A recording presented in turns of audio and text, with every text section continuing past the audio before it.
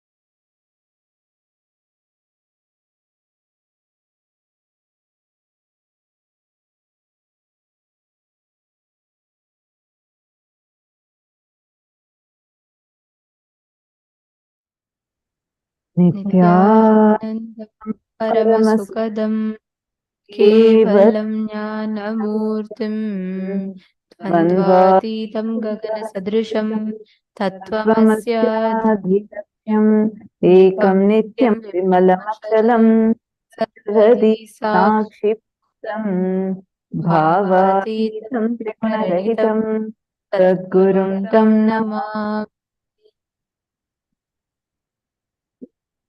Nithyanandam.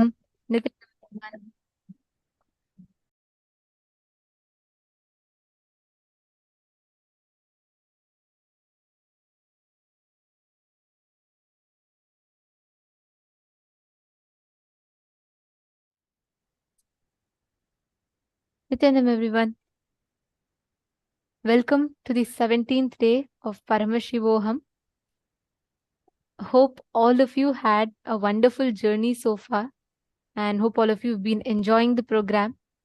We welcome every one of you for today's program. Ma Pramila Maski, Ma Ashini Gujadhur, Nithyanandam, Malita Sege saying, I can't believe it's already day 17. That's the thing, right? Always with programs, you'll feel like, oh my God, just 17 days and so many things has happened. And then at the same time, you'll also feel like already 17 days have passed. That is the speciality of Swamiji's program. Great, Ma. It's happy that you enjoyed the yoga and happy that you are enjoying power manifestation. See, don't worry. I'll tell you one thing. The whole program is like Swamiji sowing the seeds inside us. And don't worry about the seed becoming a tree, but just make sure you're watering the seed. That's all you need to do. So it will manifest.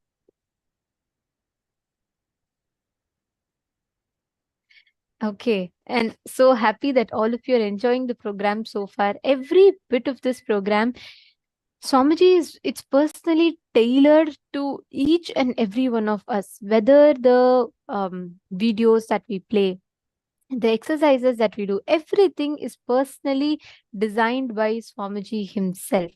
And I'll tell you all one thing.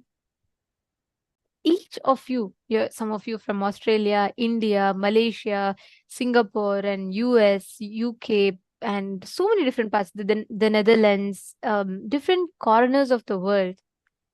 And every one of you are sitting here. Of course, the Chinese participants, most importantly, each of you are sitting here with throughout your night, so sincerely, or throughout your day, despite your office and different things.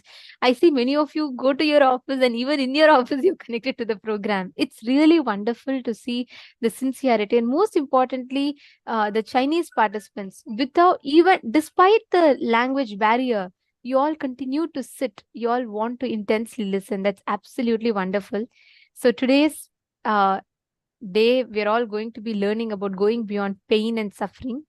It's actually a very interesting day because all of us are going to be learning how you can go beyond pain, beyond suffering, with whatever struggles you're going through. So it's very important. Anyone that you feel that, recently they've been through something really traumatic, who have been through like a lot of pain in their life, they are going through something and you feel like you want to do something for them, you really want to support them, please invite them here. Once you have invited and they have joined, you can also let us know, like you can post it in the chat as a direct message also to us, saying that this person, your friend, has joined and they are going through this particular struggle, and we can help talk to them also. So make sure that this amazing gift is shared with all of them and take a few minutes. Now let's all enter into the very first session where we are going to be learning about Sahaja Samadhi, being in perpetual completion. All the great beings, experts, masters in each field was available to me. Same way in Vedanta. I can't even imagine somebody beyond Annamalai Swamigal in Vedanta. He can just sit in Nirvikalpa Samadhi and Sahaja Samadhi forever. Unbroken Sahaja Samadhi.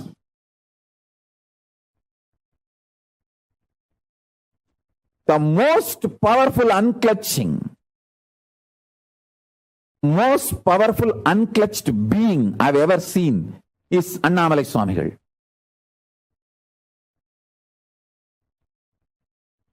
Even when his eyes are open, you can look into his eyes and see that he is unclutched. He is in Nirvikalpa Samadhi. Only in his eyes I realized anybody can come in front of him, there will not be any expression in his eyes. He'll be just seeing, but there's no reaction from inside. Such pure Nirvikalpa Samadhi. One side, the great Siddha, Isakki Swamigal. The other side, great Yogi, Yogananda Puri. The other side, great Shakta, Tantric, Acharya, who achieved Parashakti, Kuppammal, Vibhudananda Puri. The other side, Annamalai Swamigal.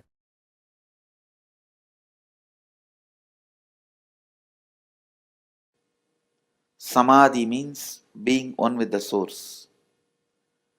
Perpetual completion means Sahaja Samadhi. Understand,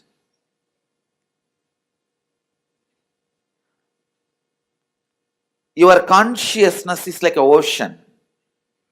Every thought you get, you have the body, you have incompletion, you have completion, you have 30-year-old incompletion, or 10-year-old incompletion, 2-year-old incompletion, or yesterday's incompletion. Everything is just one more thought. Like how in the ocean fishes are jumping, like that, each idea you have about completion or incompletion, having body, not having body, everything is just fishes jumping. Fishes jumping in the conscious ocean.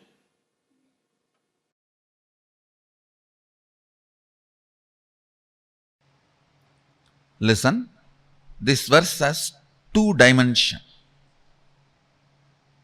For example, you are seeing the hill. Beautiful, large hill ranges covered in snow. The world, that hill, and when it is perceived, the perception and experience you go through in my world, means in your world,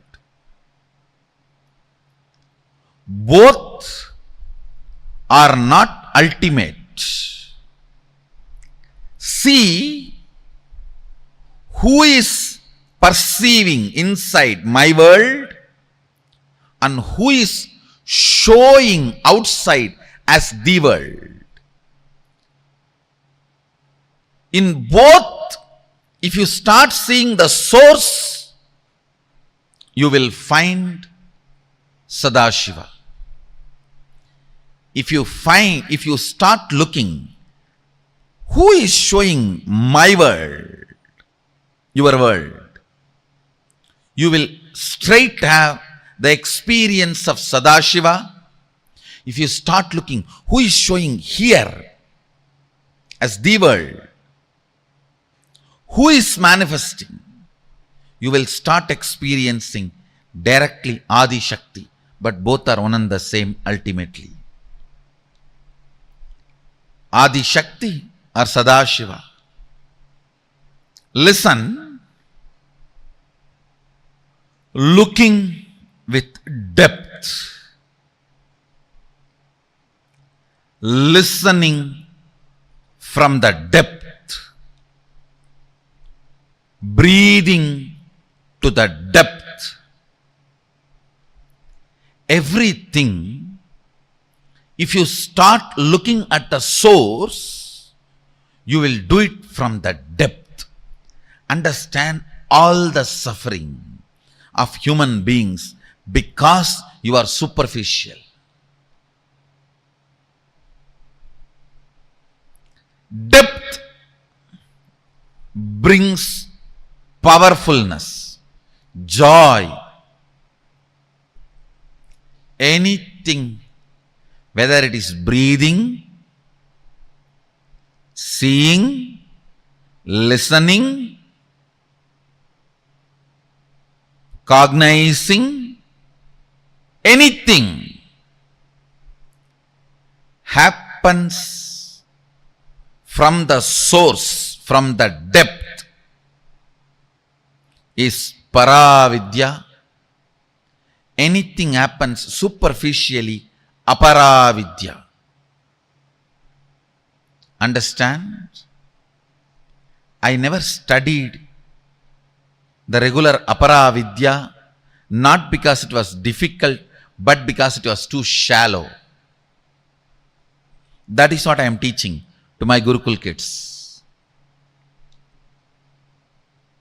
I am seeing every day they are evolving, able to make the Aparavidya redundant. I'll make these schools, textbooks, all that so easy for the kids. They will know Aparavidya is too shallow, so that they will start putting their energy into Paravidya, Parameshwari, Srividya, Adi Shakti.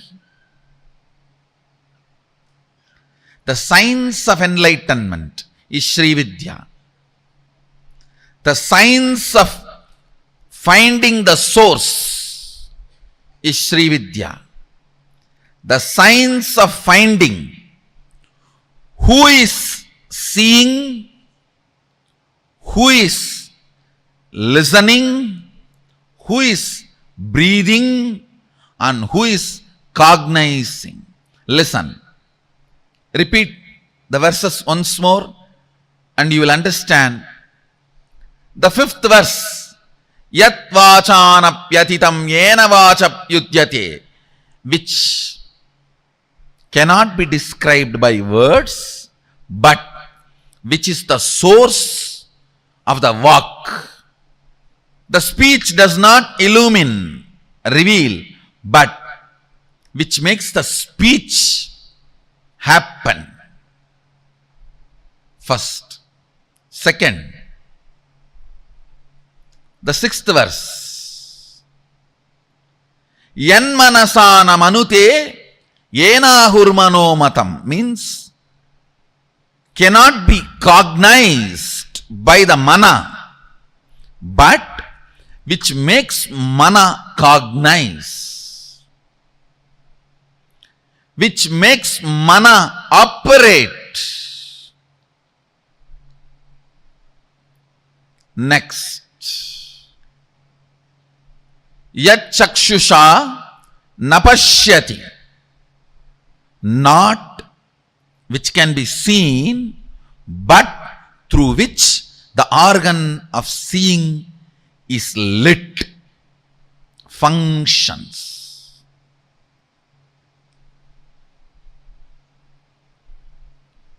Yashrotrena nashrunoti, not by the listening, but through which the listening happens in you. Yat pranena na praniti, ena prana praniyate, not which can be breathed, but by which the breathing happens. This is one of the most powerful Sahaja Samadhi technique. Constantly try, whole day whenever you can, just try to remember, who is making me see? What is the energy in me which makes me listen? What is the source of me which makes me cognize and think? What is the source of me which makes me breathe in and breathe out? Suddenly you will see, your eyes will be open, but you will be sitting like a hatching mother bird whose eyes are open but she is not looking outside. The mother bird which sits on the eggs for hatching, her eyes will be open but she will not be seeing. Your eyes will be open but you will not be seeing, because you are seeing the seer.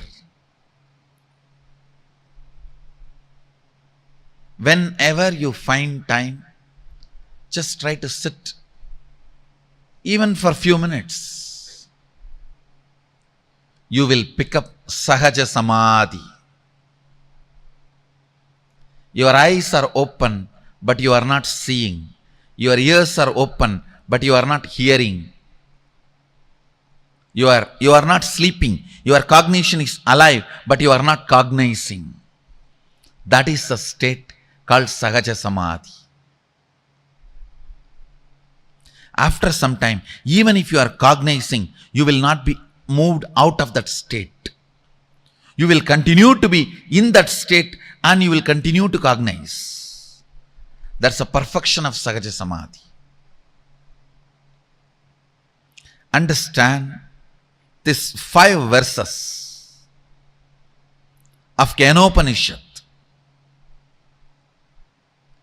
is the most powerful technique, method for Sahaja Samadhi.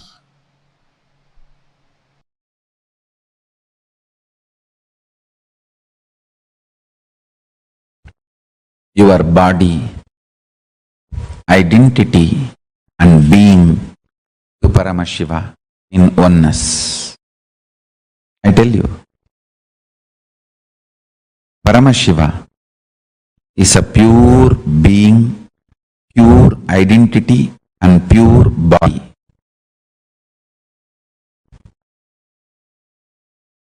After you declare your integrity to Guru, every breath, every time you breathe, it is tuning with Paramashiva. Inhaling, exhaling, everything is tuning with Paramashiva. Whether you do yoga, or waking up in the Brahma Muhurta, or attend satsang, do the oneness process, Paramashivoham process, or chant Mahavagya, do puja, anything. The tuning goes on and on and on.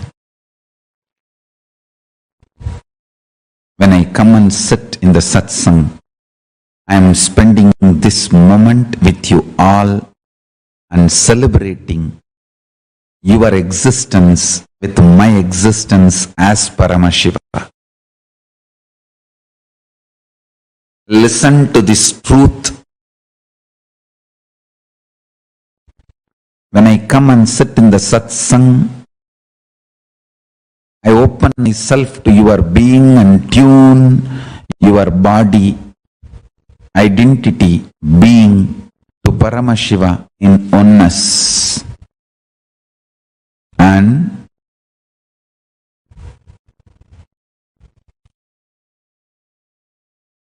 make you experience intensely, make you understand intensely, make you realize intensely, make you manifest intensely the oneness with Paramashiva, the ultimate, absolute, Shuddha Advaita Sugabodha Jnana Vijnana Nirvigalpa Nishkala Niranjana Nirahara Nirguna Nirbodha Nischala Nithyananda Paramashiva Swarupam Guru Bhakti Bhakti continuously tunes you. Guru Bhakti is more than Nirvikalpa Samadhi, Sahaja Samadhi. Guru Bhakti is Sahaja Samadhi. Vegaha nimitta apekshat karmano jayate niyatadikriya aprabandha hetu. Change of motion is proportional to the impressed force and is in the direction of the force.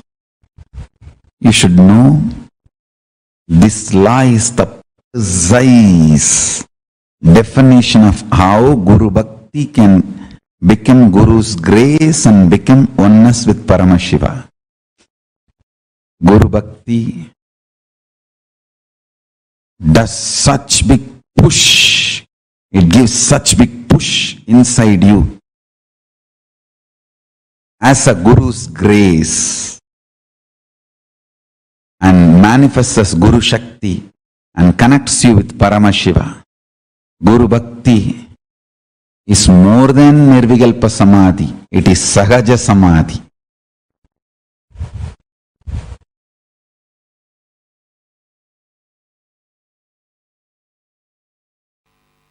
Let me explain that word, Guru Bhakti. Being authentic to Guru. Look into your inner image. See how much of your inner image is influenced by Guru's presence in your life. Look into your inner image. See in how much you are still stuck with your old stupid identity and inner image. How much the Guru has influenced, Guru's presence has influenced, and how much of your idea about you has changed.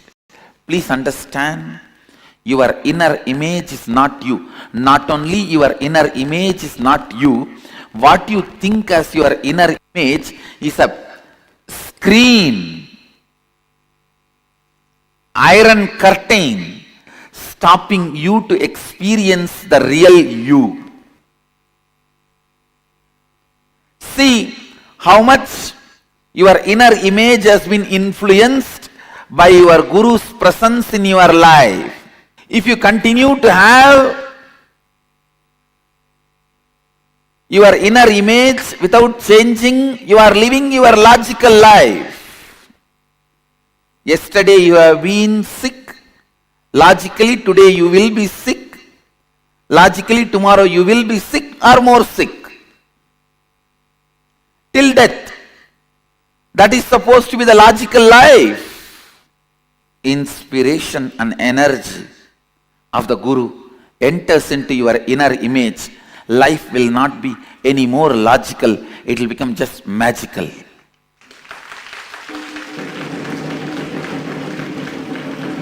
It is not any more logical. It will simply become magical.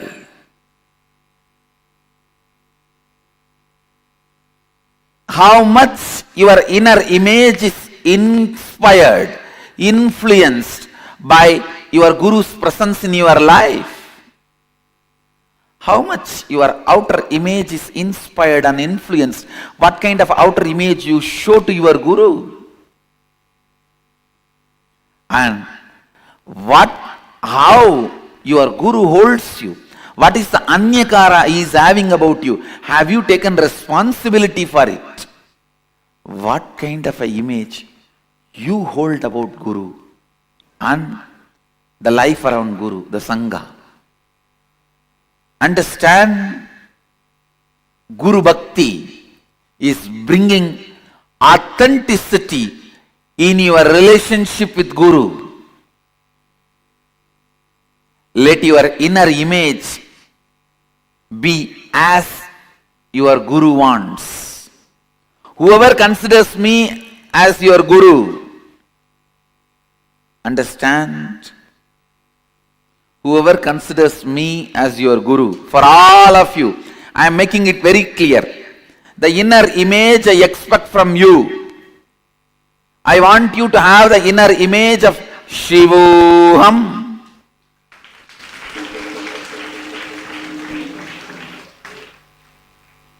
My taste is very simple in anything. I just want the best thing.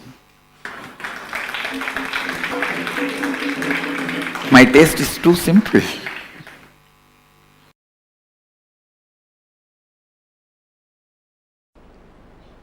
See, if your inner space is in the mode of self-denial, you will have exactly the friends, family, people with self-denial only falling in your eyes, falling in your senses, falling in your perception. If you are in the mood of completion, you will have only people who want to do completion falling in your perception. Listen. So, whether you are in the state of a devil, demon, bhuta, preta, rakshasa, gandharva, muni, kinnara, kimburuda, gandharva, yaksha, rakshasa, rishi, whatever space you are in Advaita.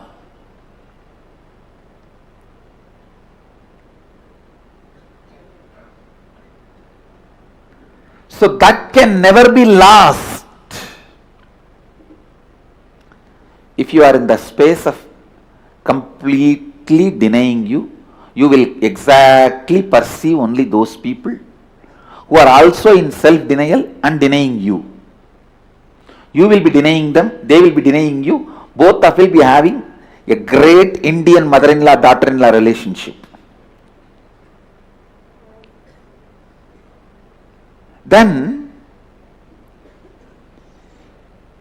if you decide to complete, you will perceive suddenly everybody around you are struggling towards completion. Understand?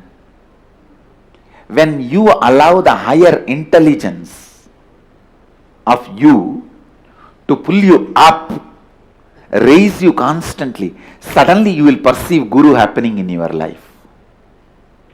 Because your own part of you, which is constantly pulling you up, only allows the Guru to happen in your life and continue to exist in your life.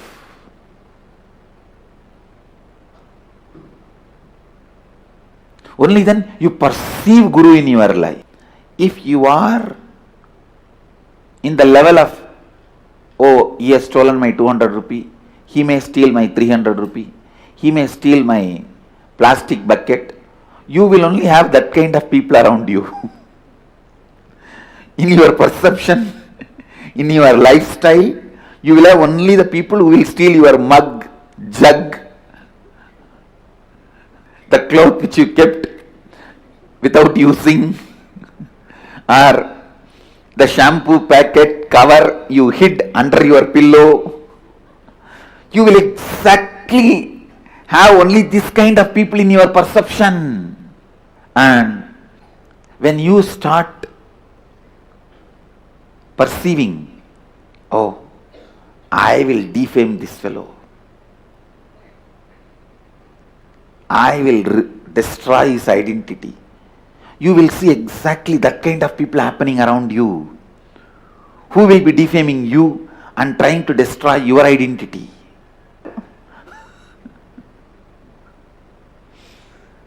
Anyhow, listen to this truth. Whatever is your mission, whatever is your life's goal, today's goal, this month's goal, this year's goal, whole life goal, pen down.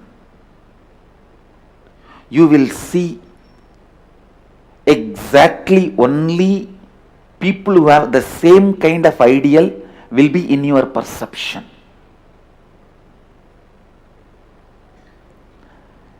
Today's goal is just to get out of this problem.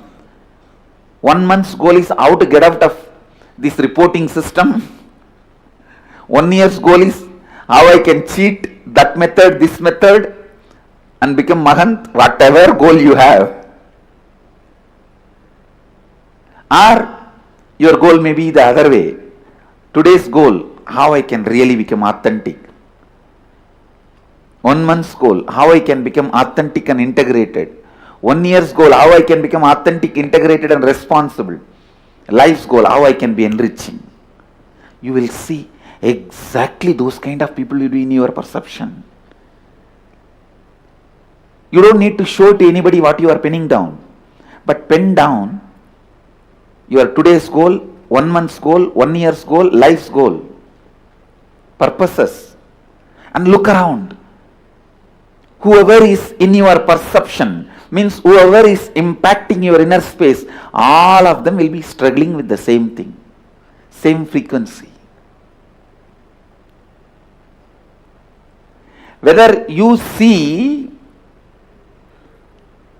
Amavasya or Purnima, moon is full. Your perception only changes. Whether you are in the space of my shampoo bottle has been stolen, my chappal has been stolen, or in the space of Advaita Satya. Advaita is the truth.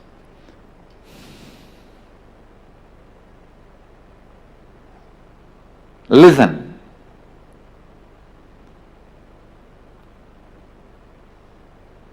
Changing your perception about you. Changing your perception about you is the most important, most powerful. Listen, most important, most powerful, most authentic, Advaitic sadhana you can do. Because Advaita is existence. Even if you are suffering in the worst physical problems, mental problems, you are in Advaita. Because that is what is your perception about you, your inner image about you. That kind of people only you will attract. That kind of situations only you will attract. That kind of experience only you will attract. Change that. Whether you are in the space of a complete perfect health, perfect happiness, perfect relationships, perfect wealth, and ultimate enlightenment and the contentment, you are in Advaita. Or you are in the space of worst suffering, physically, mentally, emotionally, psychologically, nothing worse can happen to you anymore. Even then you are in Advaita. Because what you decide to perceive as you, you perceive that as everything. If you perceive yourself as Sogam, you will see everything as Sogam around you. If you perceive yourself as Soham, you will perceive everything around you as Soham. If you perceive yourself as Shivoham, you will perceive everything around you as Shivoham. That's all. If you put Vibhuti on your forehead, you will see simply everyone around you. You will have people with Vibhuti as everyone around you, and they will be in your perception. If you put Namam in your face, you will see that kind of people in your perception around you in your life. If you put Kumkum, you will see that kind of people around you. If you keep it empty, like atheists, because inside is also empty, they keep outside also empty as a symbol. See, when we have Mahadeva inside, we put sacred ash outside and tell the people Mahadeva is inside. When Devi is inside, we put Kumkum and tell the people Devi is inside. When Vishnu is inside, we put Namam and tell people Vishnu is inside. When everything is empty inside, they tell people by not putting anything empty. And if you keep it empty, you will exactly get the people who will also have emptiness around you. It's up to you.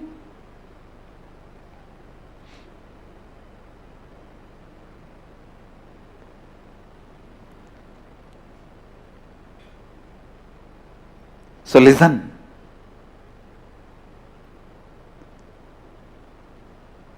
The perception about you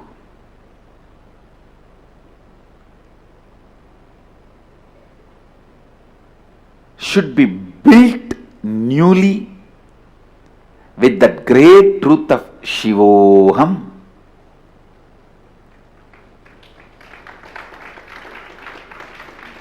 Decide. If you want to cook, you have to burn the firewood. If you want to create that Shivoham space for you, you have to burn all the incompletions. Decide. Good news is, it is possible. Best news is, it is very easy. Good news is, it is possible. Best news is, it is very easy.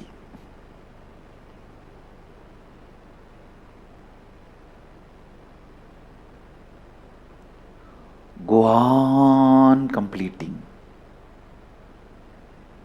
Decide very clearly, till I am perceiving myself as Shivoham, I am going to be doing completion.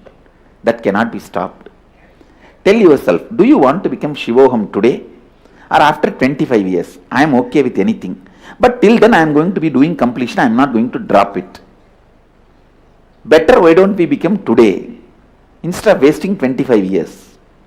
Then simply, naturally, your being will tell, yes, yes, why waste unnecessarily 25 years? To celebrate the truth which already I am.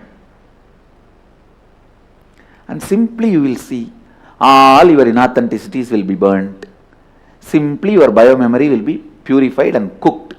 The cooked biomemory is only called as Siddha. Siddha means in Sanskrit boiled. In Bengali they say Siddha Alu, means boiled potato. A cooked biomemory is Siddha. If you cook your biomemory with Shivoham,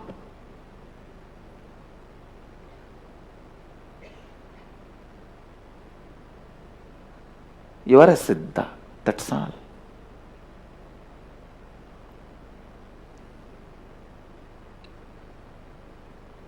Cook your biomemory with Shivoham, Shivoham, Shivoham.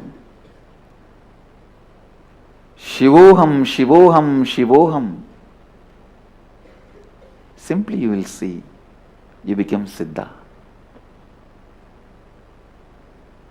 You become Siddha. Shivoham, Shivoham. Shivoham, Shivoham. Shivoham, Shivoham.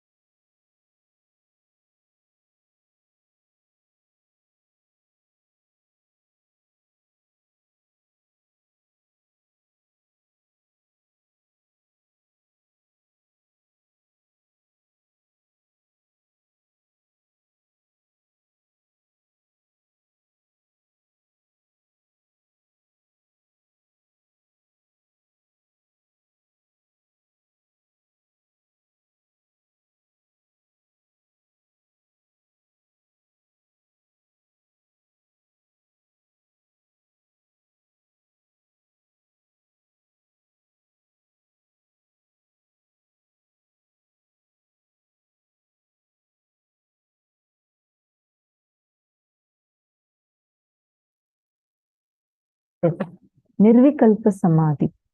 Now, what Swamiji explained to us, so beautifully explained to us about Nirvikalpa Samadhi and perpetual completion, which is Sahaja Samadhi. So, Swamiji had explained to us step by step on what this is. Right?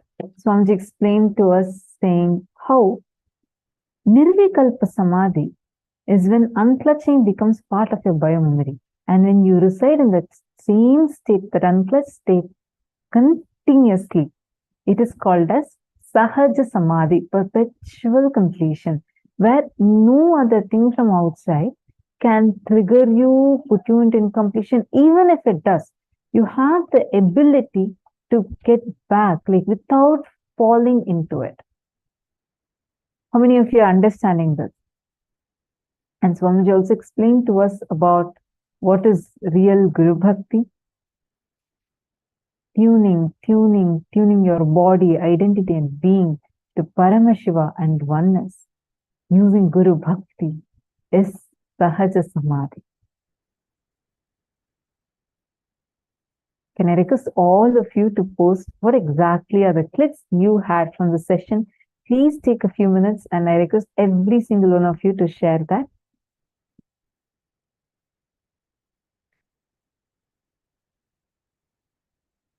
Please take a few minutes. All of you post.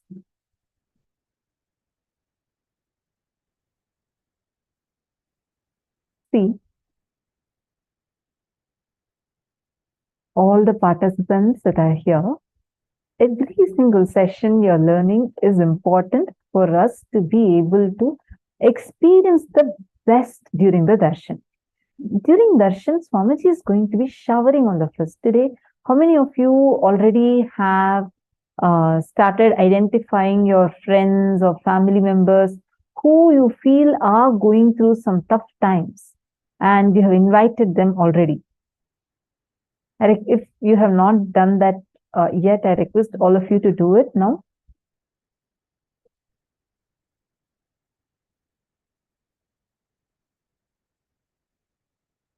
It's your perception about you that needs to change. You need to cook using Shivoham. Convince your being to realize it sooner than later. Beautiful click. Shane Dennis, thank you for sharing. Yes, so beautifully Swamiji explained that. And Swamiji also explained how to use Guru Bhakti, where Guru, he will so strongly, in fact, influence the very inner image, the very idea you carry about yourself, the idea that you carry about God, the ideas you carry about world. And then that transforms using Guru Bhakti, and that strength, your entire perception about you changes. And using that, you cook your understanding about you using Shivoham as a powerful cognition. What else did each of you click with? I request every one of you to please post. Perception about us should be built with the greater truth of Shivoham. Vimalanandya, that's right. Diana's below. Can I request all of you to please post? Come on.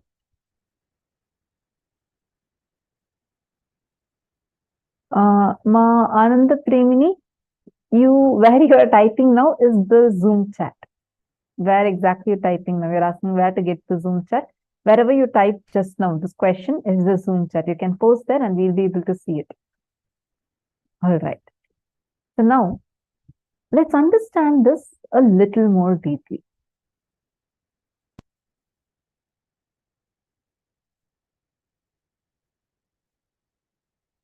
See, this is Swamiji at the age of 12. And next to that, you can see Annamalai Swamigal. He's a direct disciple of Bhagavan Sri Ramana Maharishi. And he's also one of the gurus of Swamiji, who taught the science of enlightenment to Swamiji. And I'm just going to read out exactly Swamiji's words. I can't even imagine somebody beyond Annamalai Swamigal in Vedanta. He can just sit in Nirvikalpa Samadhi and Sahaja Samadhi forever. Unbroken Sahaja Samadhi. The most powerful, unclutched being. I have Annamalai Swamigal. Even when his eyes are open, you can look into his eyes and see that he is unclutched. He is in Nirvikalpa Samadhi. He will be just seeing, but no reaction from inside. Such pure Nirvikalpa Samadhi.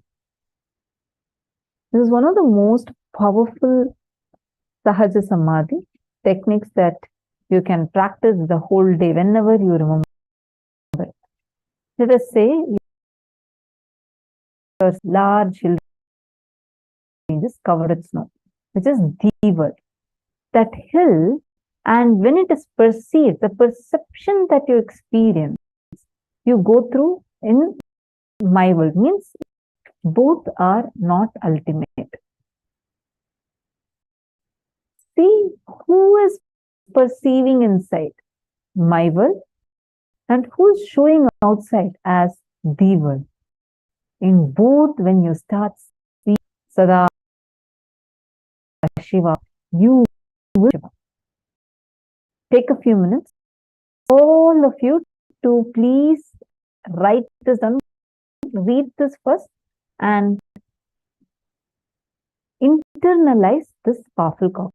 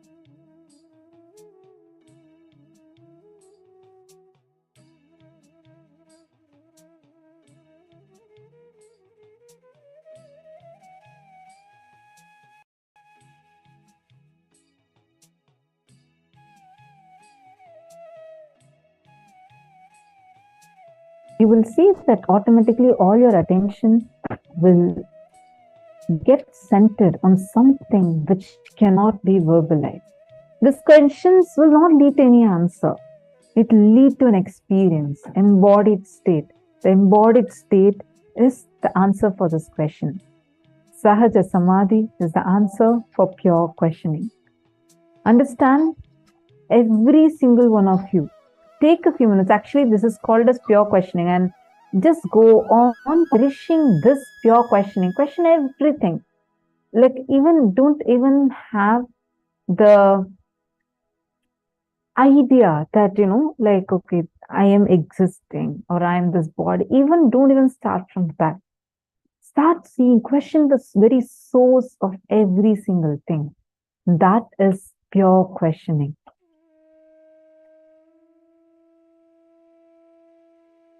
And we also have a special ebook as a gift from Swamiji for this session, which is the Sahaja Samadhi, the perpetual completion.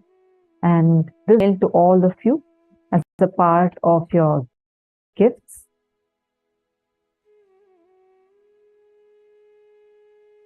All right. So now, let's all enter into the power manifestation session. And understand, today all of us are learning the science, some of the most important truths, how you can go beyond what you think or how you exist as you, right?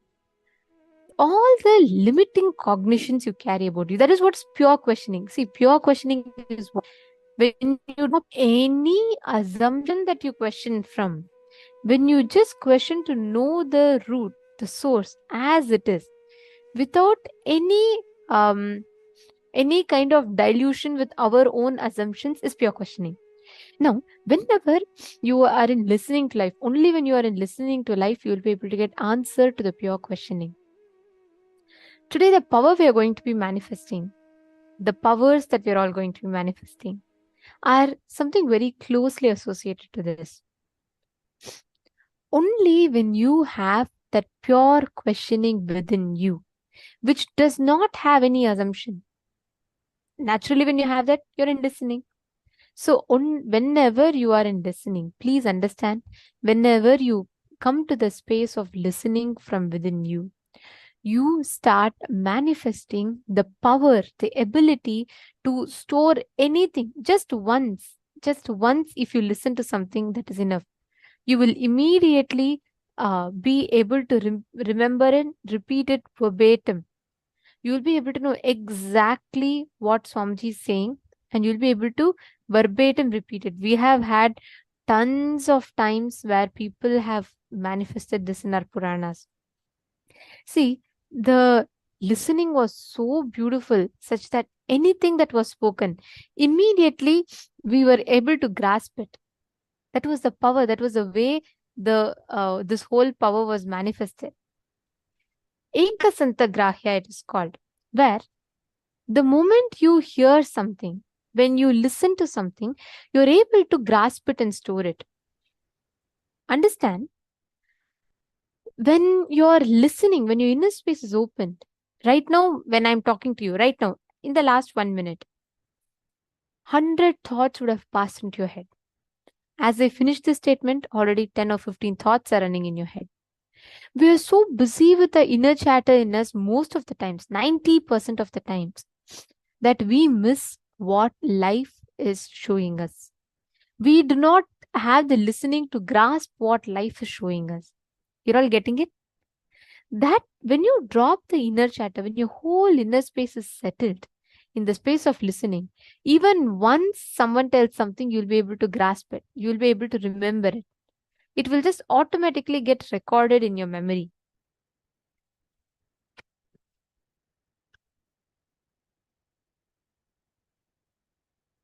See, our inner space, right? It has the ability to store 250 ships of memory. Please understand. All our masters, rishis, used to store the knowledge from the Vedas and Agamas in the DNA of the disciples. The whole Hindu scriptures, there are different branches.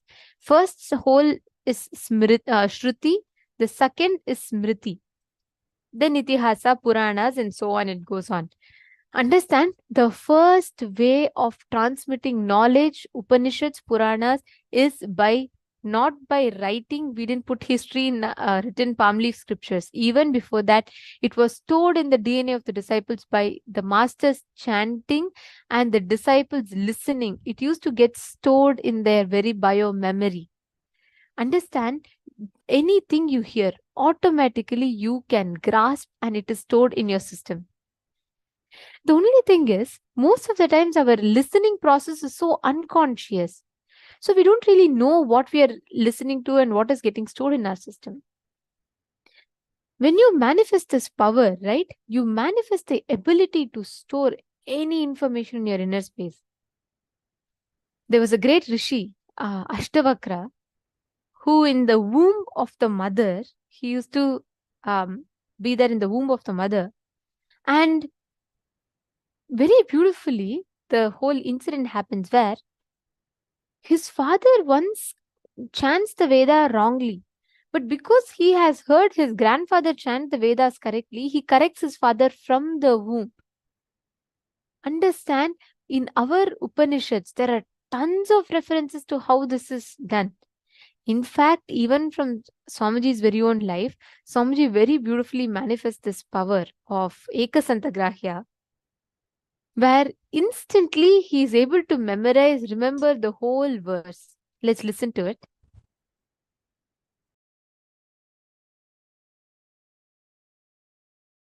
I still remember once that there was a power manifestation. My Guru Kuppammal, she was making me manifest the Ekasantagrahyam. Ekasantagrahyam means listening once and repeating the whole as it is. That power.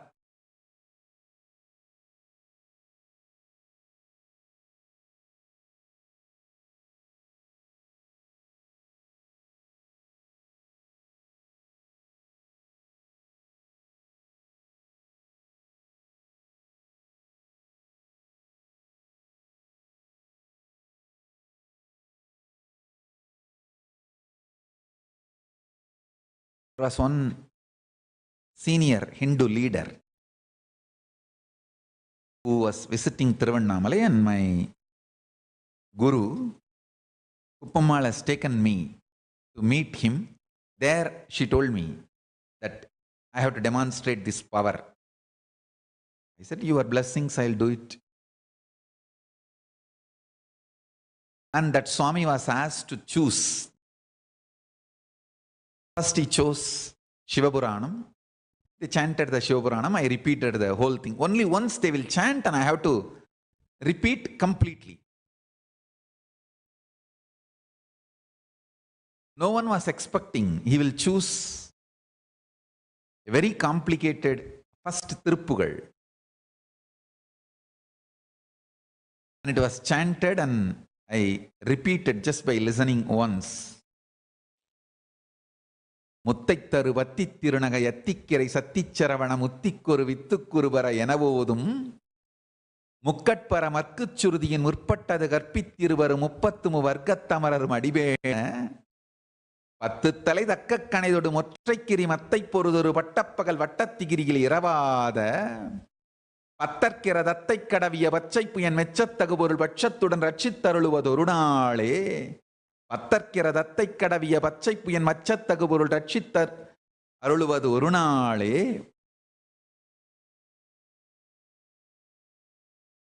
தித்தித்தைய ஒத்த பரிபுர நிறுத்தப்பதம் வைத்து பயிரவி திக்கொக்க நடிக்க கழுகொடு கழுதாட திக்குப்பரி அட்டப்பயிரவர் தொக்குத்தொகு தொக்குத்தொகு சித்திரப்பவுரி திரித்திரிகடக எனவோத கொத்துப்பறை கொட்டக்களமிசை கொத்து குக்கு குகு குக்கு குகு குத்திப்புதை புக்குப்பிடியன முதுகூகை கொத்துப்பறை கொட்டக்களமிசை குக்கு குகு குக்கு குகு குத்திப்புதை புக்குப்பிடியன முதுகூகை கொற்புற்ற நட்பற்ற உணரை வெட்டிப்பலி இட்டுக்குலகிரி கொத்துப்பட ஒத்துப்புறவல பெருமாளே.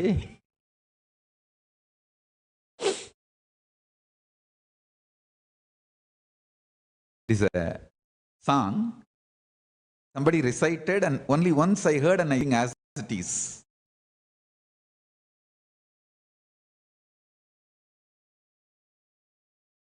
It's one of the beautiful song on Subramanya.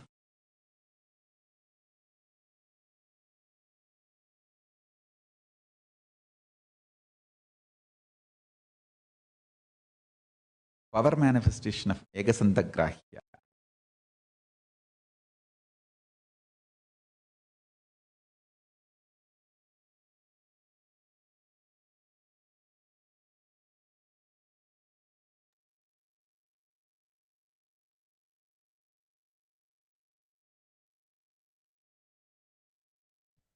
This is the beautiful science that Swamiji is revealing. Please understand. Just like how the moment Swamiji's guru said, Swamiji immediately grasped the whole thing. Just once Swamiji listened. And like Swamiji said, this is exactly how Ekasantagrahya is manifested. When you manifest the experience, whenever Swamiji is, when Swamiji tell, every time his guru tells something, listening to it. When his guru chanted, just immediately grasped it and he was able to repeat it in the exact same way. See, the science is very simple. You all just need to be in complete listening. Are all of you understanding? Make sure you are unclutched. Means make sure there are no thoughts or something from outside that's interfering in your manifestation. That's the only thing you need to take care of. Don't worry about anything else. The only thing you need to take care of is making sure that there are no other thoughts or any other interferences happening in you. Clear?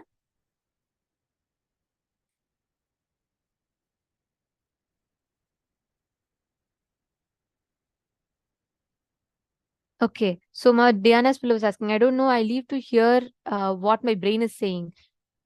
Is that common? Just noticing this. Okay, listen, Ma. That is called inner chatter. All of us carry this inside of us. We all have different inner chatter going on inside. As you're listening, as you're all sitting here, 100% of you have something running in you. The thing is, whenever you're engaged with an inner chatter, you don't completely listen. That is why many times you feel you're listening, but you're actually not able to grasp. Because inside you constantly kacha is going on. You need to unclutch. When you unclutch inside, you manifest whatever you want as a result outside. Catching it? Okay. Now let's all test it out, okay? So I'm going to play a video clip for all of you. I want all of you, I just like to request all of you to completely unclutch, sit in that space of listening. You're going to listen and try grasping what exactly the video is saying. The whole trick here is don't fall into thoughts. Be in thoughtlessness. And I'll now be showing you all the question. Now, please come to the space of complete listening. And just listen to what Swamiji tells. Don't even think that you should remember. Just listen. I wanted all of you to know things about aging from the Siddha tradition. The knowledge now I am revealing is the most sacred secret from the Siddha tradition. They call it science of Kayakalpa, means living eternally. Whenever you go through an experience, whether it is a pain or joy or boredom or excitement or feeling guilt, you go through some emotion all the time. There is some experience all the time. There is no time when you don't have any experience. You can't say there are some time when I don't have any experience. No. Either there is a pain or bliss or suffering or anxiety, something or other constantly causing you experiences. Look in. It's time. to reduce the experience to its depth. Don't be superficial. When you look deep, all experiences gets reduced to its subtlest level. See, the whole understanding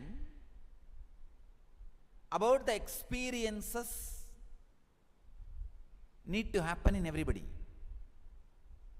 When you look deep, all experiences in its subtlest form gets reduced to a simple pranic movements. That's all. Simple pranic movements. I tell you, time, psychological time also is nothing but a simple pranic movements. That is why when the prana is fully alive, when the kundalini is awakened, the brain part which takes cognizance of time does not understand time ordinary way in the brains of our disciples when their kundalini is awakened. When their kundalini is awakened, they go beyond time. They experience a space.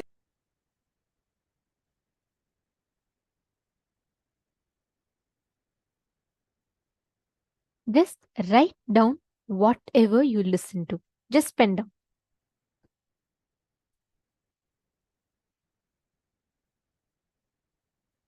Please put it in the chat. Write down the exact words. What did Swamiji tell now? Line by line.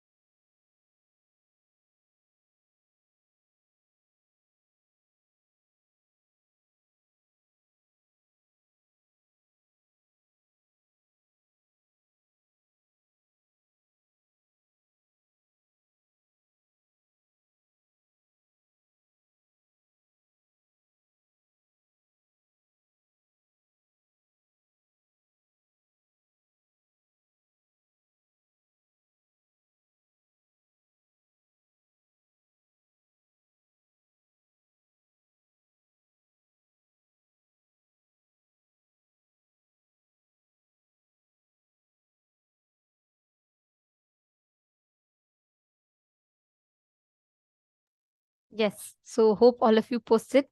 Yes. Okay. Shall we verify now? Okay. See, now whenever you drop your non-listening, right, the constant chatter that goes on, you will actually be able to precisely remember. I'm going to now show you all the transcript. You all can keep your paper against it and you can verify, cross-verify it. Please read through and cross-verify. Okay. I see Madonna has put, see Masunera, we should put exact words.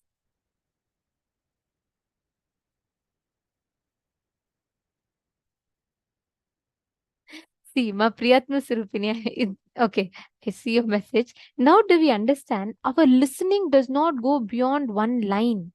Most of the time, we're all stuck to just that one line, one statement. But beyond that point, our listening completely stops. That is what is called that inner chatter that goes on inside. Something is happening inside which does not allow us to grasp what's happening on the outside. That precisely, breaking free from that, when you come to that complete listening, you will be able to understand verbatim what exactly Swamiji spoke, what he is telling, everything you'll be able to grasp. You're understanding, Ma?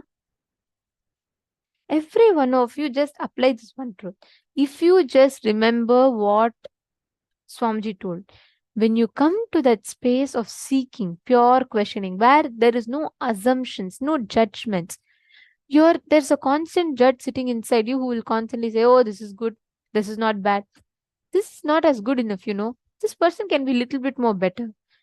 So you're so busy handling the ruckus that goes on inside, you barely have time to listen to what Swamiji is saying in the outside. This is how we miss the miracles that life has to present to us. Now let us all get ready to enter into the next session. See, understand, today whole day, focus on bringing this listening. Yes, Ma Vimala Nambiar, the more and more we do completion, we will reach that space. See, mostly we're also busy with our script constantly. The moment, let's say someone asks let's say your boss is calling you, okay? You're sitting and working. Suddenly one of your co-employees comes and tells you that your boss is calling you urgently. By the time you go to the office room, you don't simply go. You don't simply say, okay, boss is calling me. There are 100 possibilities. You say, oh, okay, this could be the situation. Maybe he's calling me because I didn't finish. There's so many things pending in my plate. And then you'll already prepare an answer for that. If he asks about this, then I'll tell this. If he asks about this, I'll tell about this. Or you'll say, oh, maybe he's calling me trying to increase the time I work. He wants me to work for more time. Then I'll tell him this reason. You are so busy thinking about what you have to talk, but poor guy would have called just to give you a gift for your birthday, which he forgot. But constantly we make everything of ours with our written scripts. So every single time you make that pre-written script, you will lose what life has to tell you. Now, we are going to be entering into the next session where we understand about one of the most important things. There is something called as soft suffering. Swamiji is now going to be explaining to us what that soft suffering means and how that soft suffering is a boon for us. So let's now listen to the revelation from Swamiji.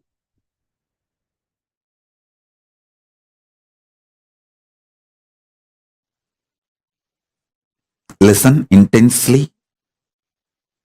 Life is neither suffering nor joy. Life is neither pain nor pleasure. Life has to be triggered inside you from the great cosmic truths of the parallel universe. That's all.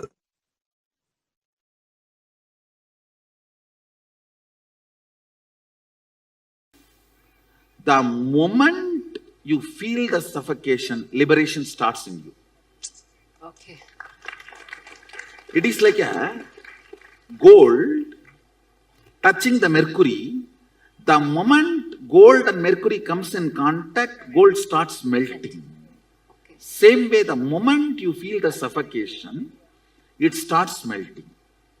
And sometime we ourselves as Sadashiva, this as a boon, I may not be able to handle myself pushing me towards liberation. You better appear in the form of suffocation to me and go on pushing me towards liberation. Why Tirunavukkarasar got the stomach pain? He actually asked Sadashiva, till you fill my heart, let my stomach torture me. So that is the way he got that disease. He feels in the world I may forget the whole purpose. So better you be available in the form of this suffocation. So till I become completely enlightened, you be driving me from the stomach. Oh my God. Sometimes even we ourselves make this happen. And we will not be aware of this at all. I tell you, there is something called soft sufferings. Soft suffering means actually without any problem you will be suffering. Those soft sufferings are usually boons. You take it and come down. Okay. For example, actually somebody is handicapped. Actually somebody is in the poverty. Actually somebody is like a mad or that and all is actual karma. But there is something called soft suffering. Actually there is no reason, but you will be going on suffering. It's called soft suffering, which is boon. It's like a for alarm clock, you give the key, and this is the key you give. Okay. So you yourself decide, I have to become enlightened within this birth. Okay. So my acceleration speed is not enough. Okay. Devi, please accelerate me. Oh. Whatever it may take, I am ready for that. Whenever you give that kind of a commitment, she gives soft suffering. Okay. She will never give you hard suffering. Hard suffering comes by karma. Okay. Soft suffering comes by boon. Oh. All soft suffering is come only as a boon.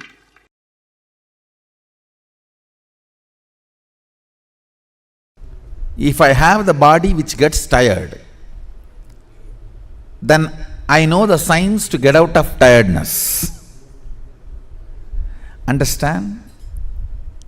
What do you mean by saying your body gets tired? Then you know there is a space where you are not tired. When you know there is a space where you are not tired, you know now there is a space where you are not tired and where you are tired. Now, it's only a simple science we need to manifest, where we are not tired.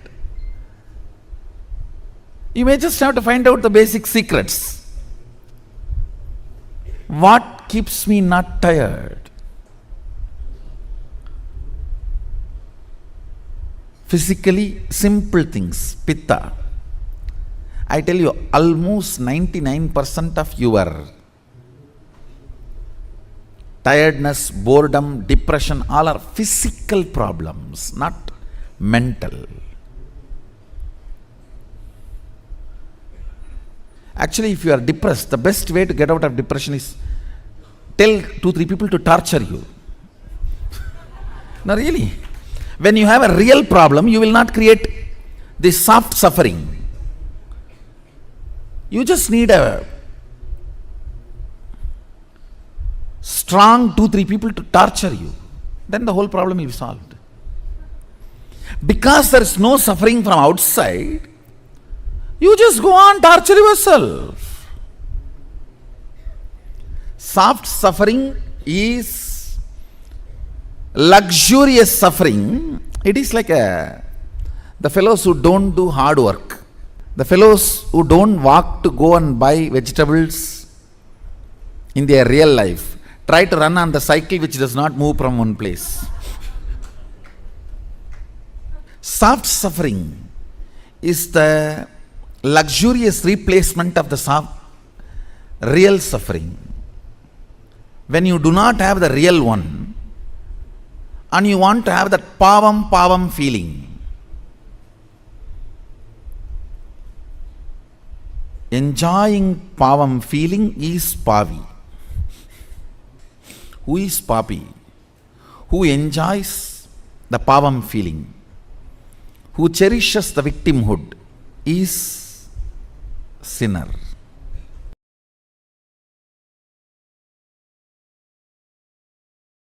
I'll tell you one small incident. One guy came to my guru, Isaki Swamigal, who talks very less usually. I still remember this incident. He came to Isaki Swamigal for stomach pain, some constipation or some stomach pain. And he was complaining because of that stomach pain. All his joy is lost. He used to be all the time joyful, smiling. Because of the stomach pain, everything is lost. Isaki Swami just gave a little vibhuti and asked him, apply it on your stomach and sleep. Come back after 24 hours. That guy was filled with doubt and frustration, saying, oh, I am suffering with this stomach pain for last 80 years and you are giving me little vibhuti and asking me to apply it on the stomach, not even giving something for me to take inside as the medicine. In Indian villages, I have seen, only if you do big treatment, you are a big doctor. You have to make that fellow lie down, put many injection, and if possible, even IV. If you do big, then you become a big doctor. Isaki Swamigal is a Hindu doctor, Hindu Vaidya. He knows all the methodology, even modern medicine. He used to even give injections if needed. He has made himself as a self-taught. Even in modern medicine, of course, the traditional Vaidya Shastra he learnt from his Guru Parampara, very traditional way. Anyhow, he gave this vibhuti. That guy was ranting, but Isaki Swami did not answer, he just kept quiet. That fellow went and tried applying on the stomach and sleeping as usual, as it is supposed to happen. He became alright, completely alright. Pain disappeared, the bleeding he used to have stopped.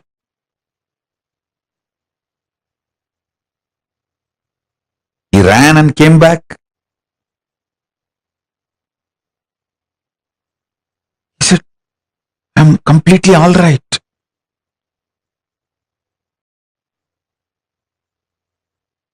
But still there is no joy in his face. Bhagavan asked, Isaki Swami asked, Ippa sandosham thane? Now you are happy, na?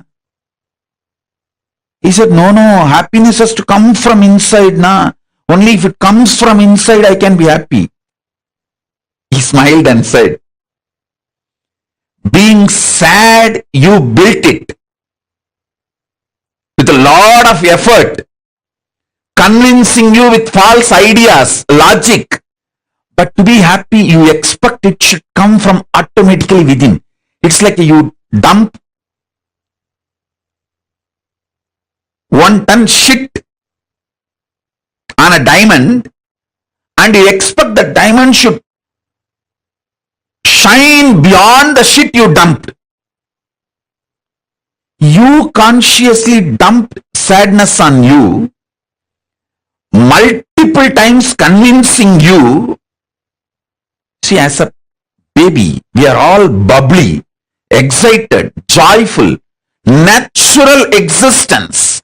The existential reality was joy and excitement, jumping, dancing.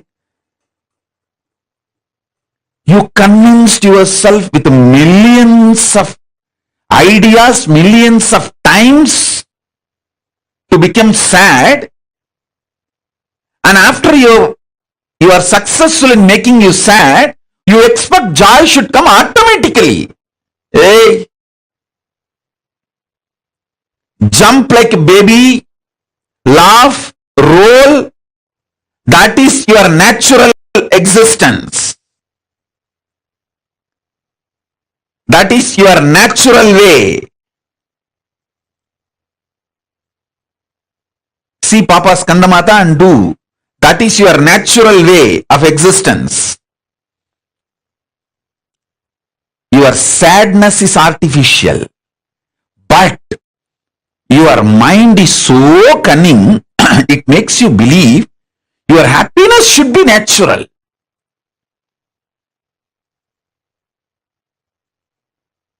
Your happiness is natural, but you dumped so much sadness on you, you made your sadness like natural. That natural you and reclaim your joy as natural.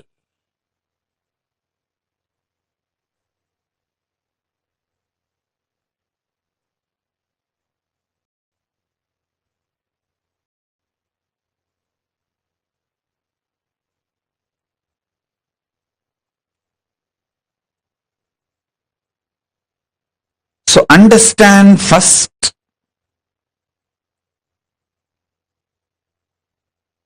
your joy, jumping, excited, inspired state is your nature.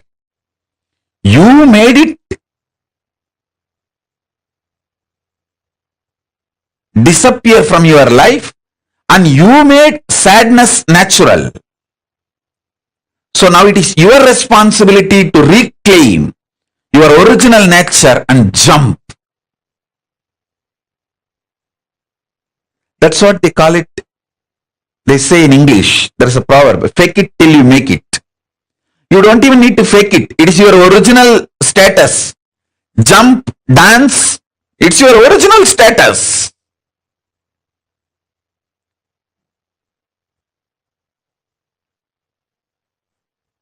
Be blissful, it's your original status. You just need to reclaim.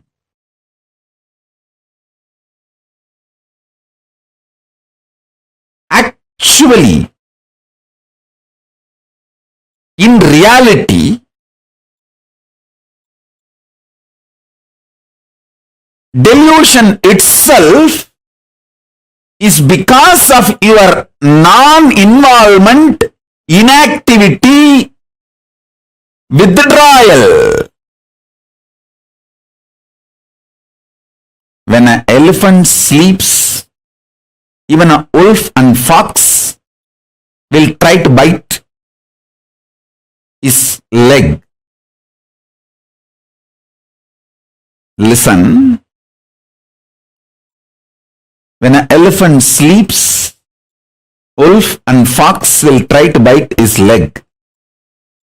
When a lion is fast asleep,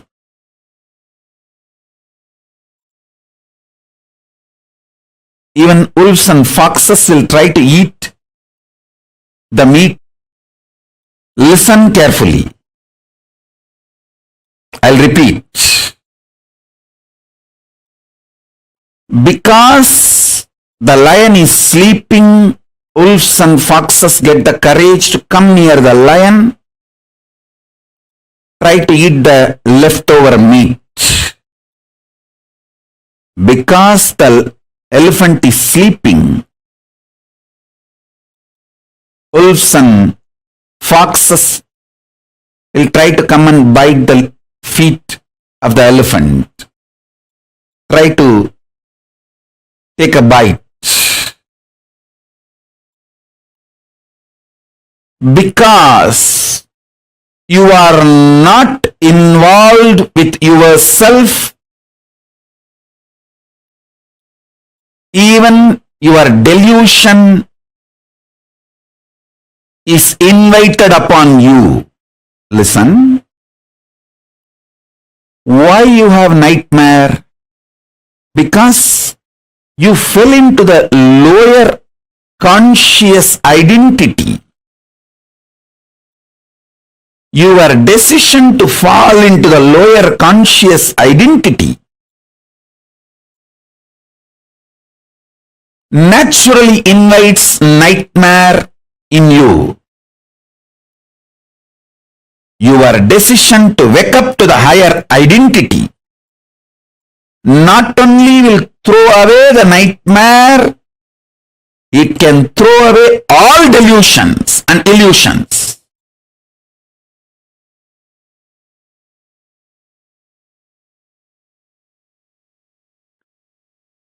You get multiple types of emotions, almost all emotions every day. Sometimes lust, sometimes greed, sometimes fear, sometimes the multiple versions of fear, sometimes worry, sometimes love, sometimes attention giving, sometimes attention asking, sometimes jealousy, sometimes comparison.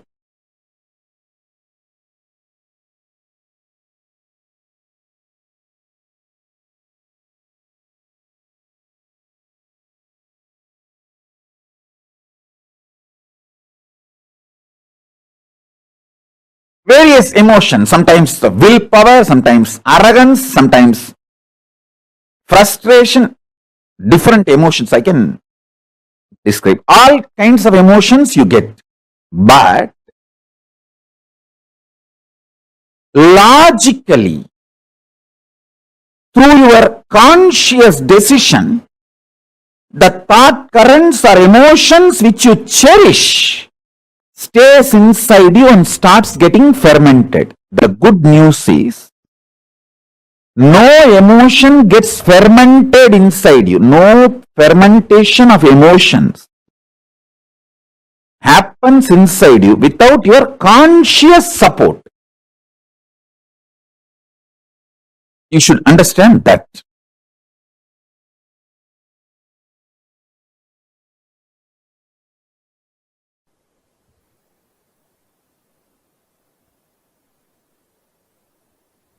Due to the unconscious lifestyle, you collect many addictive patterns and empower them with your parasites. And those parasites nicely getting empowered, sitting inside you, literally not just rule your life, ruin your life. Haritaki is the most beautiful way to get rid of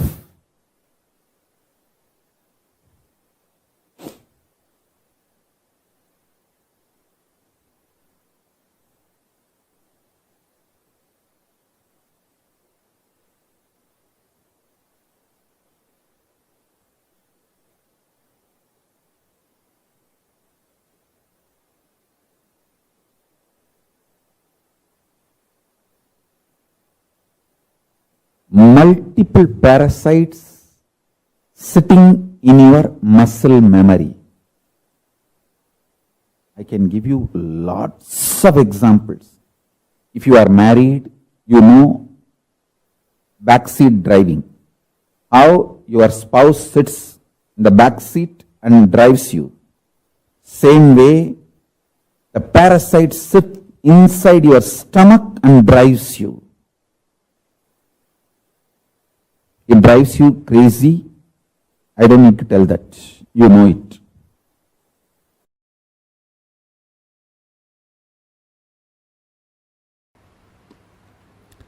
You are not negligible part of the existence. When you consider you are a negligible part of the existence, or you are an accident, or you are cursed. These are the multiple identities you try to associate due to the frustration and low self-identity. You give life to that identity. Because you give life to it, that becomes reality. Listen. The good news I have is, Unconsciously, if you cherish even 10,000 years, you are a cursed being. Consciously, if you declare even once, you are a blessed being. The conscious declaration overpowers 10,000 unconscious cherished thought current, because even if 10,000 years a room is in darkness, one matchstick is enough to light it in 1 second. Listen. All powerlessness, all fear related thought currents, and all low self inner image you are cherishing, which puts you in powerless, is not clutched to consciousness. You need to understand that.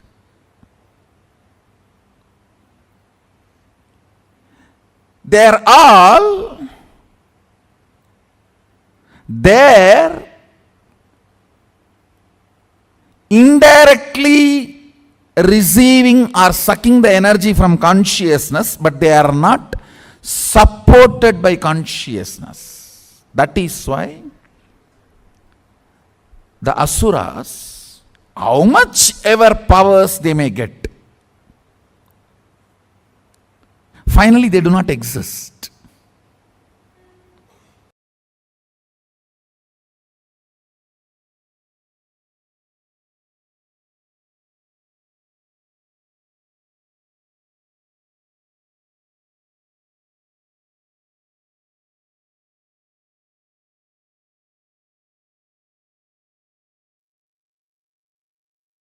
Stop suffering is a boon. Wow. Such a powerful way Swamiji explained to us how even the soft suffering which we take as a boon for reminding about our higher self, how we take it and how we come down, or like we ask as a boon and we get it. How many of you understood this soft suffering part?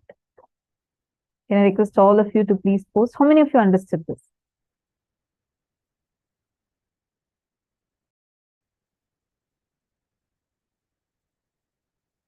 See, like how Swamiji so beautifully explained to us, right? Soft suffering means actually without any problem, we going on suffering. You will be suffering. It's like a luxurious suffering that we have. All of us carry this. And understand, actually, this is more for reminding you about your higher self, your higher identity. How many of you are able to cognize this? How many of you are able to understand this? Can I request all of you to please post in the chat? Life is neither suffering nor joy. Life is neither pain nor pleasure. Life has to be triggered inside you from the great cosmic truths of the parallel universe. That's all. Understand? Because an elephant is sleeping, wolves and foxes will try to come and bite its feet. Same way, because you are not being involved with yourself, even your delusion is invited upon you. Very important cognition to cognize. Can I request all of you to post what exactly you're understanding from this? Please take a moment and post what exactly you understood.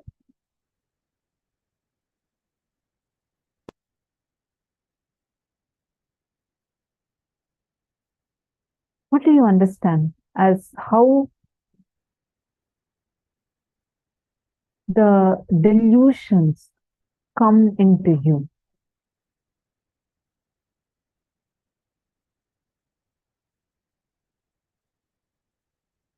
How do you understand as, what is this? Like, listen carefully. When an elephant is trying to sleep or it's sleeping, wolves and foxes will try to come and bite its leg, trying to take a bite of it. Same thing. Okay, that's why actually if you see in a herd of elephants, there will always be one elephant being awake, trying to guard the entire herd. Same way, because we are not involved with ourselves, the delusion comes in and tries to take over us.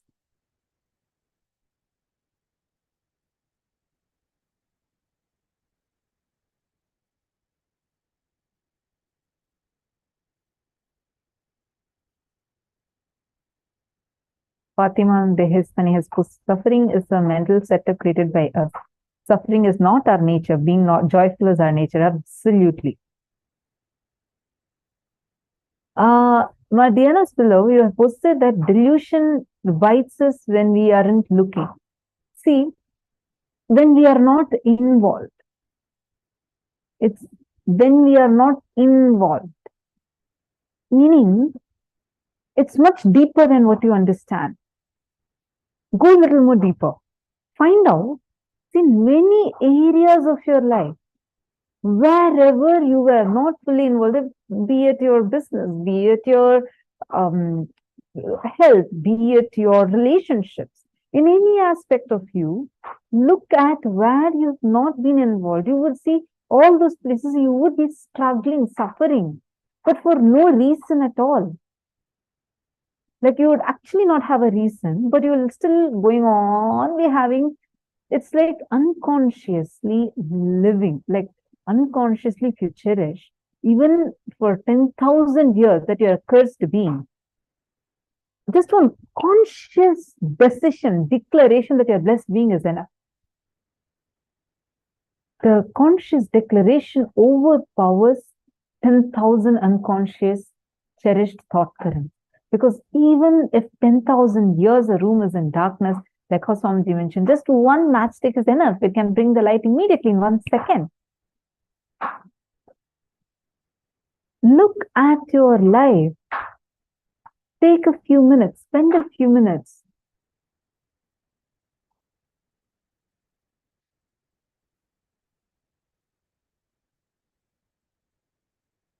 How many of you are understanding this non-involvement with life? Magitanjali Khanna, look at your posting, right? I want to be active and stop physical suffering. Now just look at it. How much percentage of it is because you are not being involved with yourself? Non-involvement with yourself. Take a few minutes, all of you spend a few minutes and look at it.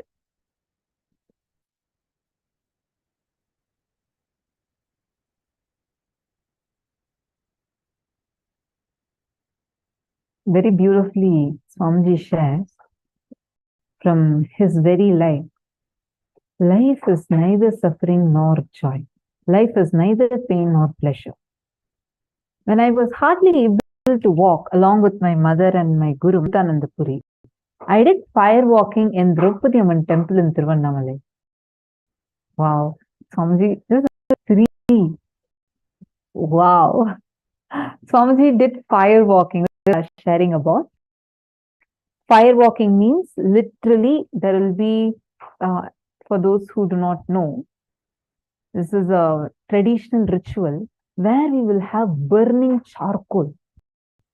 See, a flame is less hot than a burning.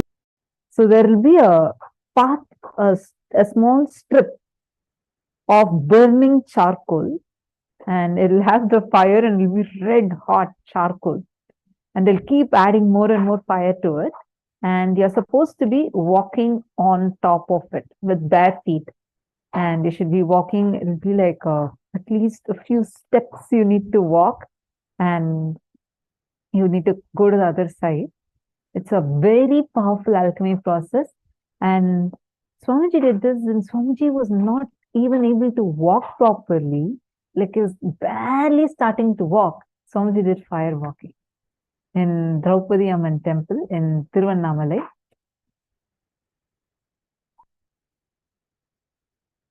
By the time I was 7, 8, I had piercing in my tongue and in my body in my aunt's village, Governor. My family was the head of the village called Chamundi, and my father's sister was married to a family which was the head of the village called Governor. In that village, there's a Shiva temple and Subramanya temple.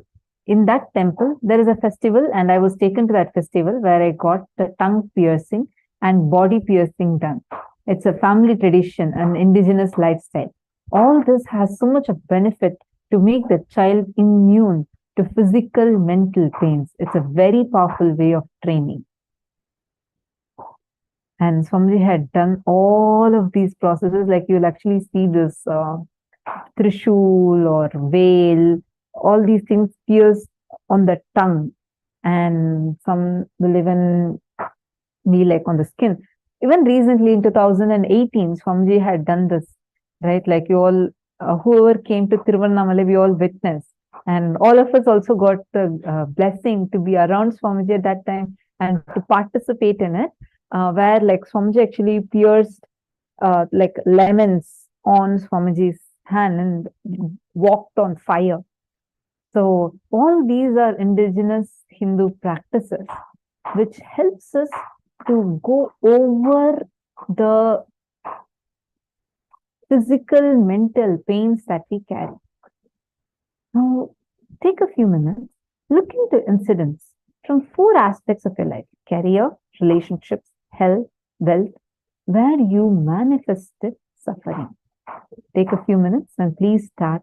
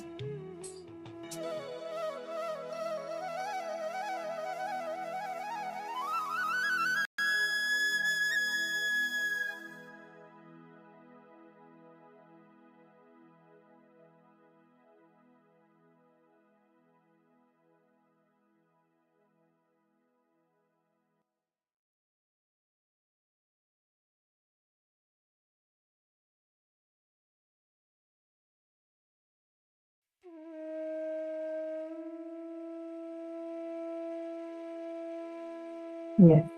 I hope now all of you have written down. Are all of you understanding so far? Are you able to identify? If any of you have any questions, take a few minutes and post it here. You made me miss Swamiji's physical presence. I know all of us are really, really missing that. Actually, the Sarvanya Pita Yajaman, Sarvanya Pita Kartas, and Sarvanya Pita Dishwars would be the first set of people to very soon receive the physical darshan of Swamiji. Actually, Swamiji said that I actually see Mohangsu tearing up. I know when I was sharing it also, I missed deeply inside, like, because there is such a sweet moment to see Swamiji do fire walking. And I remember, like, I was there. I thought, first I didn't know that fire walking was going to happen. I was around, like, slightly behind where the temple things and all were going on. So I was with that team. And all of a sudden they said that everybody is going to do fire walking. Whoever wants can do. So all of you quickly go and gather in the front. And I went. And I was very afraid. I thought that, fire walking, lemon piercing, like, are you supposed to actually pierce your skin? I was so afraid, thinking it's going to pain and all that. So I was like scared. And then suddenly one of them said that Swamiji is going to be doing it. Like, so excited. And then I was like, okay, then if Swamiji is going to do, then definitely I'm going to do the fire walking. And it required us to be at least 18 or above. So fortunately I was, and I happened to be there.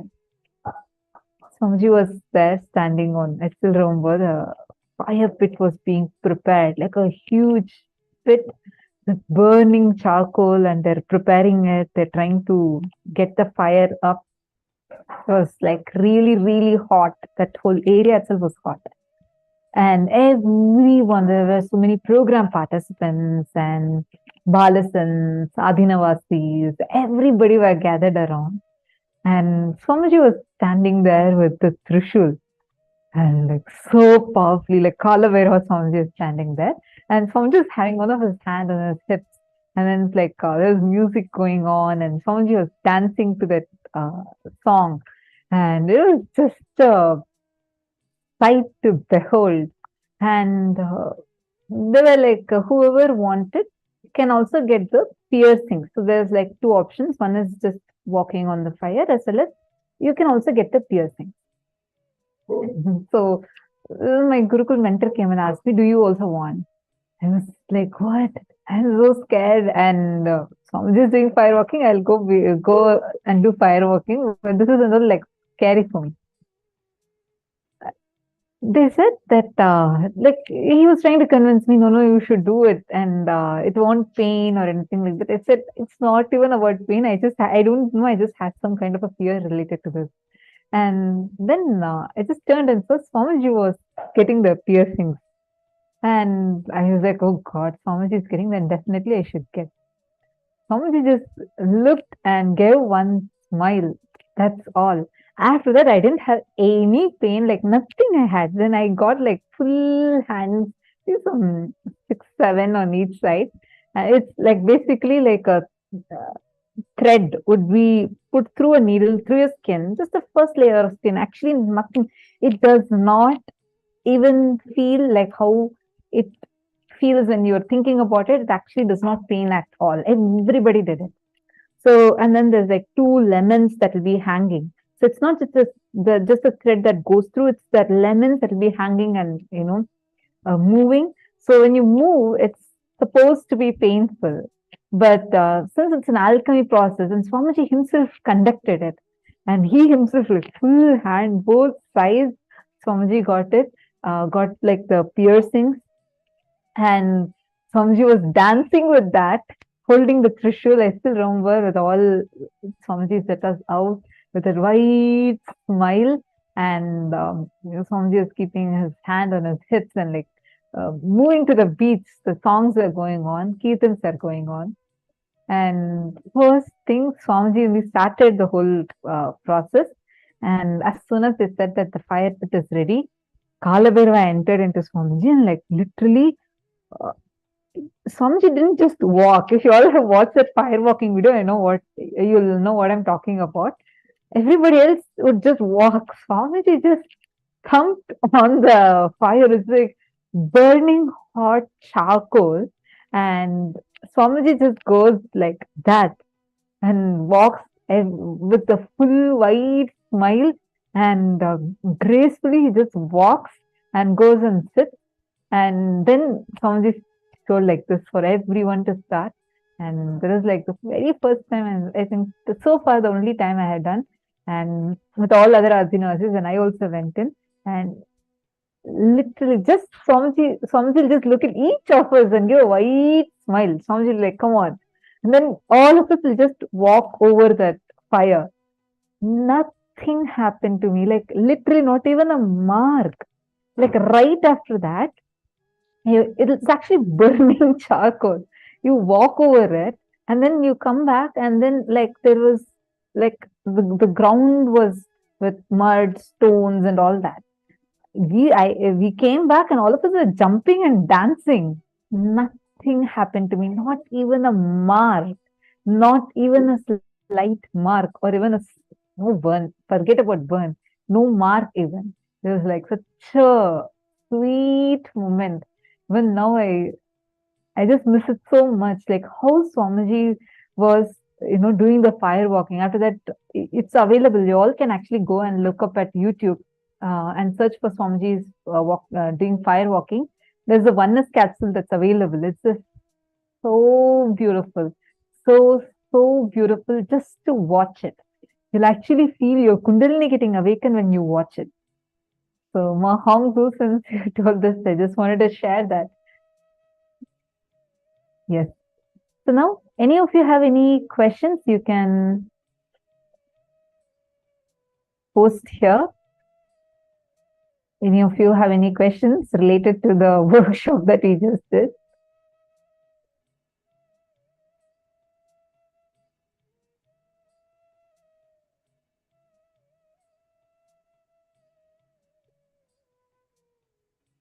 No questions?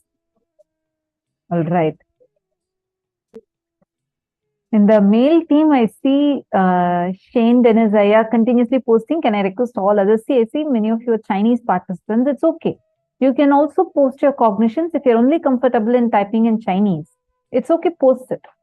Not a problem. And it's for you to understand, for you to internalize. All right. And the Chinese translators, if any of the Chinese participants are having any questions, I request if one of the translators can post it in the main Zooms, like the main Zoom rooms that are there, please be logged into that and kindly post the questions along with the person's name in English so that we can answer those questions. All right, great. So now are you all ready for one more round of power manifestation?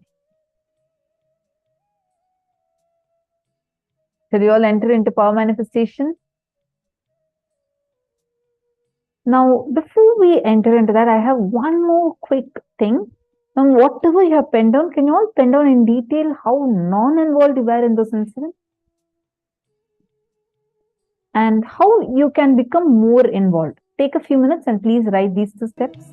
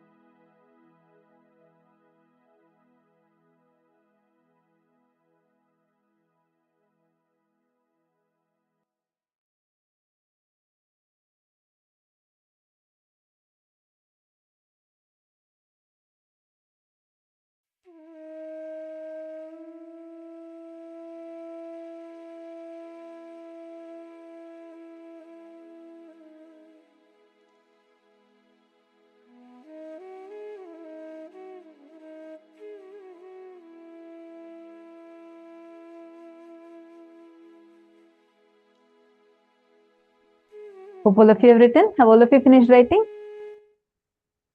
Please let me know if all of you have finished writing. If you have any questions, feel free to post.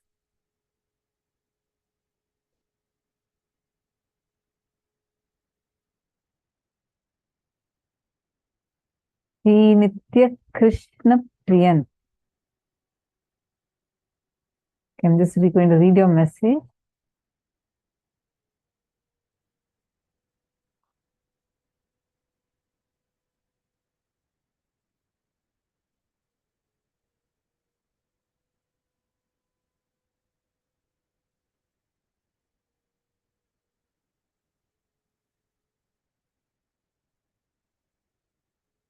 So beautiful. Srinitya Krishna Priyan, very, very beautiful post you have posted. I think you should also make a video, and would be really good if you can make in English. But if you can't make in English, at least make it in Chinese. But definitely make a video about this. You don't know how many people are suffering with this. There are so many people that are suffering, like with breakups, relationships. Relationships are in a very dire state today. And the experience I shared is so sweet. And just the cognition shift you're having is really good. Take a few minutes to record your experience.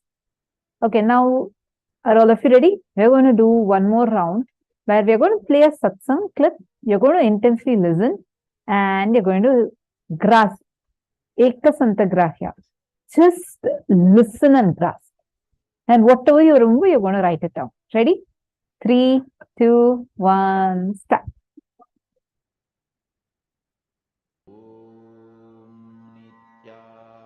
Nithyananda Paramashivoham. Om Nithyananda Paramashivoham. Om Nithyananda Paramashivoham. Om Nithyananda Paramashivoham. Om Nithyananda Paramashivoham. Om Nithyananda Paramashivoham. Om Nithyananda Paramashivoham. Om Nithyananda Paramashivoham. Om Nithyananda Paramashivoham. Om Nithyananda Paramashivoham. Om Nithyananda Paramashivoham. Om Nithyananda Paramashivoham.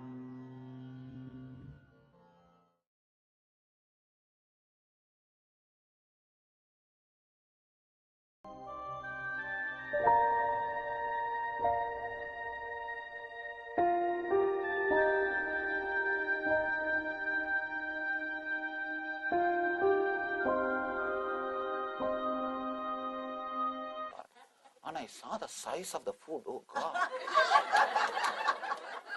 No, really, and let me be very clear, please understand, so much of advertisement for food should not be done. See, constantly what you see only you will feel connected. So much of advertisement for food should not be done. And you eating is somebody's business means naturally you will be made to eat. Be very clear. So much of advertisement for food because you eating is somebody's business. It is dangerous. It is dangerous. Constantly, without even your knowledge, without even your consciousness, so much of advertisement for the food. You start meditating on food. Eating becomes a religion. You start meditating on food. Continuously you are meditating on food. And the quantity served also. Naturally, when you buy it, what will you do? How can you waste it? I tell you, if you throw the food in the dustbin, only food will be wasted. If you dump it in your stomach, the system also will be wasted. Never feel that you are wasting food. The moment you feel enough, just throw it in the dustbin. Only food will be wasted. If you put it inside, system also will be wasted. Food you can buy, system you can't buy once more.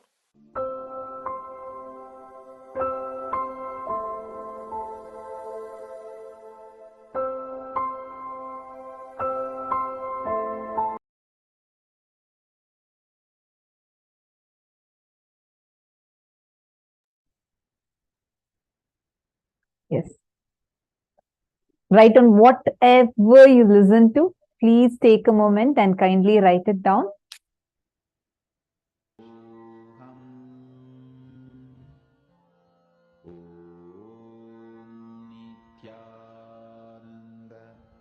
Write down whatever you listen to, whatever Swamiji revealed. Start typing it down.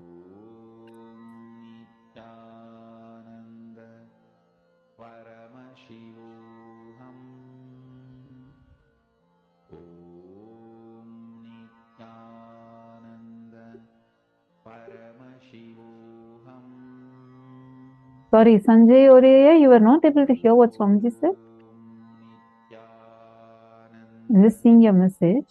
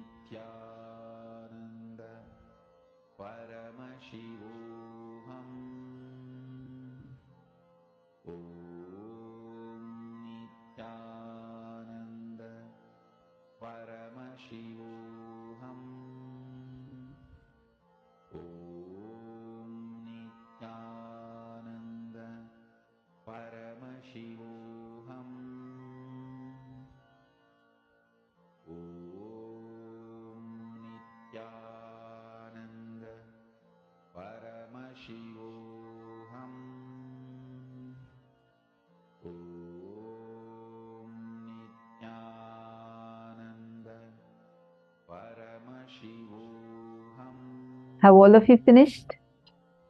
Quickly type down.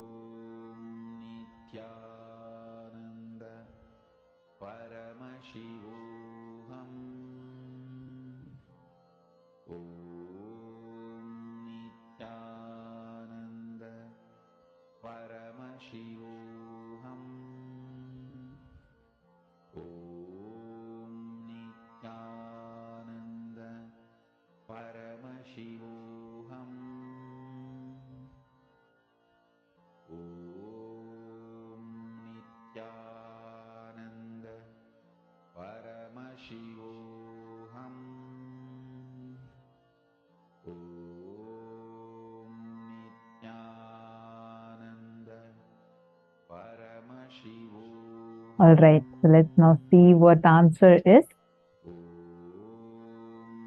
3, 2, can I show the answer?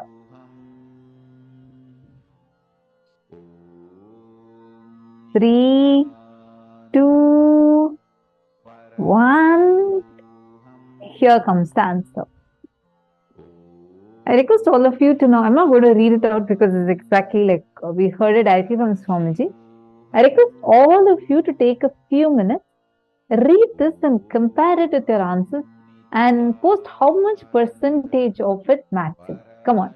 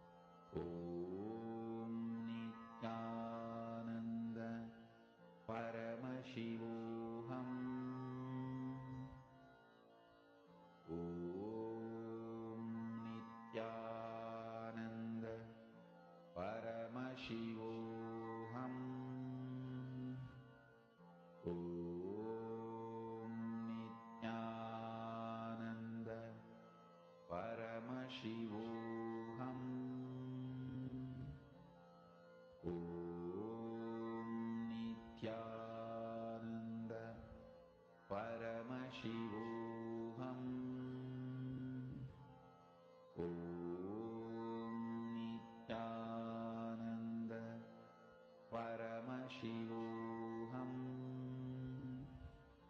Om Nithyananda Paramashivoham. Om Nithyananda Paramashivoham. Om Nithyananda Paramashivoham. Om Nithyananda Paramashivoham. How many of you are seeing that your listening has increased? At least you were able to get much more rightly.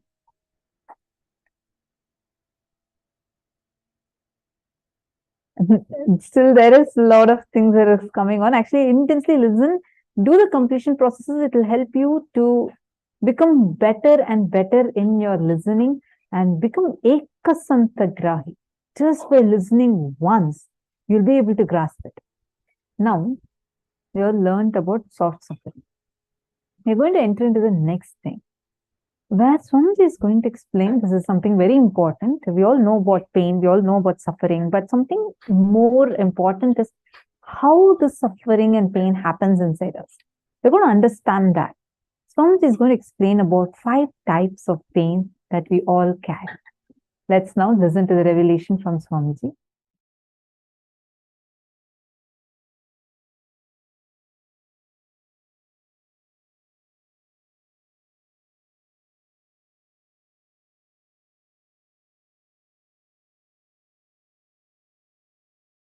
Reason for patterns that are passed through generations. What is the best way to get out of this? First thing. The fundamentally human being learns the basis of their identity. What is right, what is wrong, what is good, what is bad, what is pleasure, what is pain. From your past generations, from your parents, family, people around you who taught you.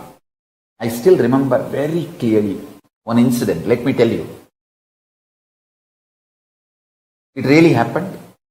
I was helping the Shivacharyas in the temple, in Arunachaleshwara temple, to light the lamp for the arti. So once the Shivacharyas, they do 2 puja. Means the puja is done inside Garbha Mandir and then in Ardha Mandapa. Till the level of Ardha Mandapa, anybody can go and help them and light diyas and give them during the puja, arti. In those days, temple did not have so many staff. And even the staff were there, not only understaffed, they will have to run around to all the different sannidhis, shrines. So we are small kids who volunteer. We also go and help here and there, and it's a big blessing and it's such a joy to volunteer and do puja to Arunachaleshwara. After the puja, they will give the vibhuti first to us, so that's a big pride. Of course, never to forget a very good share of Naivedyam, Prasadam, food, graced by Paramashiva himself. So, we always run and do volunteering. And once when I was volunteering, the camphor fell on my finger mixed with oil, burning, fell on my finger and got burnt. And anyhow, immediately the other people who were there, they helped me and they put my hand in the water and the burning sensation started settling. Then I ran to Arunagiri Yogeshwara. Those days I used to be having darshan of Arunagiri Yogeshwara regularly, physically. I ran to him and said, like this, it happened. And he just held that finger and said, Kana, நெருப்பு சுடுங்கிறது தப்பு பாடமப்பா, பாடத்தால் தான் சுடுதே தவிர இருப்பினால் சுடலப்பா. He was telling me the fire burns, fire hurts is because the lesson we learned that fire will burn, not by the existence fire will burn. Of course, don't try in your home. Just listen to the whole story.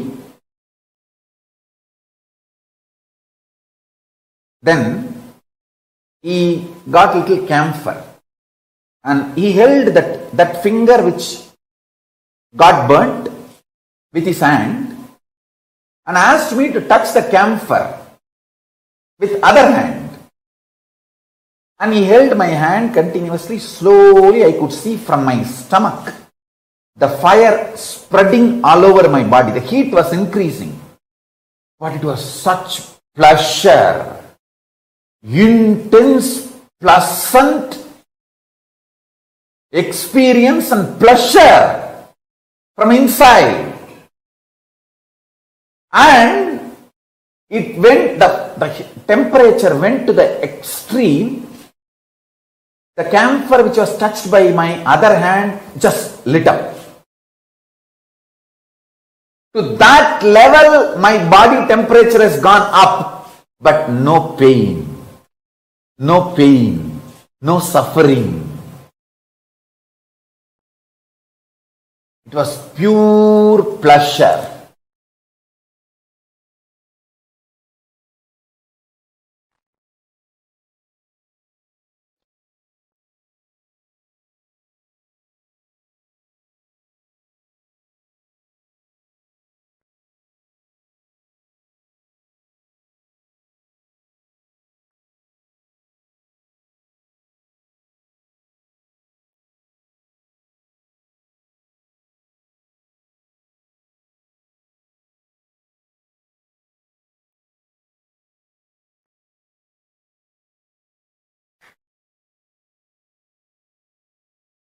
I still remember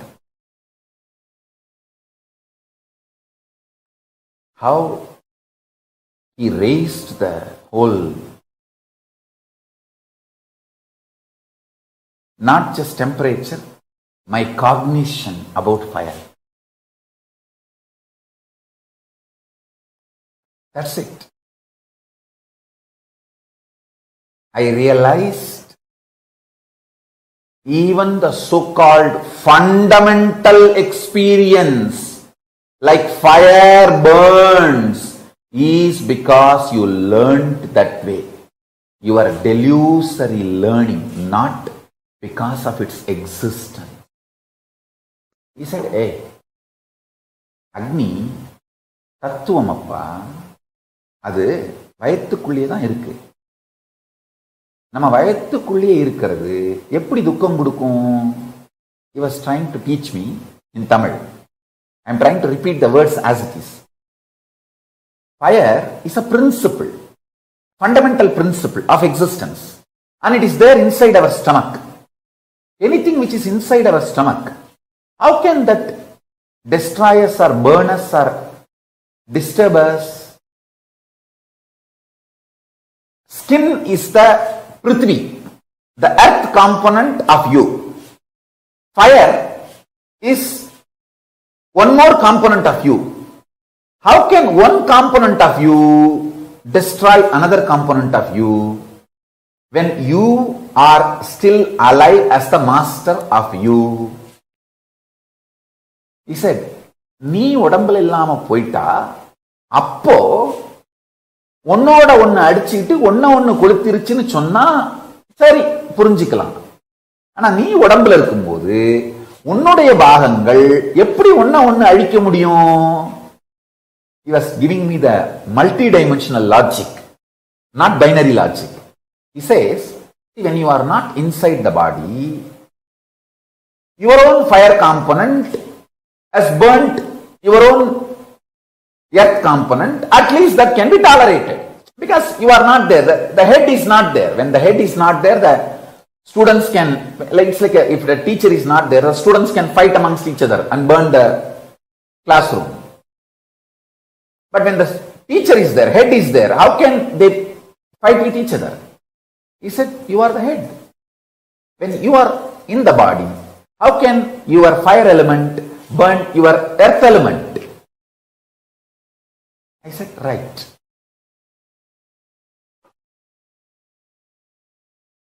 Correct, Swami.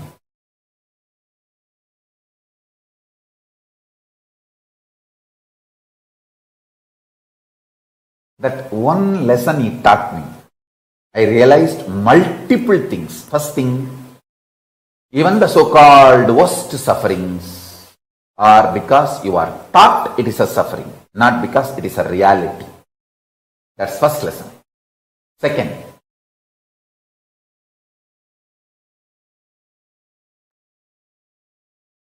the hydrophobic material which keeps your DNA together, that hydrophobic material is filled with sound. See, being becomes identity through sound. Identity becomes physical expression of a person through fire. The person manifests is good, bad, right, wrong, everything through earth, the Prithvi element. See this satsang again to understand what I am saying.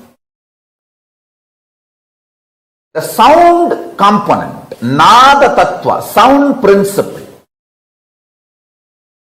keeps consciousness and matter together, means that is the first intervention into the hydrophobic component which keeps DNAs together, DNA's spare parts together. Guru, by giving the right sound, vibrations, cosmic principles in the form of Anagata Dvani, he gives new birth and breaks all the patterns passed through the generations inside you.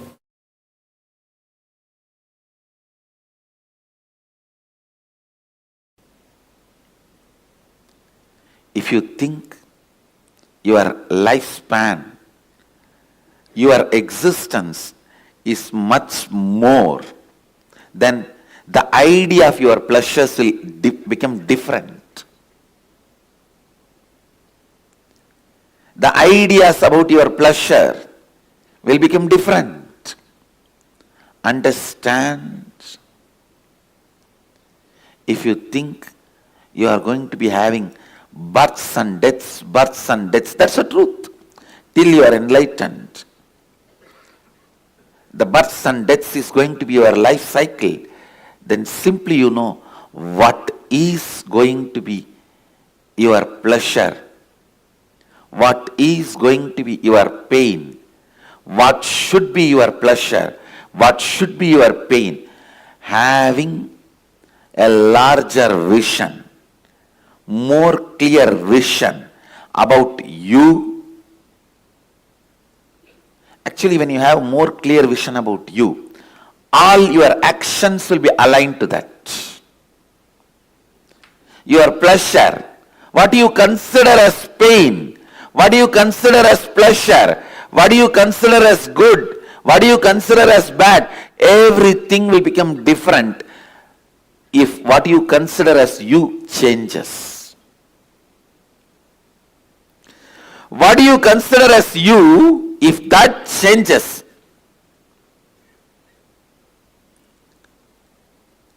if you start understanding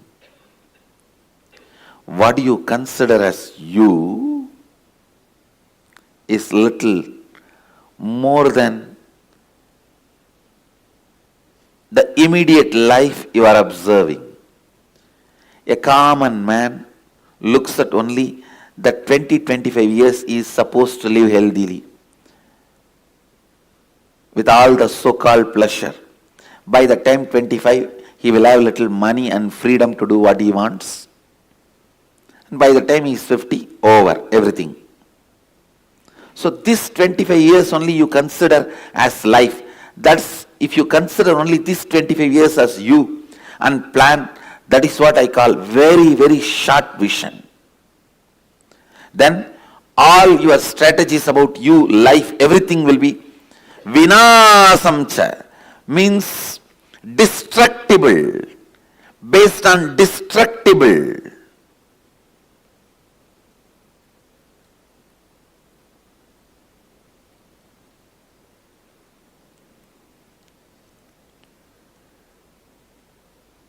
If your strategies are based on something destructible, do not enjoy, do not expect long-term peace or bliss, because your strategy itself is not for that. When you are building your house itself, you are building with bamboo concrete, which lifespan is only 20 years. And then you expect your fourth generation to live in that house? You make a wall. This is for the photograph of all my first generation. Then this is my sons and daughters. That is for my grandsons. That is for my great-grandsons and great-granddaughters. The house itself is going to live only 20 years.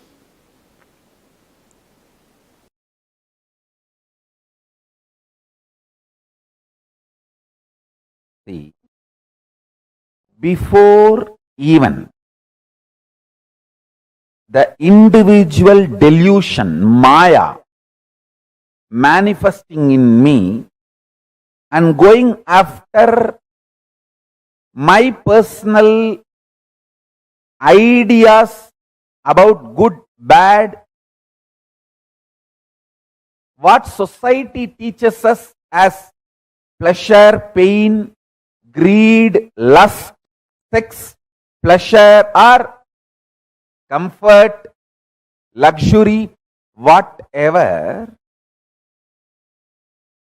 an individual goes through, before any of those patterns and tastes developing in my system, my gurus made me realize I am expression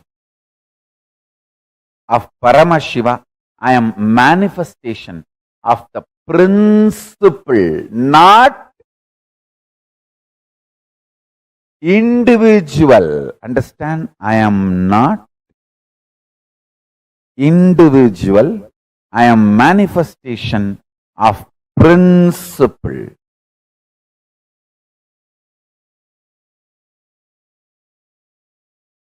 You need to understand. I am a manifestation of principle. Tattva, not an individual. Before even any identity or desires, fears of individual developing in my system, my gurus made me realize I am a principle, tattva.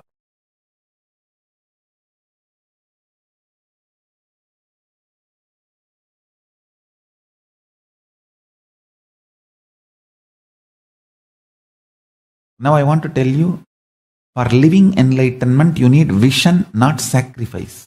As long as you don't get the right vision, you need to have sacrifice. Till the vision is not clicked, you need sacrifice. Once the vision clicks, you don't need sacrifice.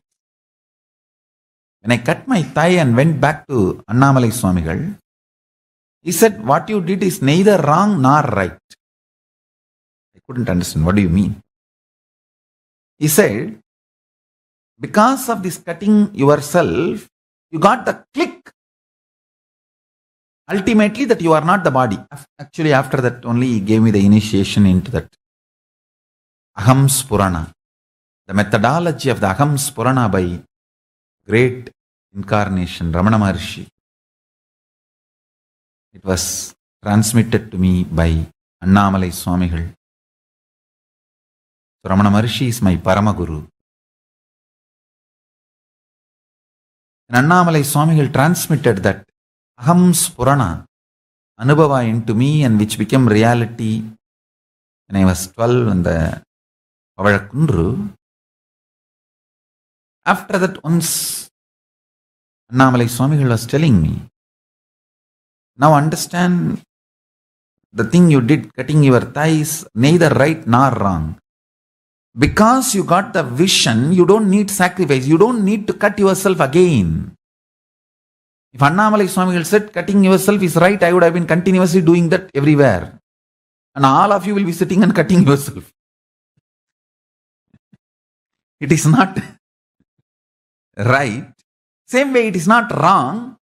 You need certain kind of a ferociousness to do sacrifice till the vision clicks. That kind of a ferociousness is required for the vision to click.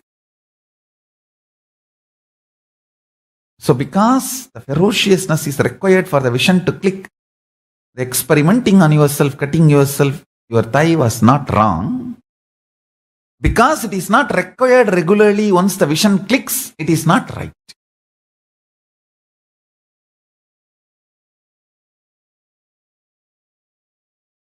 Understand it properly. Sacrifice is required only till the vision clicks. Once the vision clicks, you don't need sacrifice.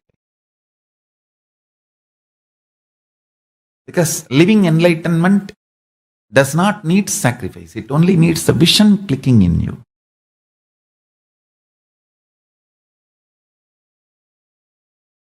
But till the vision clicks, you need to have the patience and perseverance, will, persistence. For that you need sacrifice.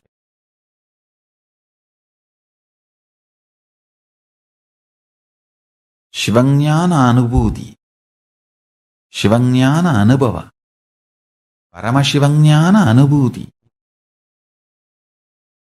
is a vision manifest, not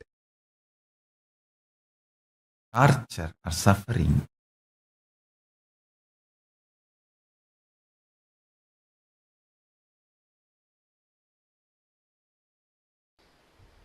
The sacred truth of the source of seeking, please understand.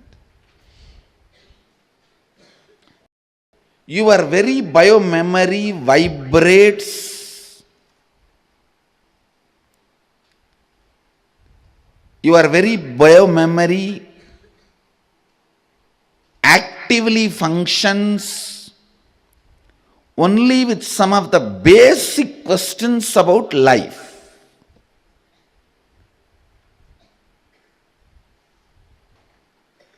What is pleasure? How can I have more? What is pain? How can I avoid that? What is life? Is this understandings help me? Is this understandings going to help me? What is joy?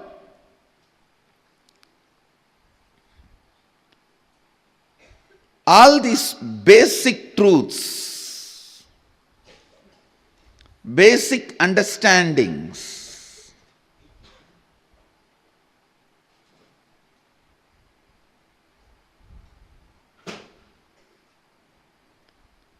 how can I experience them? These basic questions about life only continues to make you function, act. Entertaining these basic questions. What is pain? How can I avoid it? What is joy? How can I have more? What is life?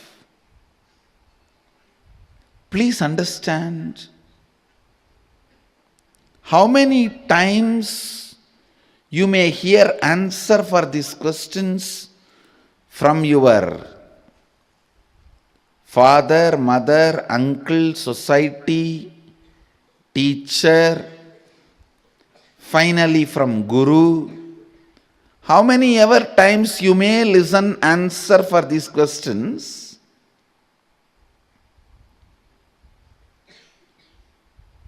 Listening to better and better answers for these questions and clicking with them is maturity. Listening your own answer and experiencing once for all is enlightenment. Understand? It's nothing but basic questions. What is life? What is death? Why suffering? Why pain? What is bliss? What is joy? How can I have more joy? How can I have less pain? What is it that is living inside me? What is it that changes inside me? What is it that does not change inside me? What is it that is making me move? What is it that is making me tired? What makes me exciting? What makes me feel bored? For these basic questions, if you have better and better answer and click with the better answers, that is called maturity. Naturally, the answer your friend gives when you are 5-year-old will be different. Your mother gives when you are 6-year-old will be different. When your father gives when you are 14 will be different. Finally, when you reach your Guru, the answer he gives will be different. So, clicking with better and better answers is maturity. Ultimately, clicking with your own answer, experience, and the question disappearing once for all is enlightenment. That is enlightenment.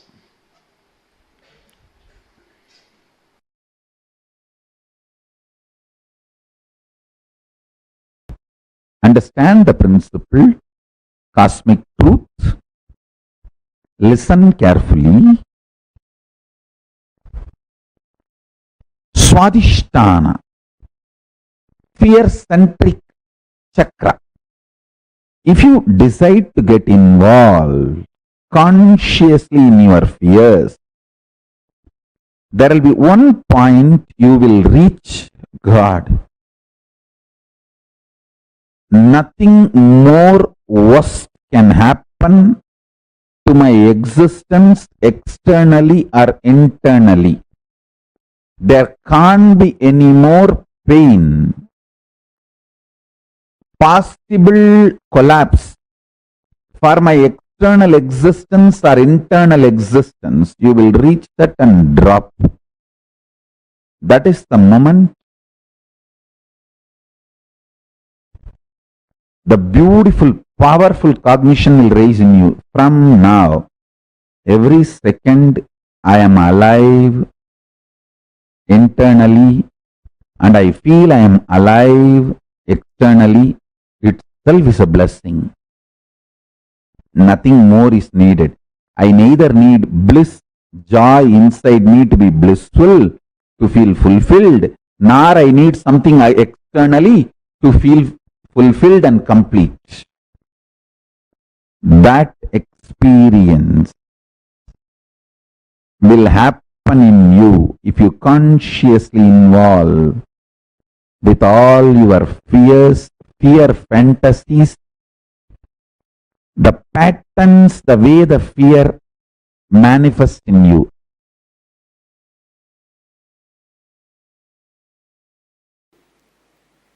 overpowering you.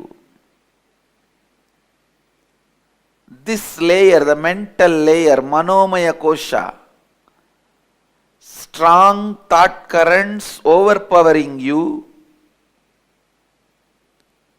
is the biggest incompletion stored in Manomaya Kosha, the mental layer. Please listen. In the mental layer, the powerful, strongest incompletion recorded, strongest incompletion stored is thought currents overpowering you, making you powerless.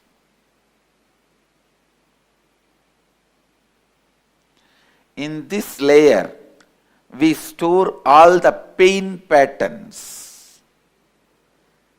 We store all the pain patterns.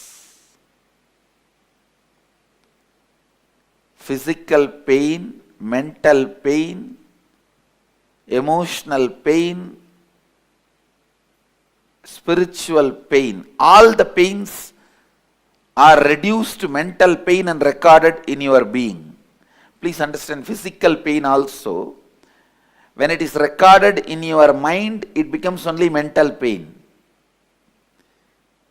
It is the mental pain about physical pain, that's all.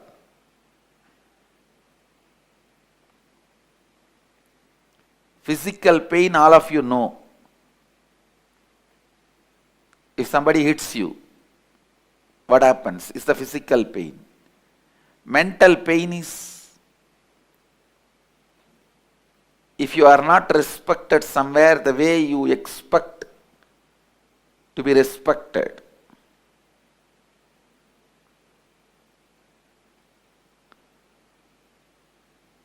Emotional pain is somebody whom you really love or trust cheats you. And spiritual pain, conscious pain is pain of not achieving what you want to achieve in your life.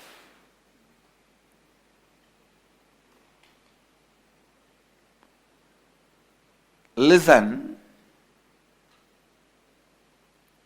these four major pains get stored in your pain body, in your mental layer. Mental layer is pain body.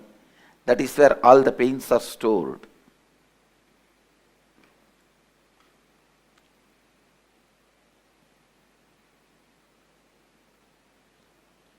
I'll lead you into a very powerful process to get you out of this mess you created for yourself. Each thought current overpowering you and torturing you, even though you don't want them. Now I tell you, sit, recall each and every incident, relive them in your inner space. Write them down. I commit with you, today with this Samskara Dahana Kriya, I'll complete all your pain patterns because they are not worthy of carrying. You have a stupid U-Haul service. Constantly your pain being transferred wherever you go. This U-Haul service does its job even if you don't call them. That's the problem.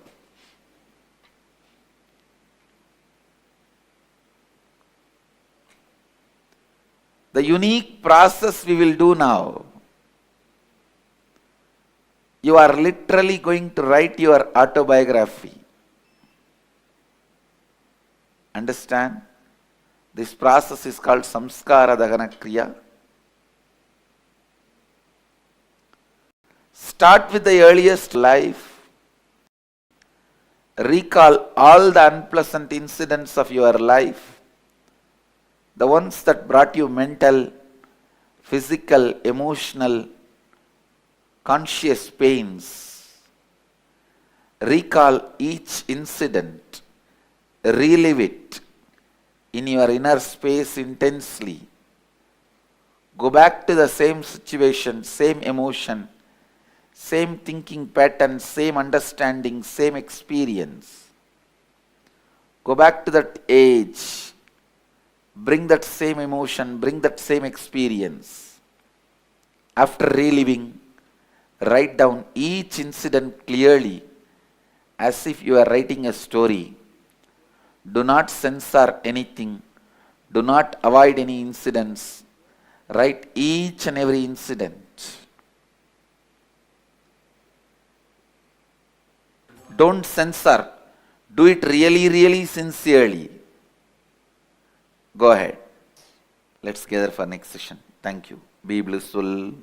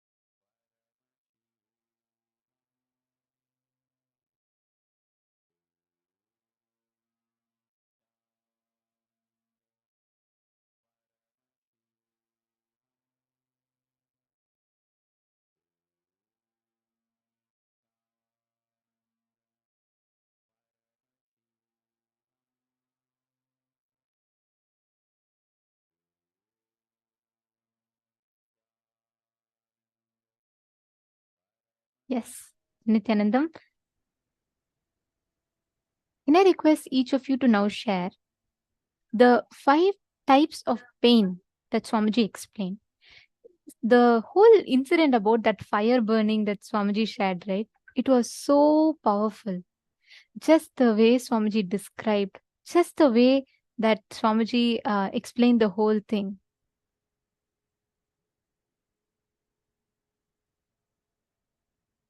See, each one of us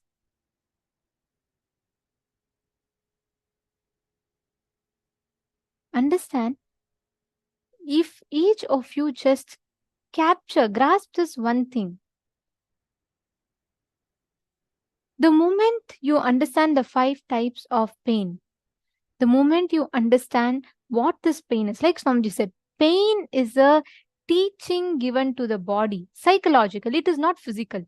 It is purely psychological, 100% psychological. It's an experience that you teach yourself.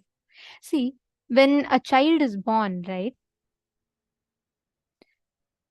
you will understand. If you just see the child, you'll understand that the child has absolutely no sense of suffering, no sense of incompletion. The child has absolutely no sense of any of this. When even a child smiles, its whole being smiles, isn't it? The way the whole being just enjoys, the whole being is totally into it. Like, if we look at a nature, we'll just probably be like, we look at it and we look away. It's not much. But when a child looks at it, its whole being will enjoy it.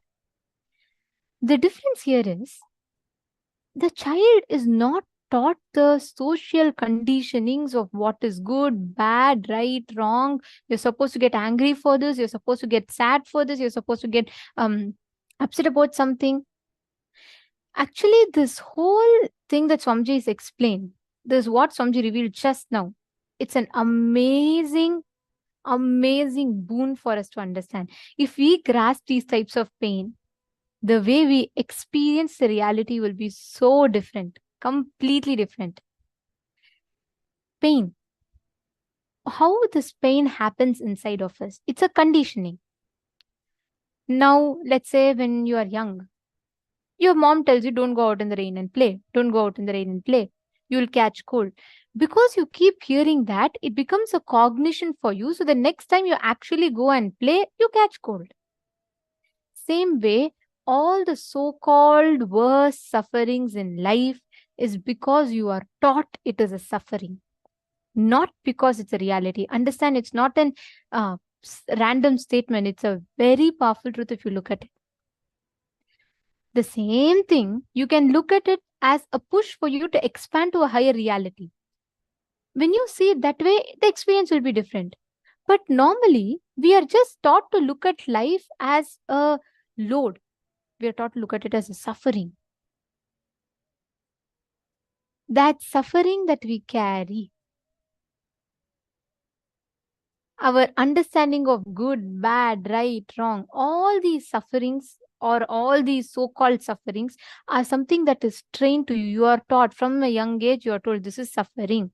This is what this is what the pain will do to you. This is what the suffering will do to you. You are taught about each of this as suffering. That is the reason why we all are suffering. Not because there's actually some suffering happening.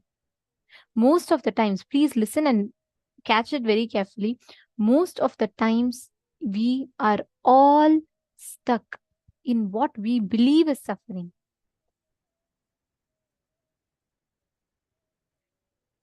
The whole experience that Swamiji shared, right, with Arunagiri Yogeshwara, Swamiji literally has given this same experience to all of us in Gurukul.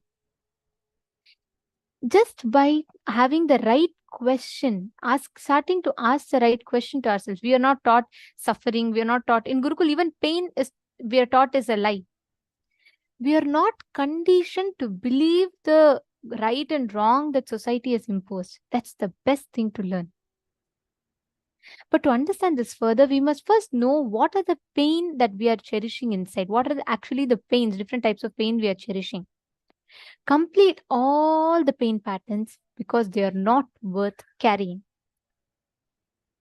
Listen, I'll explain it, and I request all of you listen to it very carefully. For you to first understand it is a delusion, you need to first know what are all the pains that you're carrying.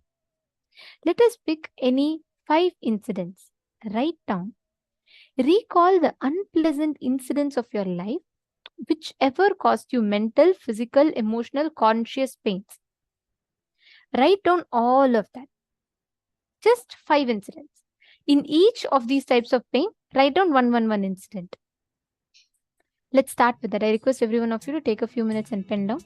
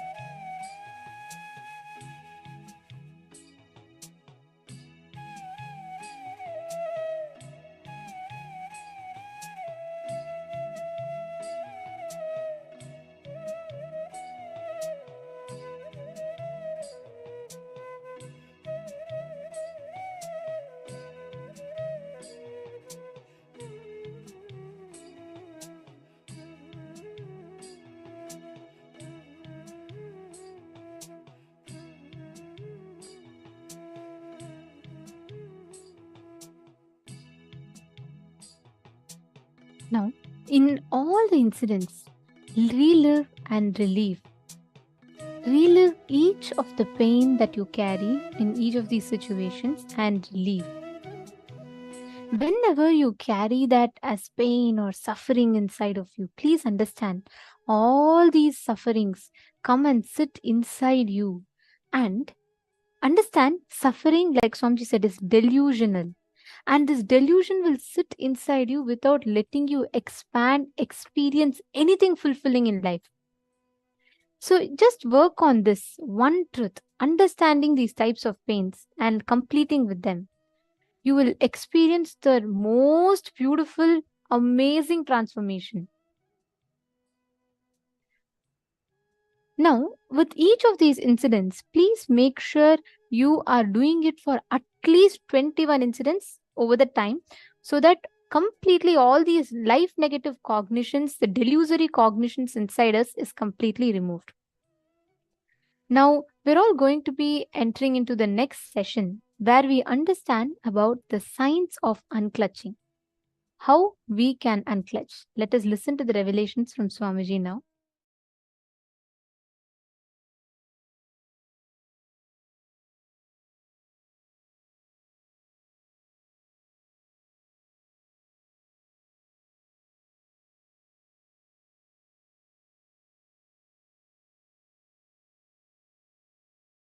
I tell you,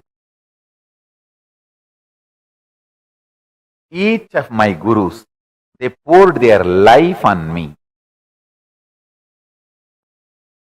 The clarity with which I can grasp all the great spiritual principles and explain.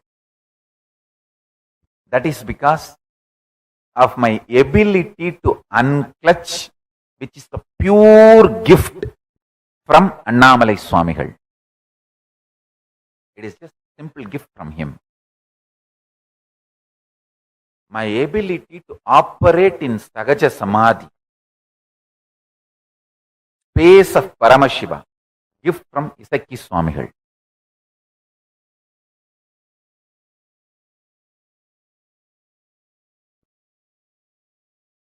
All my Guru's glory is only my life. My ability to be in Ajapa Japa state. I can actually keep the Japamala whole night. Even if you think I am sleeping, the mala will be rolling in my hand continuously. That is the gift given to me by Yogi Ram Surat Kumar. He is the Ajapa Japa Purusha. He is actually the embodiment of Ajapa Japa. He gave me the gift of Ajapa Japa.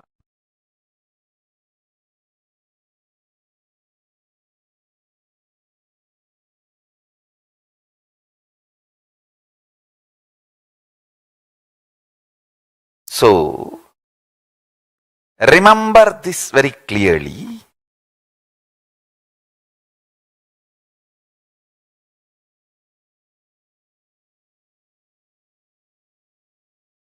Peace alters the very DNA structure, genetic structure, the core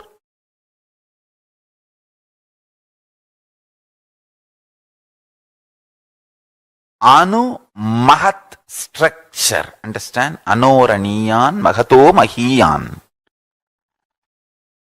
The consciousness in you is atom inside the atom, Mahat, more than Mahat. That Anoraniyan Mahato Mahiyan. That consciousness starts growing in you with more and more peace-based powerfulness developing in you. Nothing can be compared to unclutching. Spend more and more time, energy in unclutching. It will never be wasted. Time spent on unclutching is the most productive time for you in your life, because unclutching completely makes you altogether a different material. Understand? It makes your very biomemory, muscle memory, core structure, molecular structure, genetic structure, DNA structure, everything, all the 8 energy flow circuits, 7 energy flows, 1 the pure conscious explosion. So totally 8 energy flow circuits exist in you. All the 8 explodes when you unclutch. Understand? Unclutching is the space of Sri Kailasa.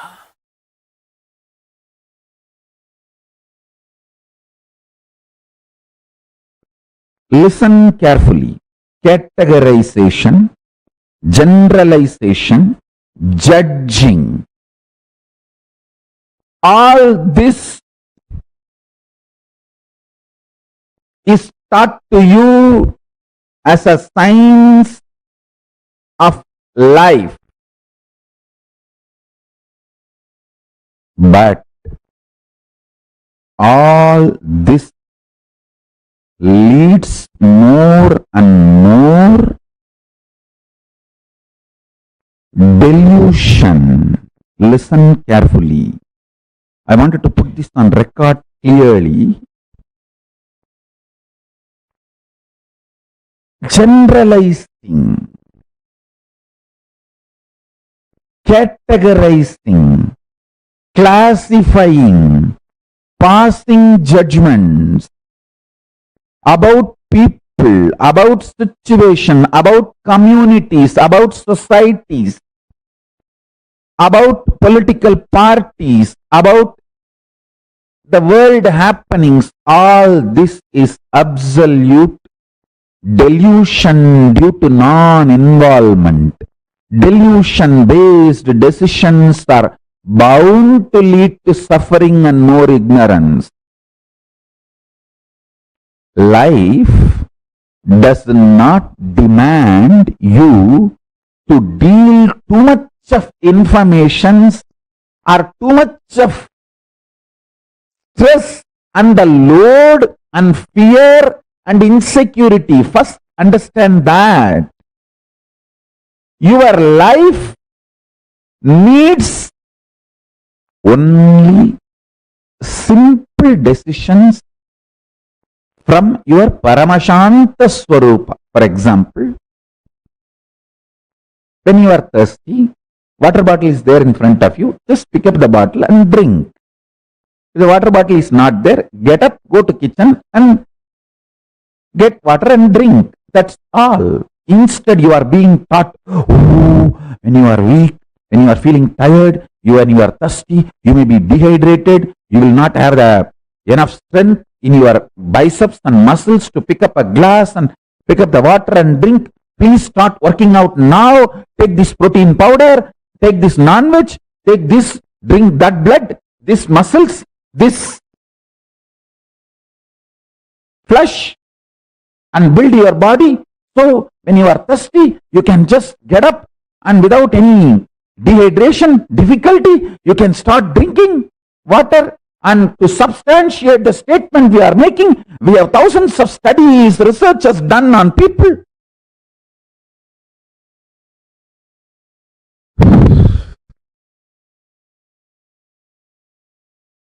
Listen. Practice this simple Paramashanta Swarupa for few days. Taste this ultimate silence for few days. Like these kids, when they are addicted to toffee, they will keep the toffee in the mouth all the time. When they need to go somewhere, they will take it and put the wrapper, keep it in the packet. they'll go and do all their play and everything, and they'll come back. When they are free, again they will take it and put it in the mouth and start tasting it. In Tamil villages, we used to say, Kuchmitai. Just like how the kids enjoy the toffee whenever they are free, decide to enjoy the Paramashanta Swarupa, ultimate peace who is sitting inside you. Whenever you have time, just sit all that time happily in Paramashiva's face. Paramashanta. This whole cosmos is happening. Big bangs happening, black holes happening, universes manifesting, playing, merging, time zones happening, playing, merging. You are there in that Paramashanta Swarupa as Paramashiva, witnessing this whole drama.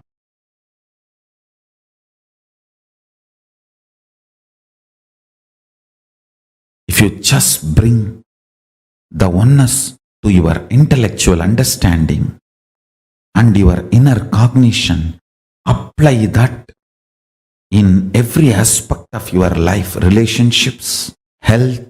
Even if you have a simple headache, apply oneness as the first solution. You may ask how to apply oneness on headache.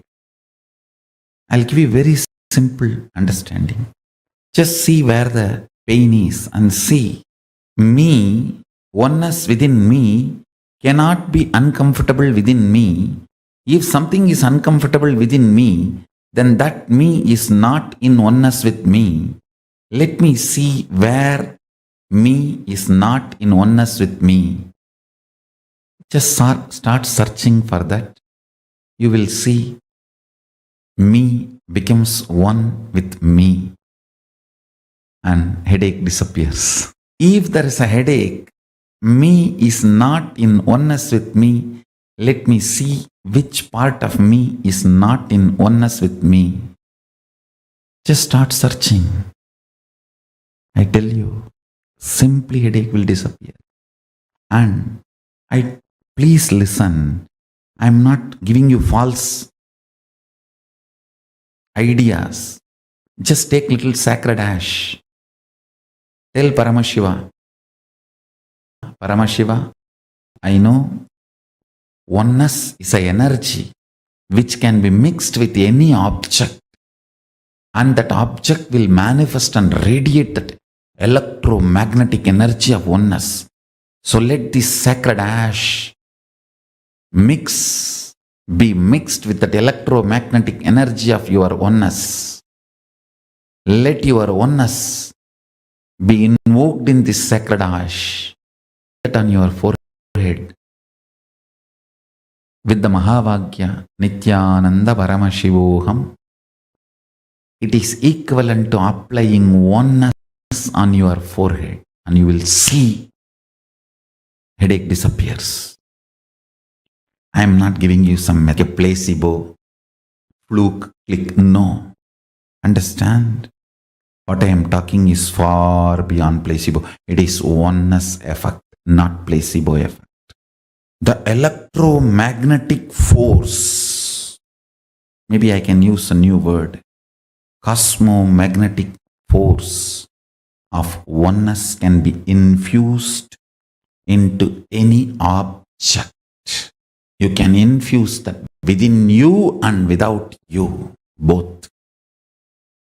Within you and without you, both. When I lived my Parivrajika life, means body was moving around without will, devoid of will, just with the flow of Paramashiva, Prakriti and Purusha, Paramashiva and Parashakti. The sacred ash is the only medicine. That is the mosquito repellent. That is the blanket. That is everything. Cold, apply sacred ash. Mosquitoes, apply sacred ash. Animals are in the forest and they may attack you, apply sacred ash. For anything, Applying sacred ash was the solution. I'll take the sacred ash, invoke the powerful oneness cognition into it, the electromagnetic energy of oneness. Infuse that into that sacred ash and apply all over the body. That's it.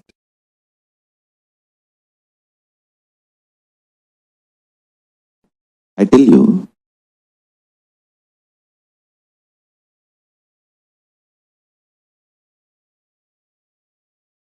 this is one of the powerful Mahavakya I received from Annamalai Swamigal. This is, I should say, that from the Ramana Sampradaya, the tradition, ecosystem of Bhagavan Sri Ramana Maharshi. Very casually, he put this in me. Deham naham, koham soham. Like how in the schools you learn Baba, black sheep. See, the rhymes you learn plays a major role in your thinking. Don't think rhymes are just funny. This is the most beautiful rhyme for enlightenment I learned. Deham naham, koham soham. Deham means body, naham, I am not. Then koham, who am I? Soham, Paramashiva is me. I can say that I just can build full-fledged temple for Annamalai Swamigal just putting this one rhyme inside my head. Even while I walk to the restroom in the schools, they will give an interval break. 10 minutes, you have to run to the restroom and come back. Even while running to the restroom, I will sing this only. Deham naham koham soham.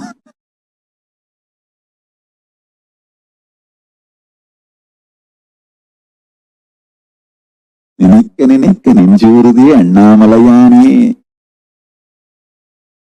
Unmannin mahimayo. Katrin kirubayo.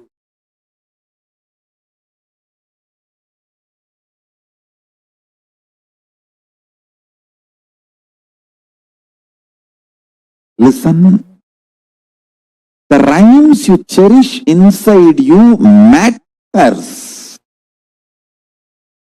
The words you cherish inside you matters. The words you cherish inside you for 6 months will become reality within a year. At least it will become like a echo chamber for you. ECHO. Echo chamber for you, around you.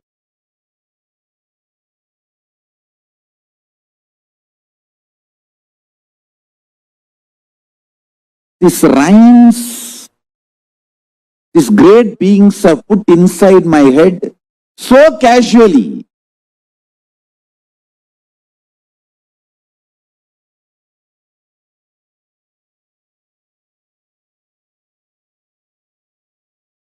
I started going to Annamalai Swamigal because he will give that candy and all that for the kids. Whoever brings to have his darshan, candy and other sweet, he will give it to all those kids.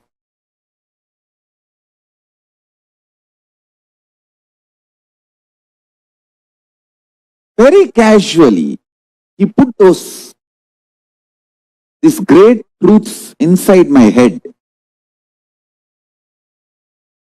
If you know little Sanskrit, you will understand this 4 word is the essence of whole Hinduism. Deham means body. Naham, not. my core, me. Deham is mine, but not me. Naham, koham, then who am I? Soham, Paramashiva. Even when I am running to the washroom, from the class to the washroom, I will try to run. Deham naham koham soham, deham naham koham soham, deham naham koham soham. And run. Finish. Run back. Deham naham koham soham, deham naham koham soham.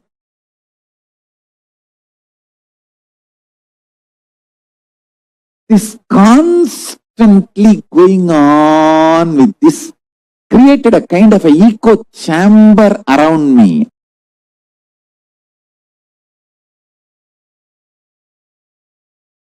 And if you remain hungry and put Mahavagya and powerful cognitions into your system, so much detoxification will happen. Literally 90% you will get established in oneness and enlightenment. You do not need mental work, you need physical work. Means we need to work only on your body. I have given you too much initiation, too much of powerful cognitions, and from here itself I can give enlightenment to you left and right, just like that. It's not at all a big job. In English, what you say, piece of cake. You use any word. Just, I need your body to be detoxified, so when I pour me in you, you can hold. It is literally cosmic union. I can make the cosmic union happen with any one of you at any time now, especially with this whole vibration of that love. That is why I insist on you moving to liquid diet, at least next for 21 days. Liquid diet, chanting of Mahavagya. Vibrate yourself with the Mahavagya, Om Nithyananda Paramashivoham, and spend as much time as possible with oneness capsules and satsangs, this powerful cognitions. And I tell you, these powerful cognitions will get rooted in your biomemory. When you don't give the job of grinding food to your intestine, see, you have 3 things 24 hours happening in you. Blood circulation, breathing, digestion. You cannot stop blood circulation. You cannot stop breathing. But if you just reduce the load of digestion, both get impacted. The breathing becomes very deep and the whole blood circulation becomes so pure. Consciousness, the pure Paramashiva starts reflecting in your system more powerfully in a higher frequency. I am giving you all the real secrets of Raja Vidya. I am giving you all the original secrets revealed by Paramashiva to Devi, Devi to Vishnu, Vishnu to Brahma, Brahma to Surya, Surya to that whole Surya Vamsa. And what Krishna says in Bhagavad Gita, that he gave the signs to Surya, and from Surya to Ikshwagu, Ikshwagu to Manu, and the whole Sampradaya, Surya Vamsa, Sarvanyapeta. That whole parampara, whatever secret was stored with that kings, that Raja Vidya I am giving you. Work on body. Only middle class people work on mind. Kings, elite people work on body. Work on body, I am telling you. Middle class people eat and waste their life. Royal elite people don't eat. Just drink, build the body. Strong nervous system to hold the highest version of Paramashiva's love. The highest version of Paramashiva's love I tasted in my life, Arunagiri Yogi Ishvara, my Guru.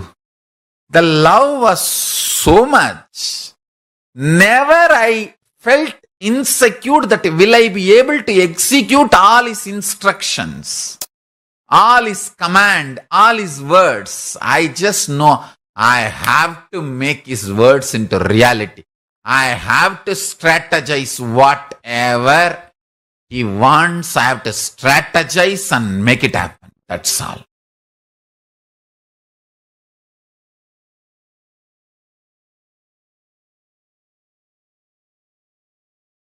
Understand?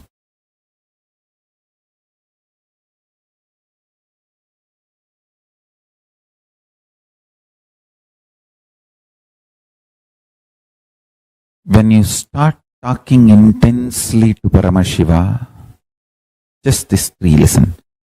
Forget about everything else. Paramashiva is real. And you start talking to him. You can be complaining, you can be crying, you can be talking, you can be enjoying, you can say, thank you for what you have given me, or you can be angry, saying that what have you done to me? Why is Australia fire is not getting put off? Why the animals are dying in Australia? You can talk anything you want. He's as older than sun and fresher than your breath. Is new to you than your own breath. Is old to you than the sun. Older than the sun, newer than the fresh breath you are taking inside. So you can talk anything you want.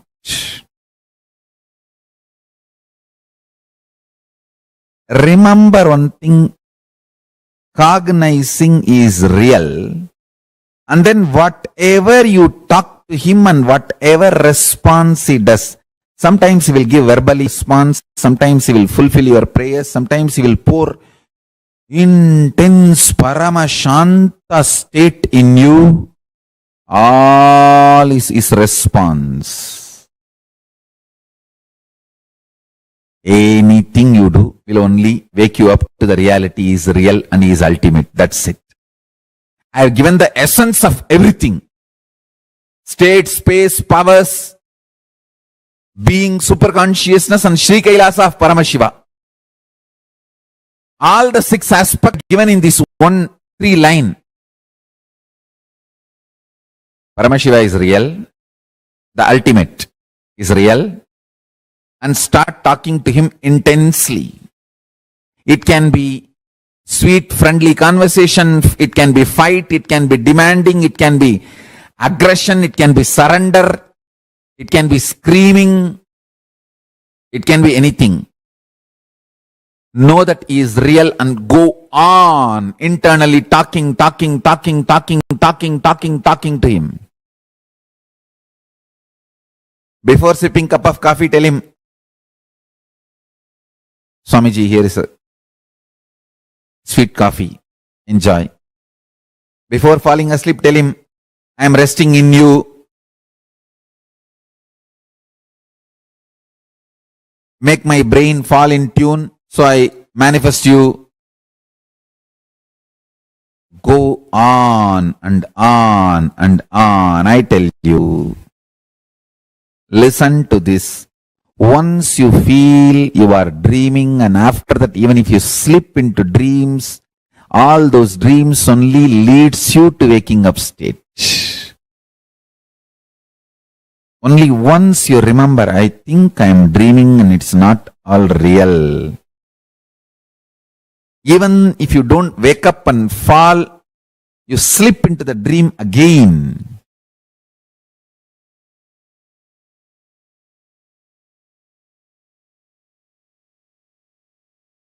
After that, every dream you go through,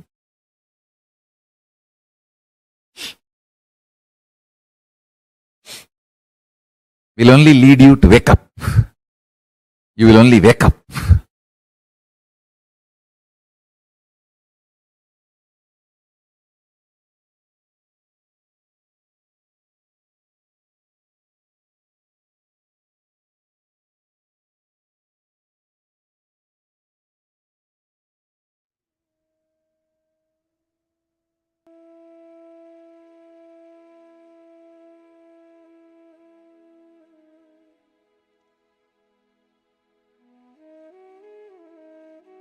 The science of unclutching. I hope all of us understood, because so beautifully, in multiple levels, actually, Swamiji had explained to us about what is unclutching and why unclutching, and how to do this unclutching, and how this unclutching can help you in various levels. Right? I hope all of us understood that. Time spent on unclutching is the most productive time for you in your life. Understand? Because unclutching completely makes you altogether a different material.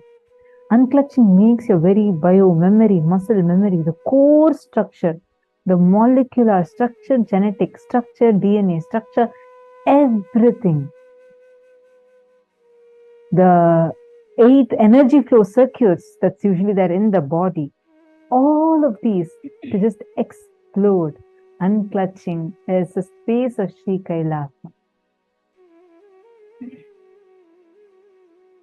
In Patanjali Yoga Sutra, the 14th verse says, Satu Dirga Kala Nairantarya Satkara Sevita Drida Bhumihi. Committed to an intense practice of unclutching makes one firmly established in a higher state of awareness. This is there in Patanjali Yoga Sutras, 14th verse. See, we all have heard about unclutching. We all learned about unclutching in the previous days, right? But one of the most important aspects is why and how is unclutching related to pain or suffering? Listen very carefully. Every situation in life, any so-called suffering, let's say someone comes and tells you something that's very, that you feel is very hurtful. The moment they throw their words towards you, you are clutched to a certain memory from the past, which gets triggered inside of you, based on which you react, which you respond. Listen very carefully. Only an unclutched person, a person who is unclutched, can respond to any situation in life without pain or suffering.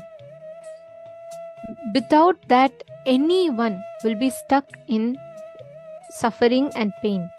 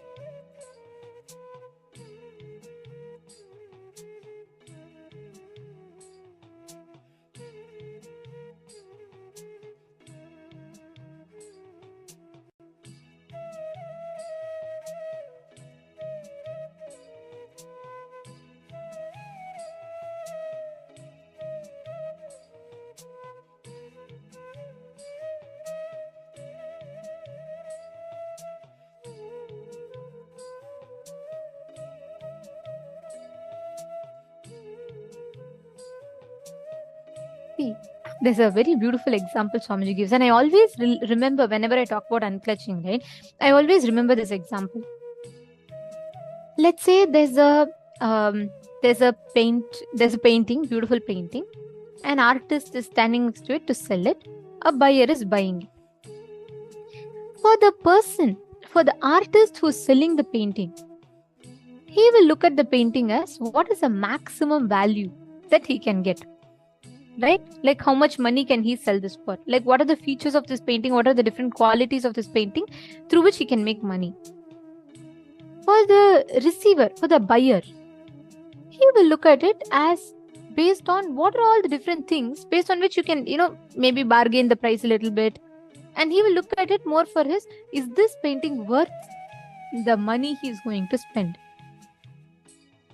Only a person who's just passing by on the road and seeing the painting can see the painting and just enjoy as it is.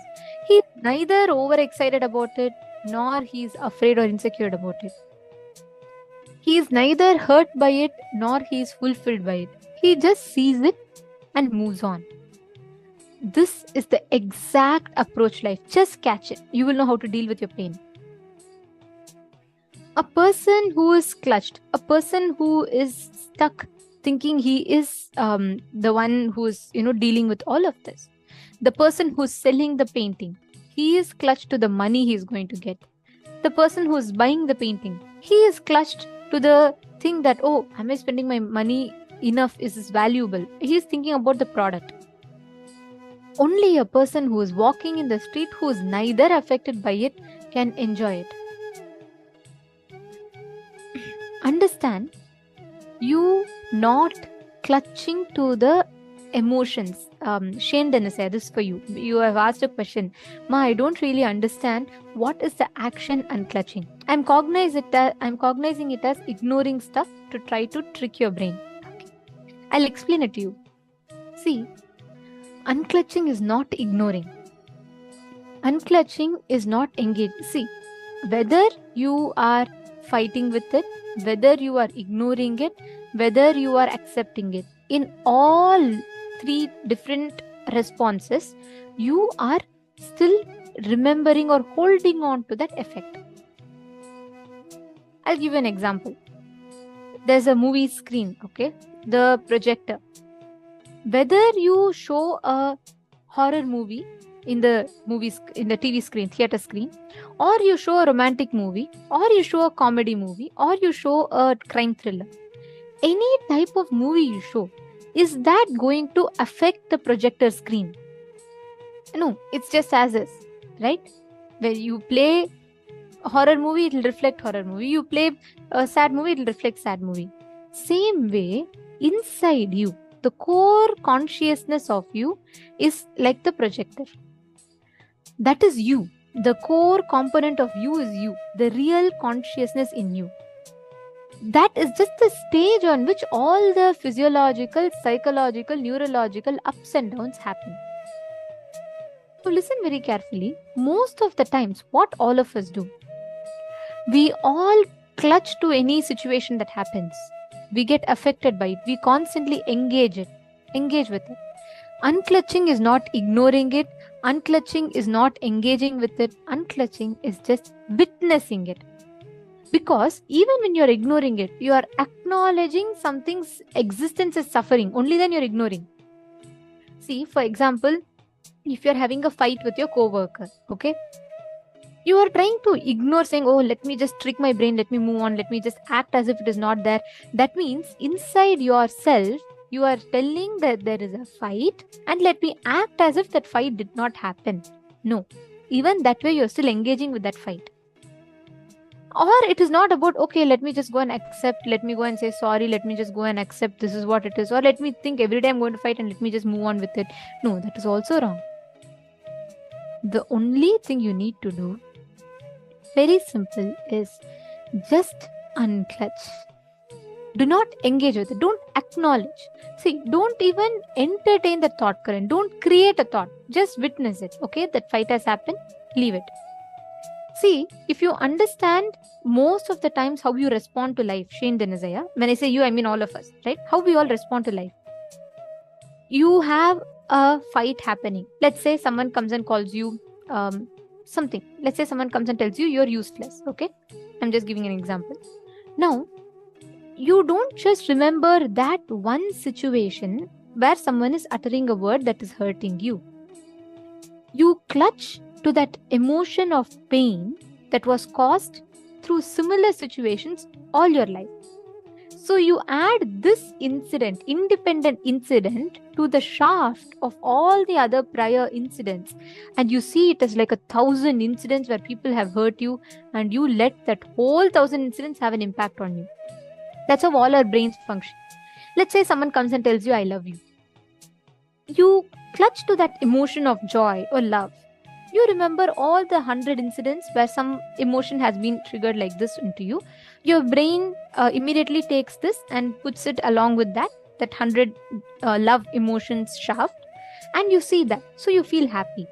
So your life becomes an oscillation between associated powerfulness, associated powerlessness. Your mind keeps dilly-dallying.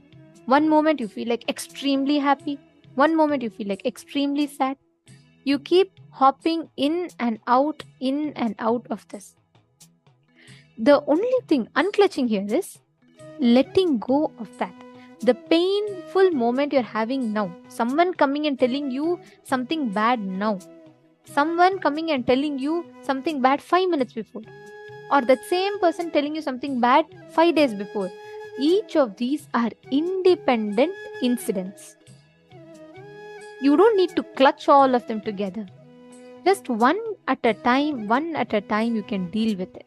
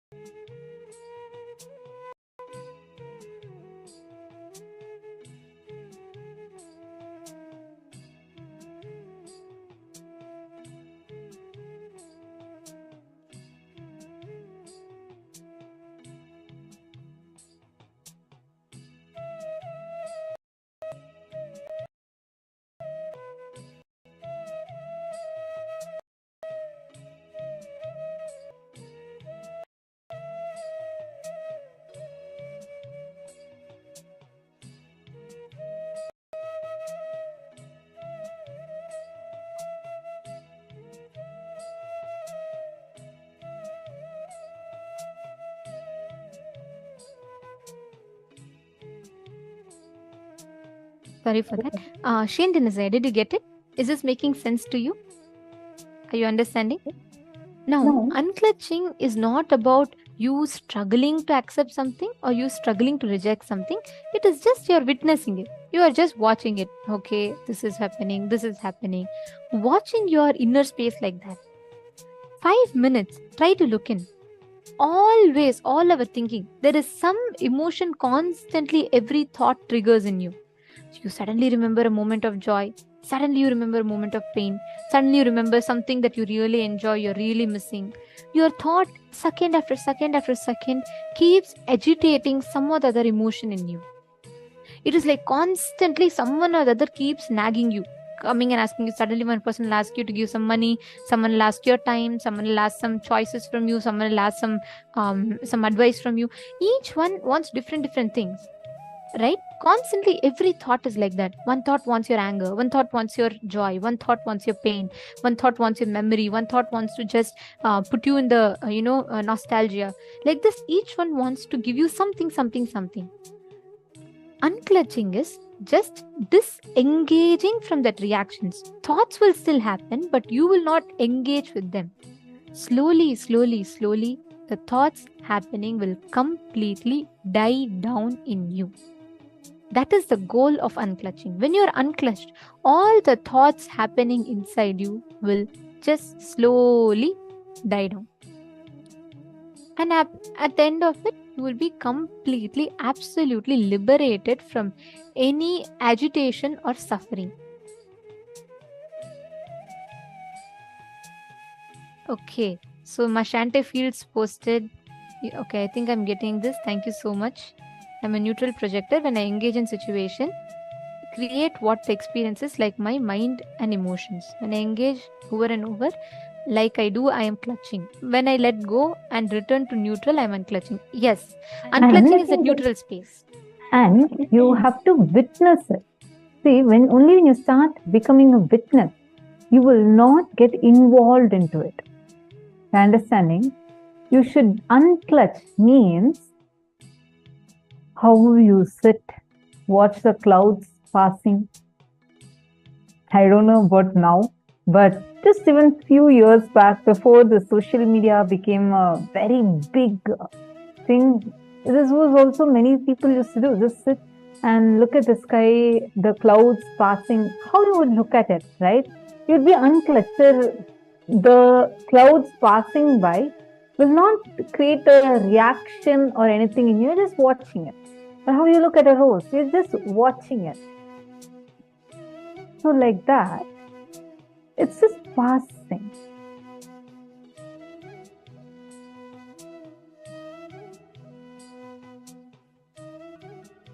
Are you understanding?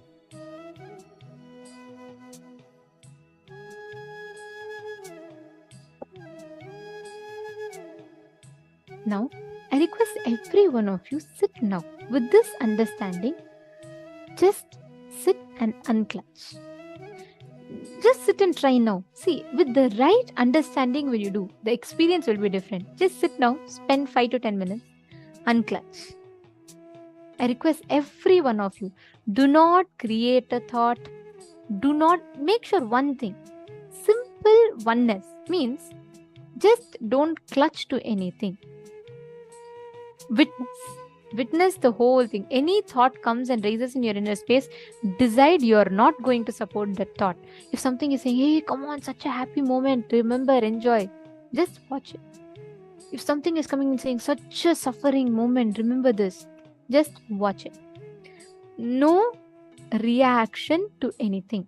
Shall we all try this? If you all understood unclutching, can you all put yes in the chat? It is not an action, it is a decision to just witness. It is just your understanding to just witness the thoughts that are happening in you. If you all understood, can I request everyone to put yes in the chat? Ma Jennifer Poirier, okay, Ma Kalyani is putting yes, Ma Alizu is putting yes, Ma Donna is putting yes. Come on, all the other rooms.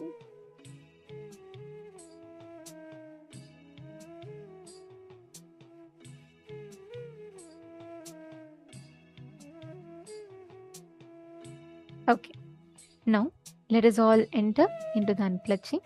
Sit straight. Just sit. You will feel so relaxed after this. Just sit now and witness.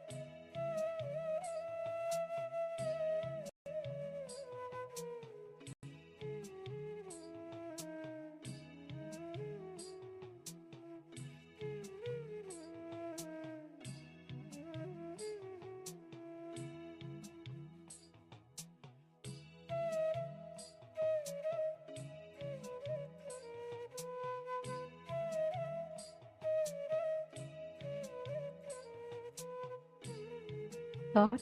Do not sustain a thought. Do not destroy a thought or do not rejuvenate a thought. Just sit as a witness to every single thought as it raises in and out in your inner space.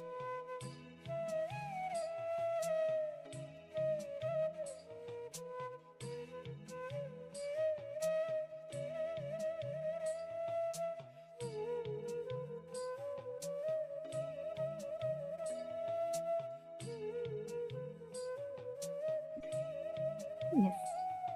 Now, whenever you are completely unclutched, right? Whenever you are having that absolute thoughtless space inside of you, you will have listening to life much, much more. See, in the first session, we all learnt about the power of ekasantagrahya, correct? We all like anything that is shown in life, you will be able to immediately grasp it, correct? Okay. Now, in this session, we're all going to be manifesting the power of being able to hear anything that is happening in a distance. Let's say now, Shane Denazaya, you're sitting somewhere in the US, correct? Let's say your friend is sitting somewhere in Australia. Without you even calling or listening to that place, you will be able to exactly identify what the other person is telling. And listen very carefully. When the inner chatter in you, the noise inside, when I say noise, literally every passing second, there are like hundreds of thoughts running in your head. Every second you think about something. Mind constantly engages you into some or the other, tug of war. The only thing here you need to be aware is, do not let your mind play the trick on you. Do not let your mind catch you. You're only going to be unclutched. See, whenever there's complete silence inside, right, you will be able to precisely know what exactly is happening in another place. Understanding? Now, all of you are going to be with us, which means I'm going to be listening to a certain audio here, and you're all going to be scanning and identifying what is the exact sound I am hearing. Are all of you clear? If you're all clear, can you all please put yes, you understood in the chat? This is the power of Dura Shruti, being able to hear what is happening in a remote distance. Can I request you all to put yes in the chat if you're all clear what the power is about?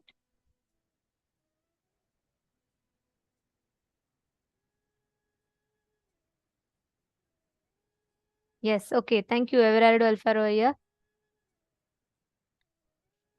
And Einar Zawotinzaya, okay. Shaneaya, okay.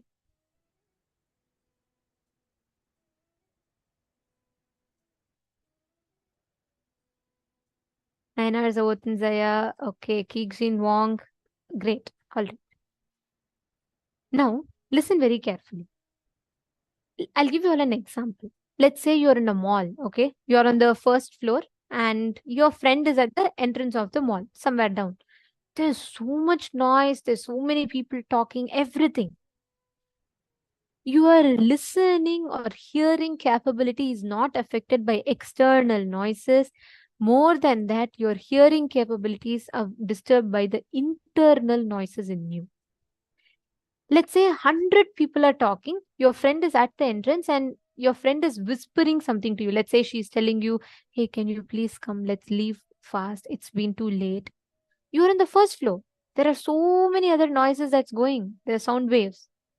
But human ears has the capability to only pick and hear the frequency in which your friend is talking, which means you will literally be cancelling out all the other noises that are happening completely, and you will only hear what your friend is whispering at the other end of the hall.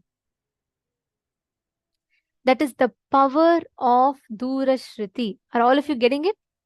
You're going to manifest the exact power. Forget, see, next to you, someone might be talking.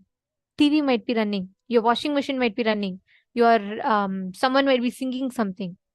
Still, you will be able to hear precisely what I am listening to hear, because if you cancel, it is not the external noises. If you cancel the internal noises, you will be able to precisely identify. It's a very cool power to manifest. This will really improve your listening 10 times more. So very good power.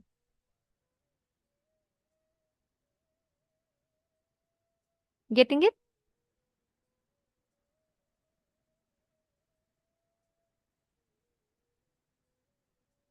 All right.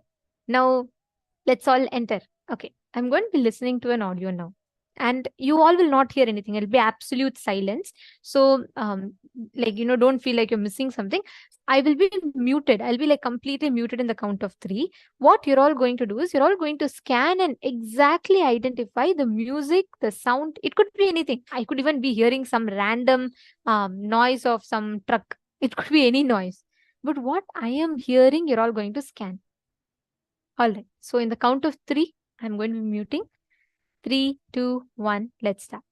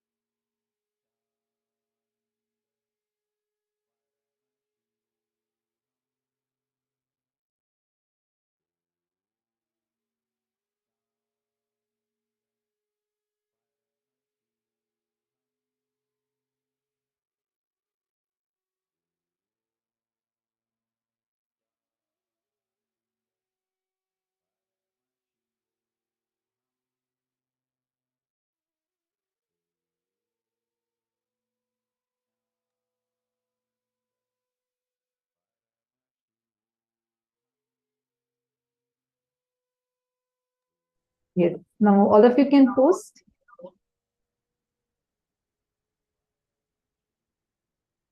What did each of you hear? What is the audio, exact audio that each of you heard? Describe. Complete detail. Whether you heard sounds, what type of sounds did you hear? Or you heard absolute silence. What exact sounds did you hear? Can I request all of you to please post? Like precise, exact sounds, the type of if you heard someone speaking, or did you hear some noise, did you hear some kind of a music, whatever you heard, describe it.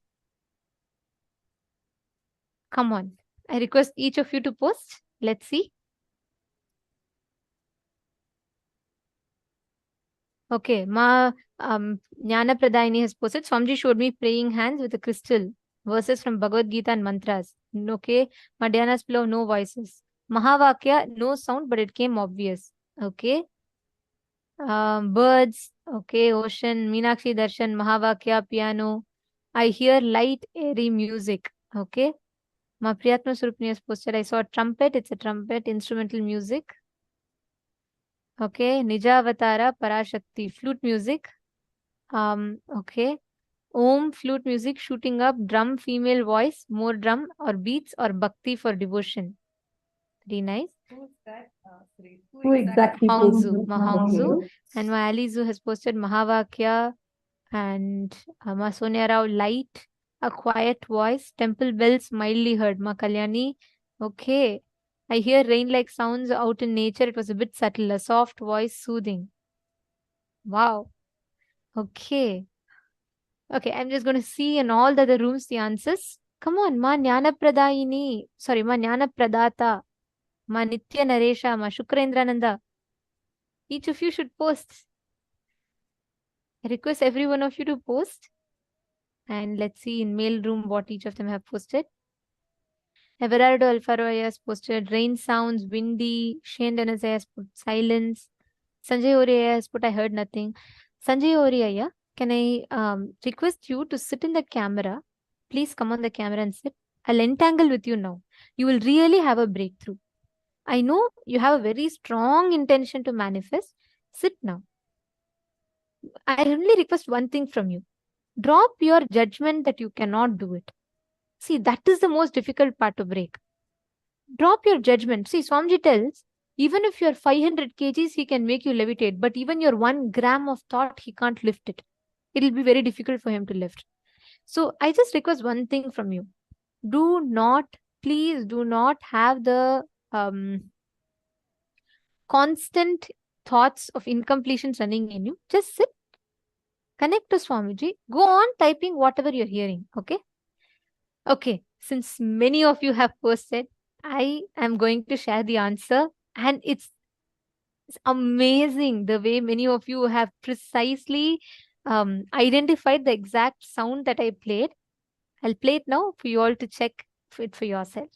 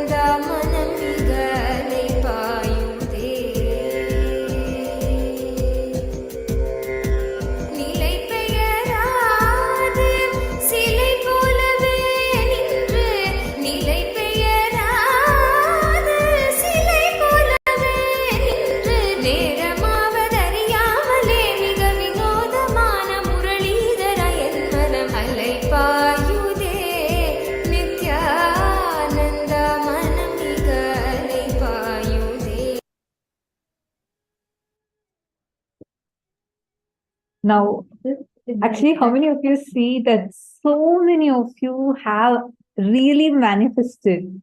Oh my God, it's so amazing. So many of you have actually manifested. Ma Hongzu, you have precisely described. You said, I'd like to read out the answer Ma Hongzu has posted. So, Ma Hongzu had posted about a female voice. She said it was a female voice. And Om flute. She said it's a flute music, shooting up, drum, female voice, more drums and beats, and for bhakti and devotion. Precise description, Ma.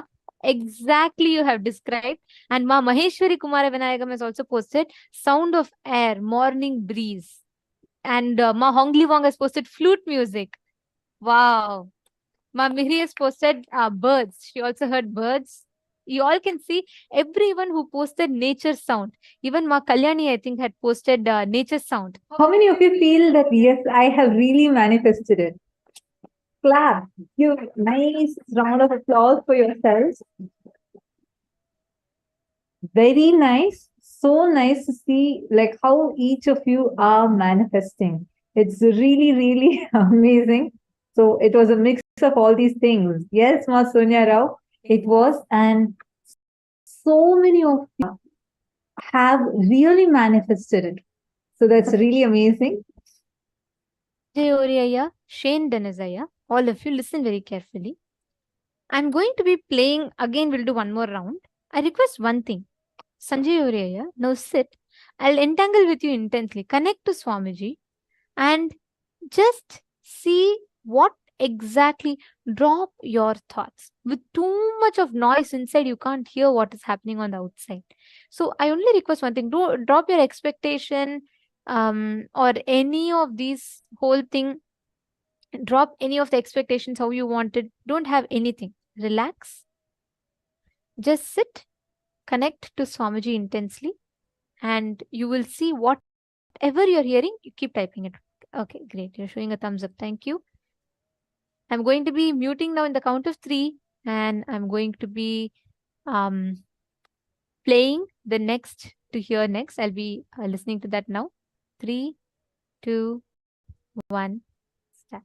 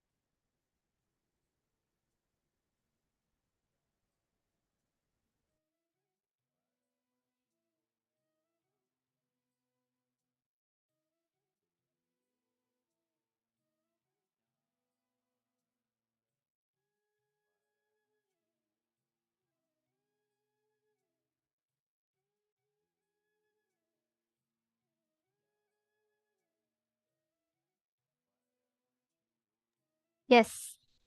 Come on. Now, each of you can post what you heard. What are all the different things that you heard? Come on. Each of you go ahead and post. Every single thing that you heard and anything that you have, anything that came to you, please go ahead and post it.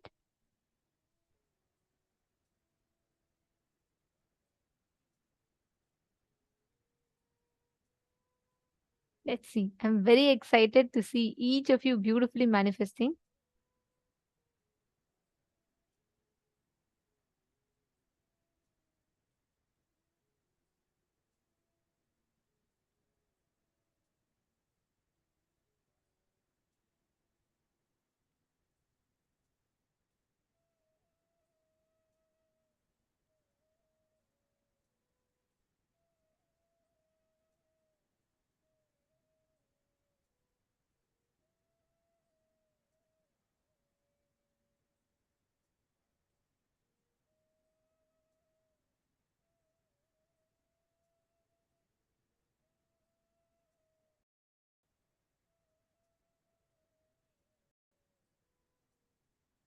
Yes. Okay. So I see each of you posting different answers. All right. Sanjay Oreya. Okay. You're saying you're hearing only the silence, nothing else. Okay. So when you say silence, you're hearing no sound. Absolutely correct. Now, can you intensely chant? I'll do one more round soon. I want you to chant the Mahavakya, sit in that silence, soak yourself in that silence. See, don't say, oh, only silence. Listen intensely to that silence. Okay? And I want you to describe to me what are all the different things that you're feeling. Not now, when I play next time. Okay? All right. Now I'm going to be sharing the answer to you all, and then I'll verify, I'll read through all of your answers. So what I was exactly hearing was a lion's roar, but it doesn't sound really like a lion's roar. It's just some random video that I clicked on. So I'm just going to be playing that for all of you.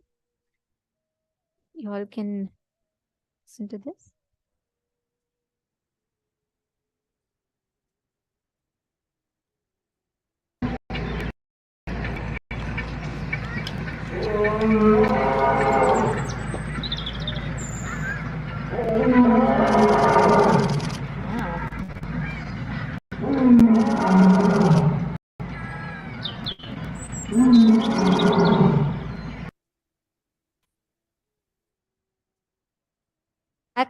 Exact sound that I heard. So it's basically birds chirping. And I'll tell you something, Sanjay Oriya, yeah?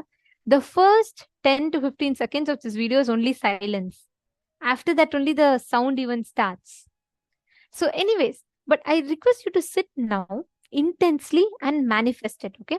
Even if you're not hearing anything, listen to that silence. See where that silence is leading you to.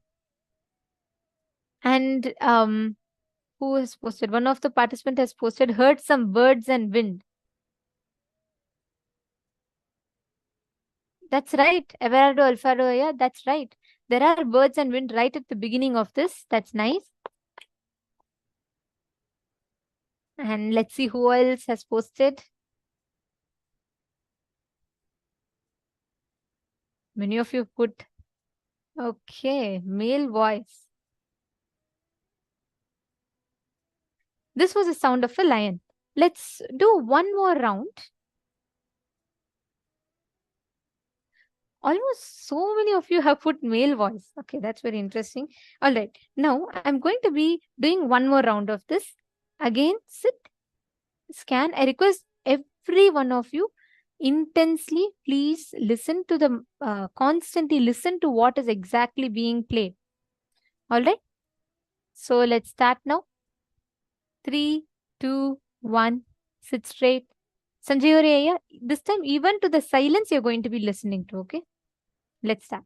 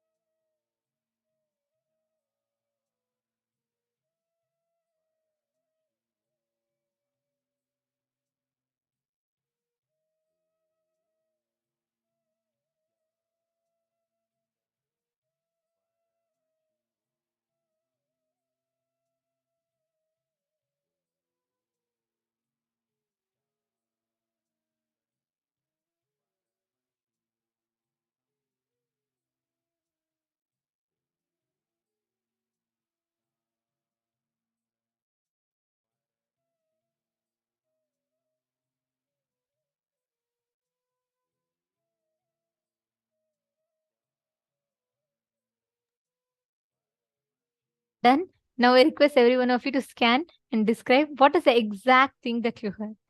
Come on. Post whatever you saw, whatever you listened to. Go on describing it.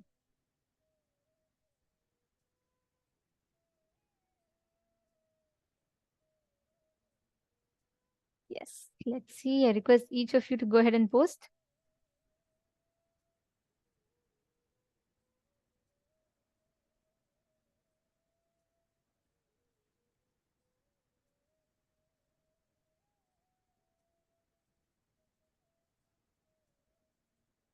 Let's see what each of you are describing. Wind, train, Swamiji's voice, bell, chime sound. Okay.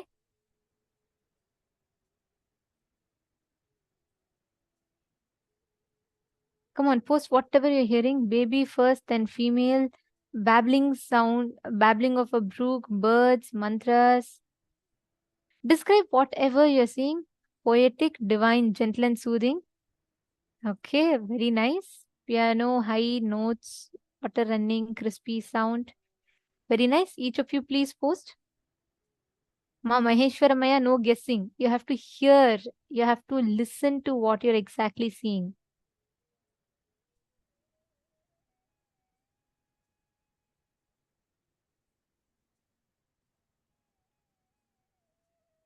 Words for a few seconds. Okay.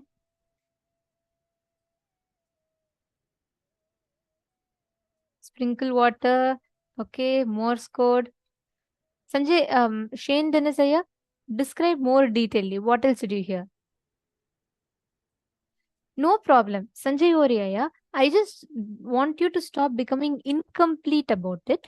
Don't become incomplete about that silence. Don't resist. Just flow with it. It's okay. It's okay. No problem. Even if you take till end of the day today, if you're only sitting with silence also, it's okay. Sit with that. See, I'll tell you one incident, Sanjay Oriaya. This was a very powerful incident that really changed my perspective about power manifestation. Swamiji had initiated us into the power of materialization, okay? And that time I had this thing. I was sitting, I could manifest all the other powers other than materialization. Somehow I could not, nothing, no solid objects would come. So I was sitting. One of the Adinavasis shared her.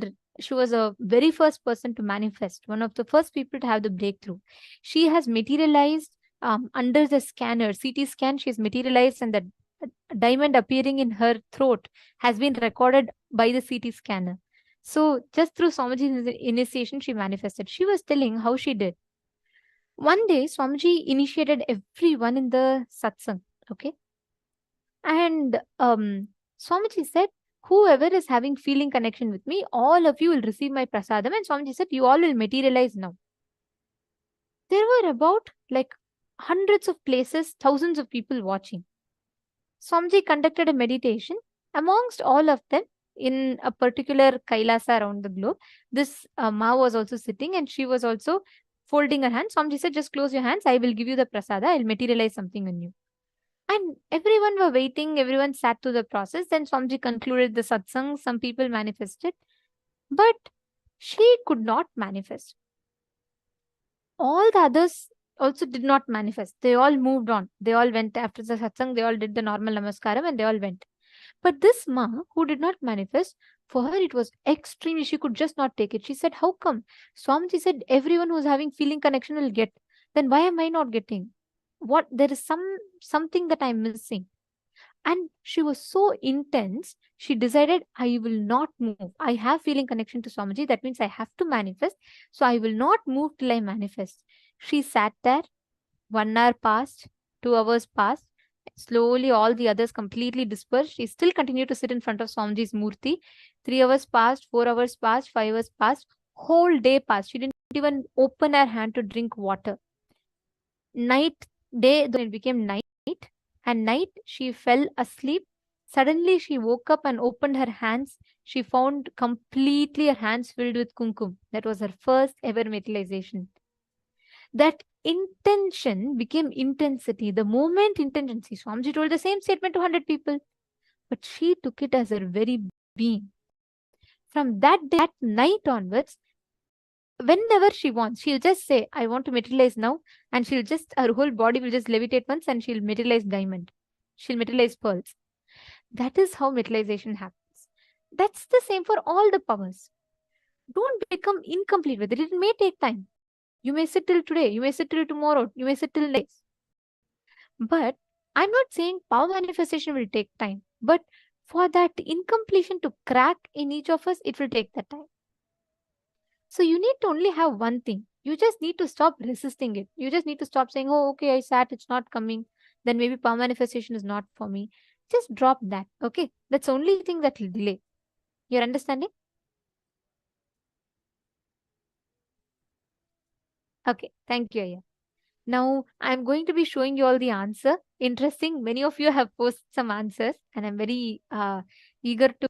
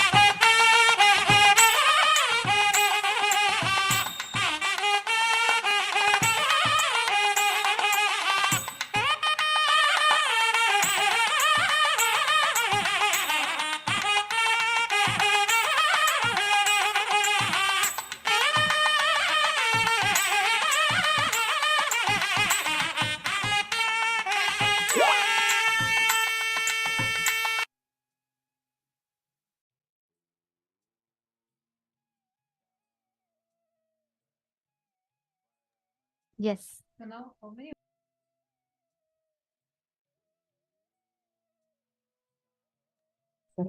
So now, how many of you see that you're manifested? How many of you are able to feel like, yes, I have manifested this time? This was the sound of Nadaswaram. This was a sound of the traditional music.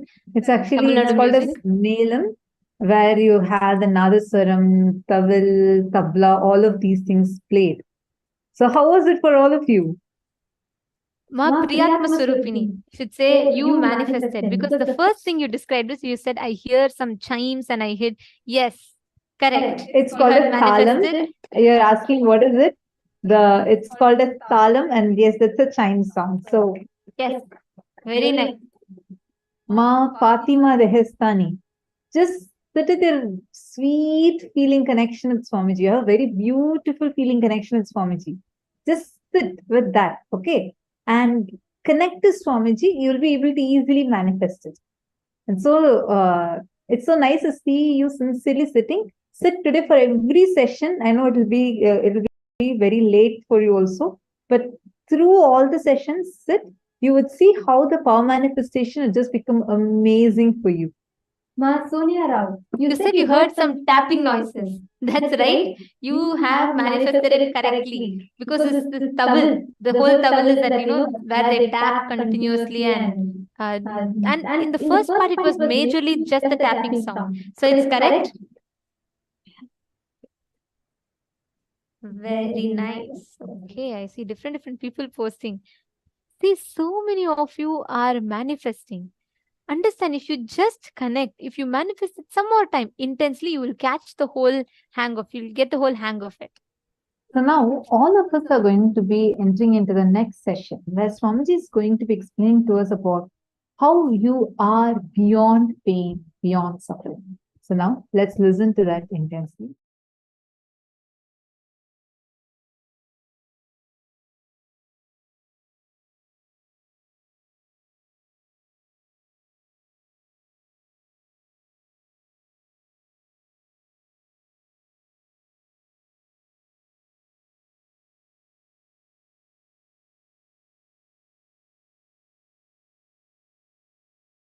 The first sutra, deny the existence of all pain and suffering, all dimensions and aspects of pain and suffering. Even if you are getting drowned in the ocean, just tell yourself, Swamiji said there is no pain or suffering. Come what may, let's see. But there is no pain or suffering. Be very clear. You won't have death. Death is not end.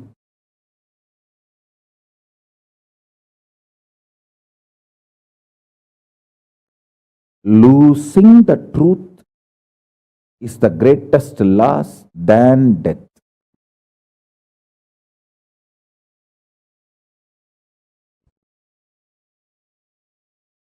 Society has brainwashed you too much.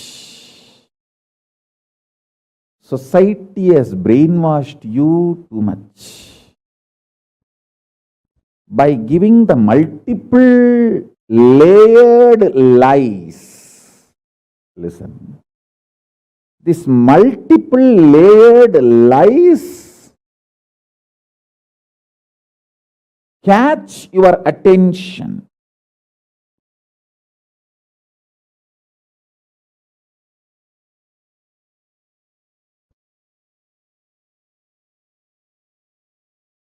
Even if you are convinced about the one lie, gone. You have put your leg on the slippery rock and you will land in the end delusion. Don't. Don't. Don't.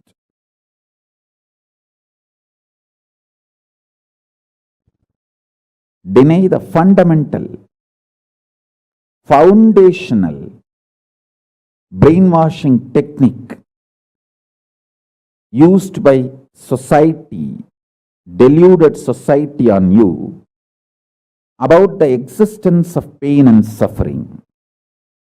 Listen, it is not okay to be normal with absolutely sick social conditioning. Don't try to be normal with the shit, sick social conditioning.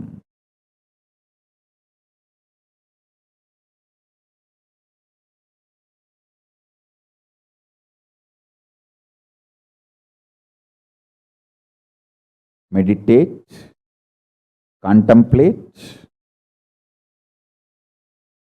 internalize all the statements today I am making. The first statement is about the truth, denial of all the brainwashing done to you about the pain and suffering. Second statement, this decision to be in truth will expand your brain's ability to reflect, radiate, manifest superconsciousness with the powerful cosmic space and this cosmic nada, Shiva, Shiva, Shiva, Shiva, Mahanada, Shiva, Shiva, Shiva, Shiva, Shiva, Shiva, Shiva. When your brain develops the capacity to reflect and radiate the cosmos in the pure conscious form, your mind can never take possession of your brain and brainwash you to believe into anything called pain and suffering. This is the greatest liberation. This is the greatest liberation. Now, third statement. Listen to this third statement.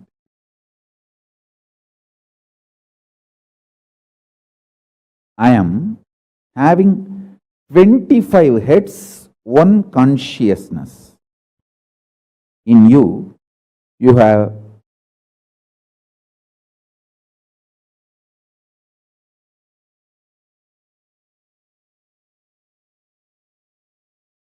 broken yourself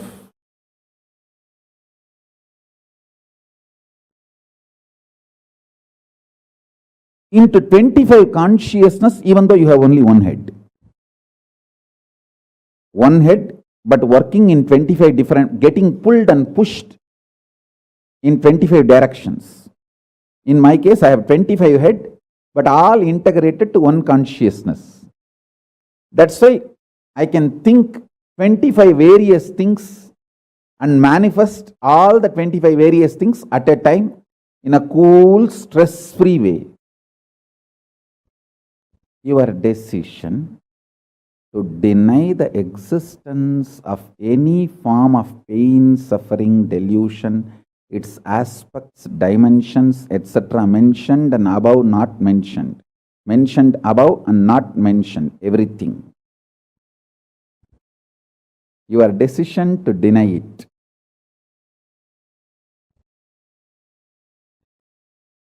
makes such beautiful space in you. Simply start manifesting powers and play with the powers. That will give you tremendous confidence to strengthen powers and powerfulness and deny the existence of pain and suffering and the lower way of existing. Sit like Mahabhairava, Mahakala Bhairava.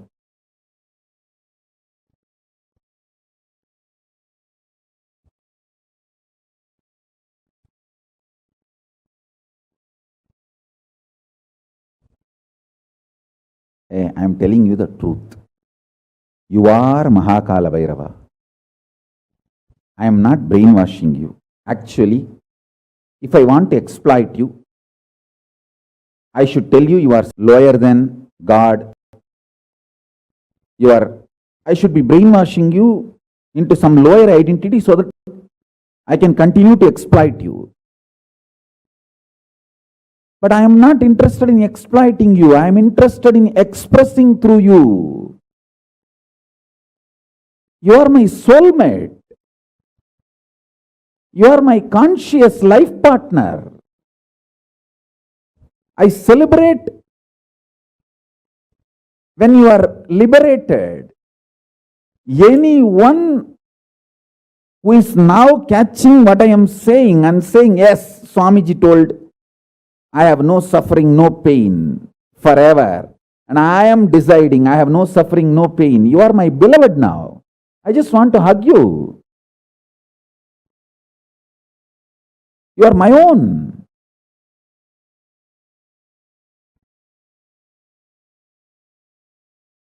I have only one reason to tell the truth, because truth makes you fulfilled and makes me fulfilled. You are Kala Bhairava. Sit like Kala Bhairava and tell very clearly to your past, present, future. Hey, I am Kala Bhairava.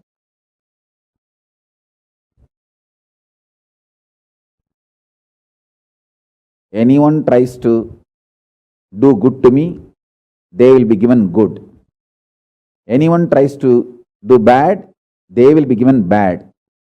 But I am not initiator of any karma. I am the neutral, sacred space, Nirvikalpa Samadhi.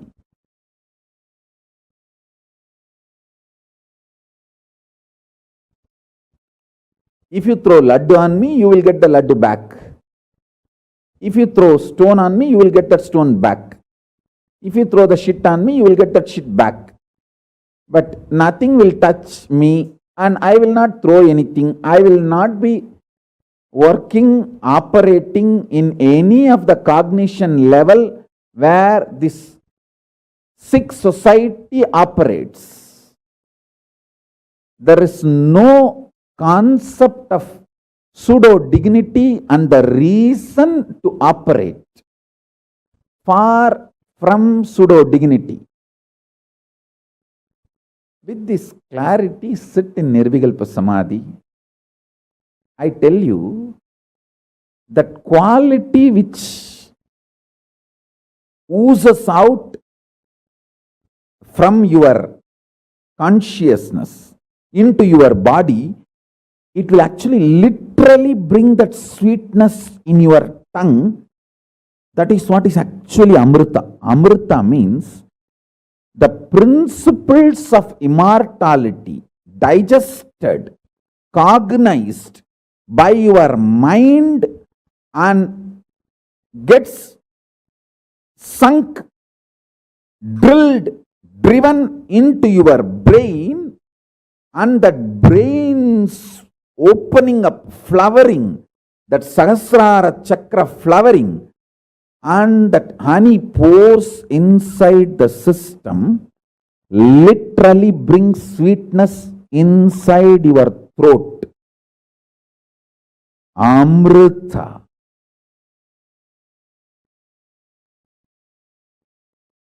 Principles of immortality. Truths of immortality. When they are chewed by your mind and gets into your brain, the chemistry, alchemistry happens in you, in your biology, is nectar. Actually, I am tasting that this very moment. That's the reason I am taking a few seconds to settle down and speak.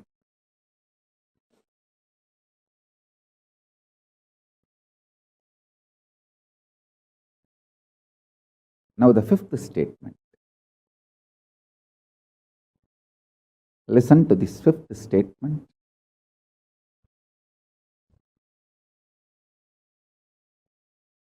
When you start actively practicing this truth, express it in your inner image with yourself, through your outer image with others, all the conflict will become irrelevant.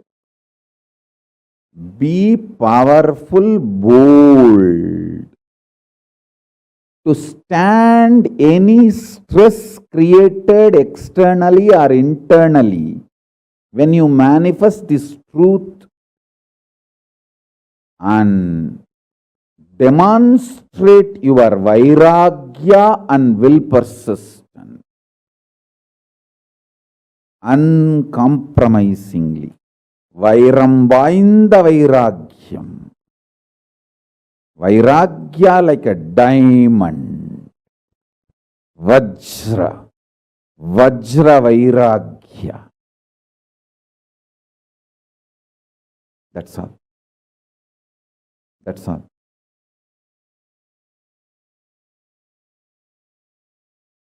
Listen, listen, listen, listen, listen to this truth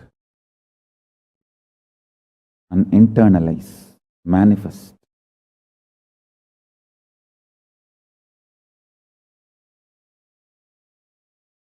The beautiful mantra, Mrityunjaya mantra.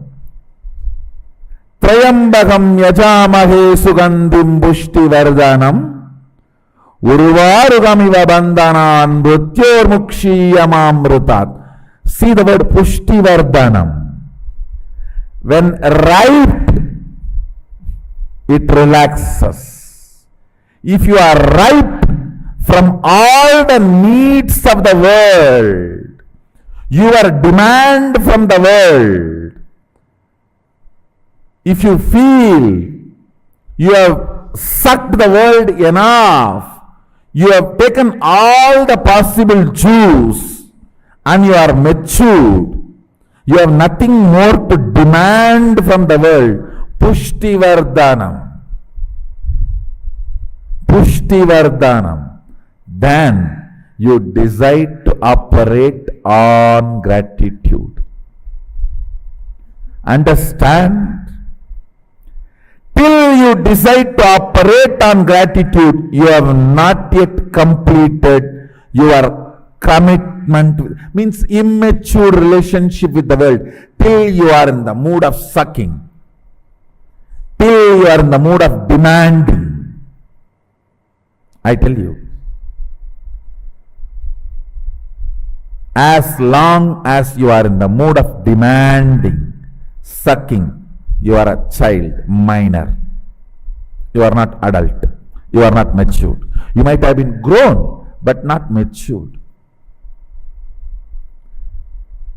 When the gratitude becomes your fundamental cognition to operate with you, with life, with humanity, and with the universe,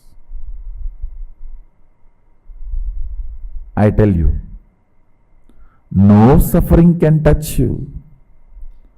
Always you will be powerful. Everything you do will become historic. Because matured things are cognized by matured people. Fundamental quality of maturity is your cognition for operating will be gratitude. Gratitude will be your cognition of operation. I tell you, my masters invoked that in me.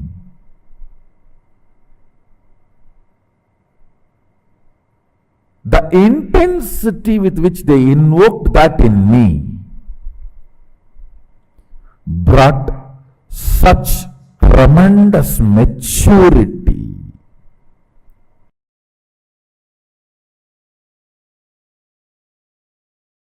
Listen, matter, the external matter, because it is already dead, it functions only based on certain law of life. It does not have flow of life. Listen. It has a dharma, it does not have yama. Listen. Yama means flow of life. Dharma means law of life. The objects which has only law but no flow are called dead matter. Objects which has law and flow are called the conscious matter combination. Chit, Jada, Grandhi, human beings. We have the possibility of flow and certain law. For example, if you drink poison, your body will be dead, is a law. That is dharma. Yama, flow of life. If you want, any time you can excite yourself, enthuse yourself, make yourself happy, is the flow of life. Understand? Flow of life is free, joyful, exciting, enthusiastic expression of you. Yama. Flow of life is your freedom. Yama. Law of life is simple, straightforward rules. Dharma. If something functions only based on law of life, it is dead matter. If something can play between both law of life and flow of life, functions as straight dead matter. Flow of life as a possibility of excitement, enthusiasm, non-materialistic, expansive cognitions. Listen. Non-materialistic, expansive cognitions are possible with flow of life. Yama. Yama, dharma. Please understand this word. The flow of life belongs to consciousness.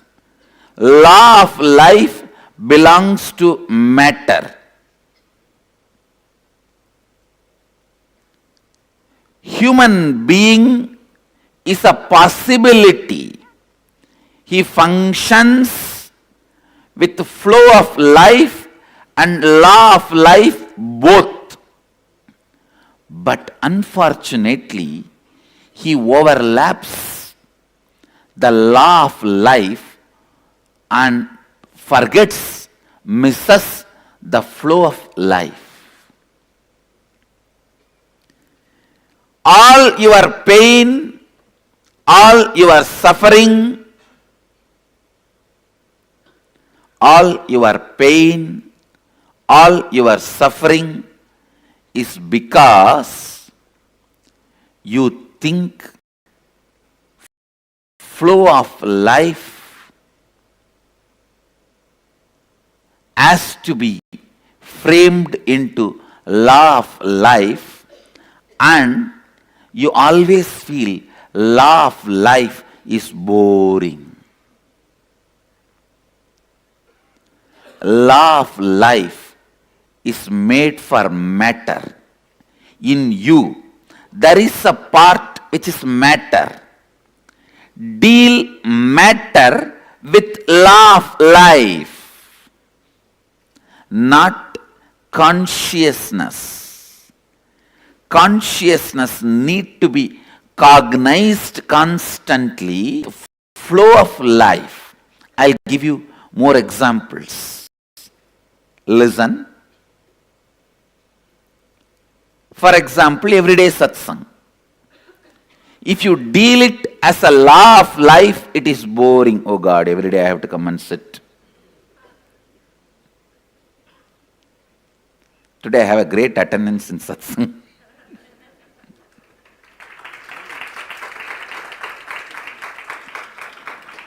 But instead, if you look, no, it is not same every day. Every day, the new cognition, inspiration, understanding is happening in me. Then the same satsang becomes flow of life, not law of life.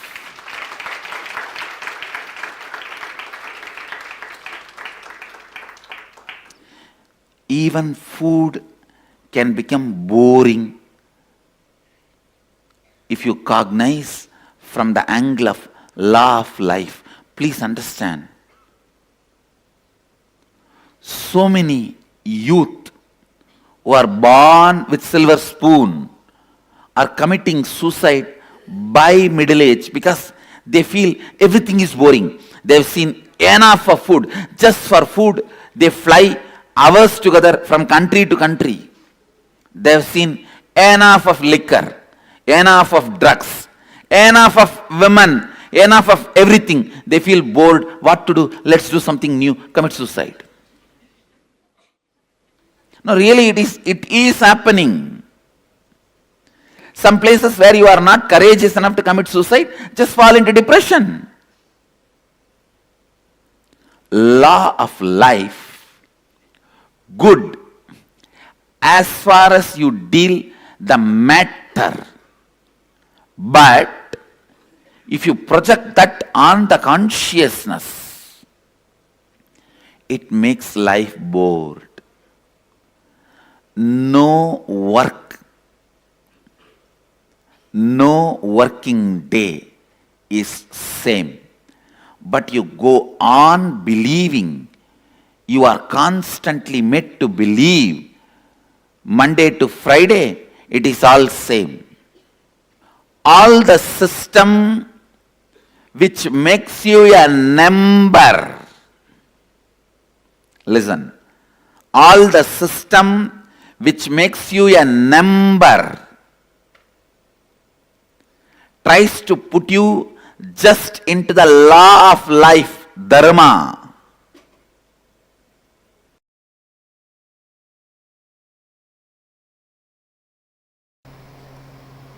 At least 200 techniques Sadashiva is giving for completion, for various incompletions and various methods, process, procedures, systems, technique, for various background people and various genders and for variety of people.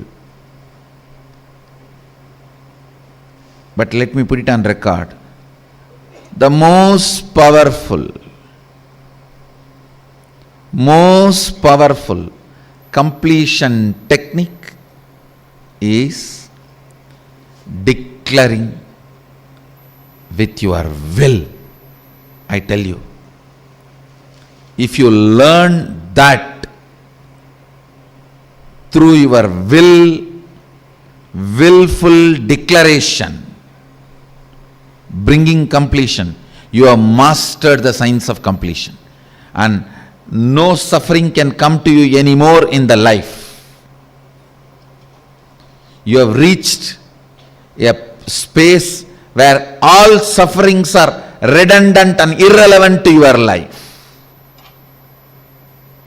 And it is not difficult. That's the good news I have for you guys. It's not difficult. It is like you always think, oh, I can't even lift 5 kg and work out. How can I lift 100 kg and work out? Only if I lift 100 kg and work out, the model's photos I see, my body can become like that. Fool, don't you understand? First lift 2 kg, the strength which your system generates, with that you will be able to lift 5 kg. The strength which your system generates, with that you can go to 10. It is not supposed to be compared with where you are now and where you are supposed to be. No. That is the bad way of thinking. Toxic thinking, toxic thought current. No. Declare now with all your will. One victory will add more willpower in you, strength in you. Then that will take you to the next level of willful declaration, powerful declaration. That will lead you to the next level. I have always seen people taking a very convenient but cunning route. Oh, we can never reach where you are. Where is you? Where am I? This is the most cunning pattern you can develop. And never allow me to influence your life. I have seen people do that. How can we compare ourselves with you? Listen. Listen. The other day, somebody was asking me a question about this will. One of my team members asked, how can I get out of some patterns when I know it as a pattern? Understand. Be grown up. Be matured adult. When you know it as a pattern, just break it. Decide to drop it. I tell you,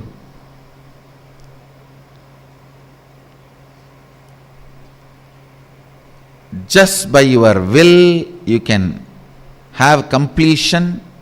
You are a matured,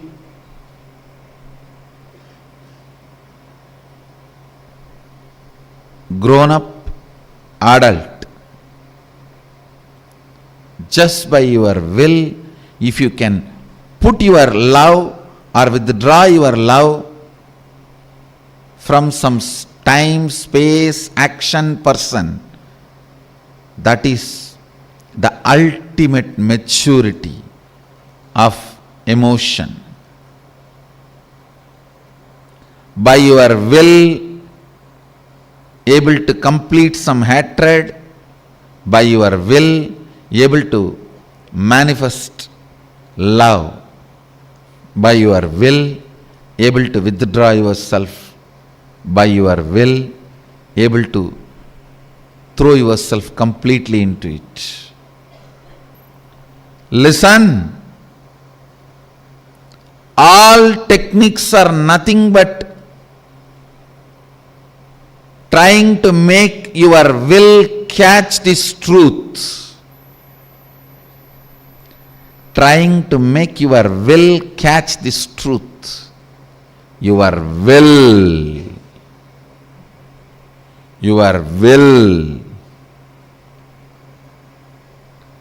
is the most powerful completion technique. Here, Upanishad declares, let there be no separation. Let me have completion with Brahman, the consciousness, and let Brahman become me. So be it. Anirakaranamastu nirakaranam me astu.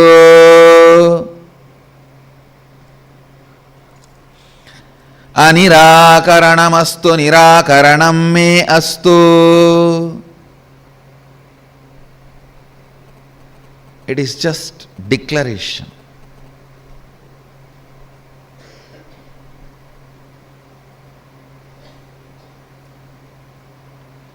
Prayer is the method of mentally retarded people connecting with God. Declaration is the method of matured beings connecting with God.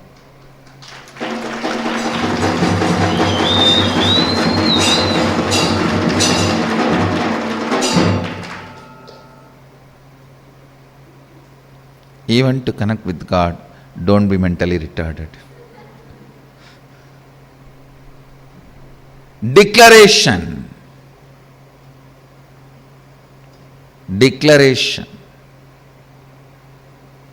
is the matured way of connecting with God.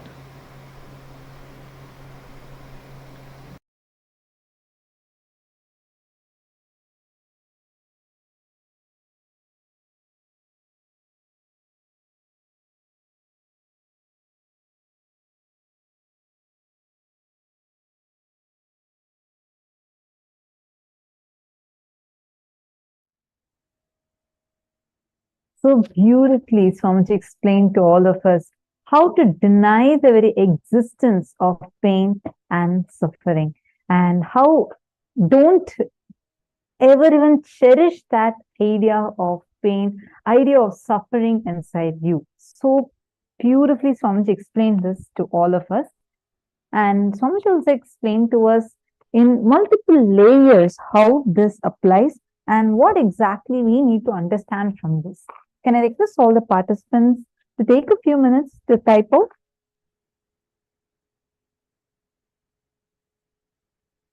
Please post. What are the understandings that each of you had? Take a few minutes and please post it. What did you click with? What are the clicks and understandings that each of you had? The first and foremost thing is, first, just decide. Swamiji told, I have no suffering, no pain forever.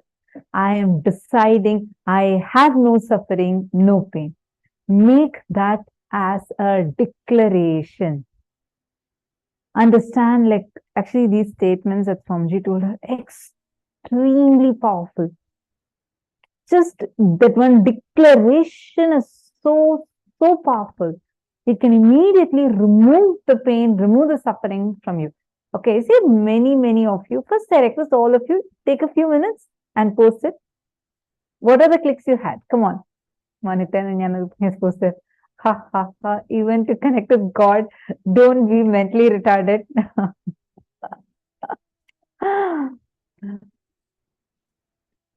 This is so nice, right? Like, just to listen to Swamiji, the sessions, it's just so much of fun. Swamiji makes so many jokes, and all of us are listening to those jokes, and just without even our knowledge, he just transmits such extraordinary, powerful cognitions to us. Come on, all the participants, even the Chinese participants, please post. What did you understand? Every click that you had. Denying the very existence of pain and suffering. Deny, Swamiji said, deny the brainwashing done about pain and suffering to you. For example, if you do not sleep for 4 days, you will die. This is a myth. We have already seen the science of Jiva Samadhi in several examples of people who are even kutakeshis and who are even alive very much in the body. Take a few minutes and apply this powerful cognition inside of you. First thing, deny the very idea, the very existence of pain and suffering. Decide to be in the truth forever. Just take a decision to be in the truth. What are the powerful cognitions you have? Start cherishing those. I am having 25 heads and 1 consciousness. I am deciding that I am Paramashiva, and from that powerful cognition, and Swamiji has told me, my Guru, who's Paramashiva, has told me, no pain, no suffering. With that, I declare that no pain, no suffering even exists. When you start actively practicing this truth, you will see how this powerful cognition will become an experience for you. Understand? The moment you declare, saying, my Guru has told me, based on that, I declare it now. Just like that, without even even in the worst moment of your life. Actually, it's reminding me of a very powerful incident that happened. This happened when, I think, much before, it's in 2011, 12, around something like that. So, Swamiji was in Kodaikanal Inner Awakening. Anyone here who had attended that IA? It was in Kodaikanal in India, South India. So it's very beautiful program that had happened, I think 2012, I think. And Swamiji was conducting the program. So many different people from across the globe had come there. And Swamiji was conducting a very powerful program. And during that, there was one day, Swamiji was giving Kala Bhairava Darshan. And in Kala Bhairava Darshan, like, when you're experiencing the physical darshan, it's something else altogether. It's completely different. Where Kala Bhairava will be, like, you'll see him physically, and Swamiji would not be you can't normally talk like how normally you talk to people. You will not normally talk like that. Even Adinavasis, no one will talk to Swamiji that time, because Swamiji will be in the Kala Bhairava Bhava and revealing Akashic reading. So suddenly, one of the main coordinators, she gets a call. And usually darshan time, whole hall is filled with participants, and like the music is going on, darshan is happening, Kala Bhairava is revealing the Akashic records, etc. So people like you don't pick up the calls during darshan time. She didn't answer the call. The phone kept ringing 3-4 times. So she thought must be some emergency and picked up the call. And on the call, on the other end, there's a person, like she was very in a frantic voice. She was saying, "Ma, this particular Adinavasi has gotten into a very bad accident and he's about to die. And his situation is very, very critical. It needs to be informed to Swamiji immediately, and Swamiji's blessings are needed urgently." She is shocked. It's a huge thing. It's a life or death situation. She looks up. Kalavira is sitting there, and darshan is going on. She wasn't sure whether she should go interrupt and tell anything, but Kalavira was conducting the whole thing, and it was a very powerful darshan happening. And she was like thinking whether I had to go and tell or not, Within that itself, by then, darshan itself got over. And the curtains are closing. So immediately she got up and she rushed to the stage to tell Swamiji. Swamiji was still in the Kalavira Bhava. The moment Swamiji saw her, Swamiji smiled and called her. And she rushed to Swamiji. And when she was about to go to Swamiji, she got a call again. And then Swamiji told her to pick up the call.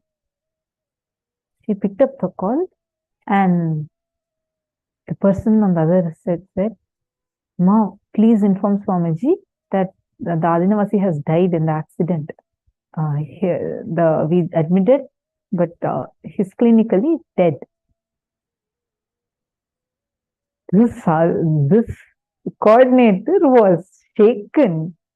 She's like, "Wait, what?" See, it's not just, where clearly, if you could have just told Swamiji, immediately Swamiji would have said, her delay in telling, she thought, "God, what has happened?"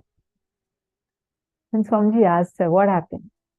Then she told Swamiji, like, this person was an accident, and darshan was going on, I couldn't come and tell, and now I got the call that he's dead. Swamiji just closed his eyes, and he just did like this and did that. And then Swamiji blessed, and then Swamiji smiled. And Swamiji told, "Now he'll come back to life. Don't worry, I'll take care." And the moment Swamiji told that, in a matter of few seconds, she was like, she felt relieved and she felt like, "Oh my God." And then she was typing a message to send to that person. But by the time she could even start typing, she got the call again. Swamiji told again, "Pick up." And she picked up the phone. The other person on the line was like literally screaming in joy. She was like, Ma, you won't believe what just happened. Clinically, he was dead. We are in the hospital, but suddenly life came back. This is a miracle. I know Swamiji said, like, she's so excited. The person came back to life. And then the person, this coordinator, was like in tears. She looked at Swamiji and with a question like, "What did Swamiji just do?" Swamiji smiled and told that actually his soul had left the body, and Swamiji literally took the soul and put it back into his body because the body was not much damaged and the soul had the possibility to return back. And so he put the soul back into the body. The coordinator was saying, like, for Swamiji, this is more like just take it out and put it back in. And for her, literally, the life came back because it was not a joke. The person who brought back to life, he said how even at she was in the worst situation. But even at that worst situation, he was at the worst situation. Even after he left the body, when he died, Swamiji did not leave. because that feeling connection was so strong. Swamiji is saying so coolly, I just took the soul and put it back into the body. My God. Understand, this is an assurance for all of us. There is no other worst suffering you're going to go through than death. Even at death, even if it's an accident and you are dying, He will never leave you. Understand? The moment you declare, because Swamiji told, I am declaring no pain, don't even give legitimacy to your pain. He will just put his data and pull you out of it. Don't ever think that your pain or your suffering can have its power over you, because you have Paramashiva with you. He is there physically here with you. The person who was saved in that accident, he's alive even now. The son, even now he's alive and living as a Kailasavasi. See, each of us are having that powerful manifestation of Paramashiva with us, exclusively manifesting for us. Are all of us understanding this? Just sit with the powerful cognition, connect with Swamiji and declare, I declare no pain, no suffering. My Guru has told me, I declare this pain cannot have its power over me. See how Swamiji will just pull you out of that pain. Even if it's a factual situation, like literally you are being, attacked by someone, even physically attacked by someone. Just declare. Make this as a declaration and see how you would see Swamiji would just create the situation for you in such a way. He'll just pull you out of the difficult situation you're in. He will just remove that pain, remove that suffering. It will not even touch you. How many of you are clicking with this?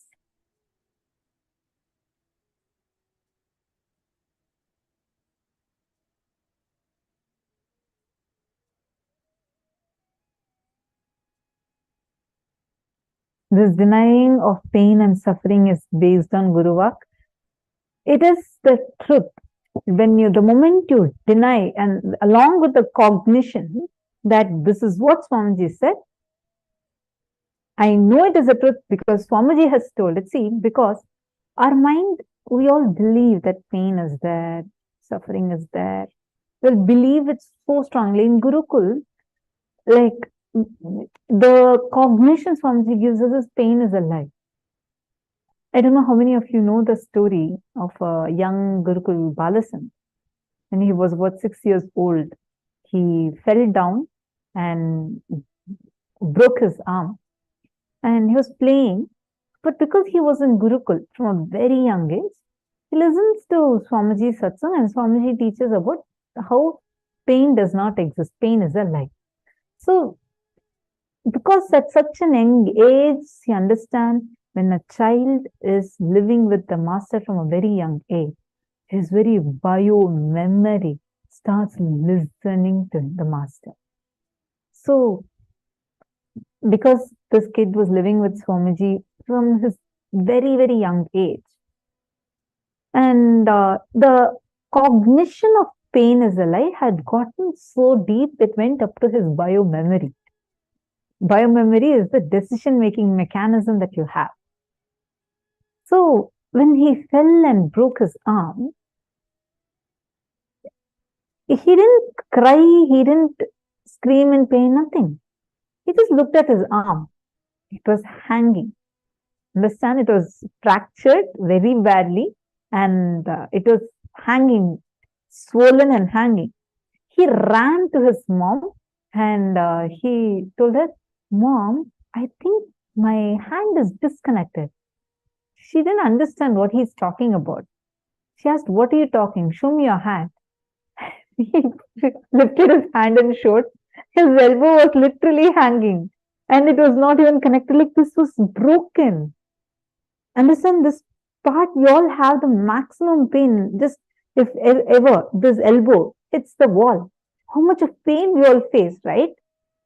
Here, this kid is coolly saying, I think it's disconnected. The mom was shocked. She just took him and rushed to Swamiji. And Swamiji was smiling. And Swamiji was so happy that this kid did not experience the pain. Swamiji blessed, don't worry, it will be completely healed. And she wanted to take him to the hospital also to get it checked. And so she went to the hospital.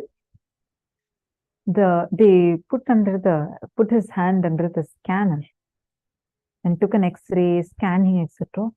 Doctors could not believe their eyes. They thought, see, there's another symptom, like a disease that people have where they don't have sensitivity. So their mind will not cognize pain at all. Understand, that's not a power manifestation. That's a powerlessness of a body, meaning you don't have certain sensitivity because of which the pain will not be there. So they thought that syndrome might be there for him. So they checked every other place. He was having perfect sensitivity. His brain was showing proper sensitivity, everything. But the hand, he's saying, there's no pain at all. Why? Because pain is a lie. It does not even exist. The doctors could not believe what they're seeing, what they're hearing. A young 6-year-old boy sitting in their bed, in the hospital bed, with hands, what he calls as disconnected and broken, fractured so badly. They were like not even able to believe it. Then they put the band-aid and whatever thing they wanted to put, the plaster, etc. They put it for his elbow and they treated it, and he came back. In 1 week, it got completely healed, and he was taken for darshan. His state of unclutching was so high, he was so unclutched from it. Like after they removed the plaster and everything, again, Swamiji, they took him to Swamiji for darshan. And Swamiji asked, hey, which hand you got the fracture? He got so confused and told the wrong hand. I think this hand, Swamiji. That was the level of unclutching. That was the level at which he experienced that no pain and no suffering exists. How many of you feel like, wow, really, this is just so amazing? This can become even your experience. No pain, no suffering. No question of pain, no question of suffering. Take a few minutes. All of you make this as a declaration. Come on.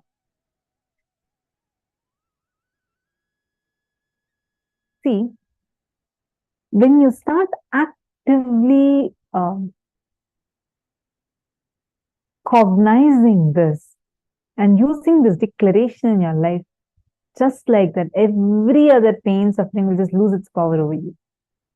We also have a free ebook as a gift from Swamiji, where Swamiji will explain how you are beyond pain and beyond suffering. You all can take a few minutes. Please do check this out. We'll actually send it to you as an email. You'll be receiving this as an email.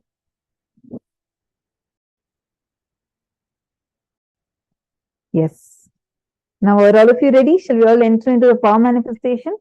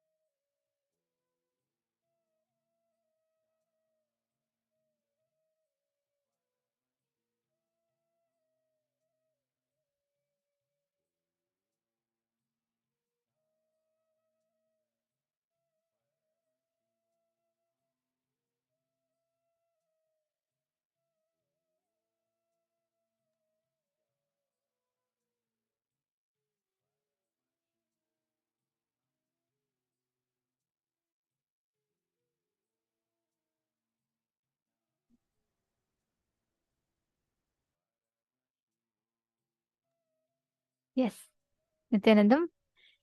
Now, once, actually, these powerful experiences, these powerful incidents are all literally experience, a source of lifeline for us. See, every time you hear an experience, if you feel like, oh God, it's so powerful, understand that means you are resonating, your whole biology is clicking with that experience. So it's a very, very powerful one. And now, we're all going to be continuing to manifest the power of Durashriti. All right, are we all ready? Okay, now let us do in this round as well. Let us do this power where each of you are going to this time connect to a partner and manifest.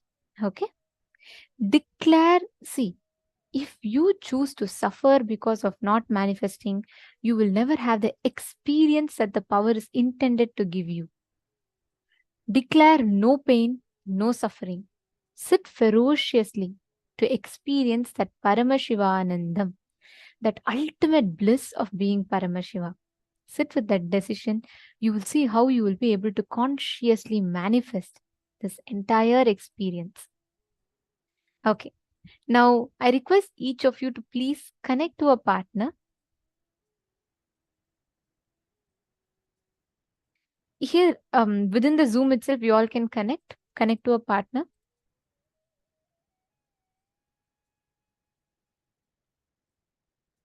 And you're going to be scanning and identifying what exactly is the sound that they're hearing. They can play any music, just like how I did.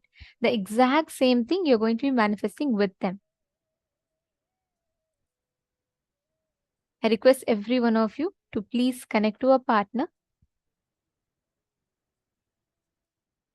It's a very, very easy, very powerful power that you can manifest just with your decision, conscious decision. You'll be able to manifest it. Connect to any of your partner. Sit in the deep listening without any distractions. Listen, drop any kind of suffering, any kind of pain you carry towards your inability to manifest. Drop that, because all these are temporary. See, you may have like 100,000 times you may have tried. It doesn't matter. This time what you're manifesting is again another fresh experience of manifestation. You just need to focus on that one experience. That's all. So sit now. Sit intensely. Let us start the manifestation. Please chant the Mahavakya. Connect. Bring the complete silence inside you. Only when you bring the complete silence inside you, you will be able to manifest the ability to hear whatever is happening at a distance. Nithyananda Paramashivoham. Om Nithyananda Paramashivoham. Om Nithyananda Paramashivoham. Om Nithyananda Paramashivoham. Om Nithyananda Paramashivoham.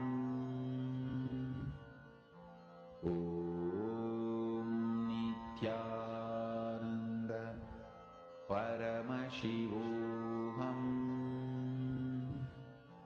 Om Nithyananda Paramashivoham. Om Nithyananda Paramashivoham. Om Nithyananda Paramashivoham. Om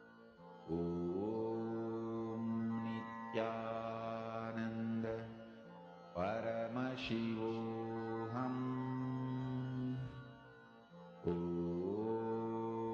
Nithyananda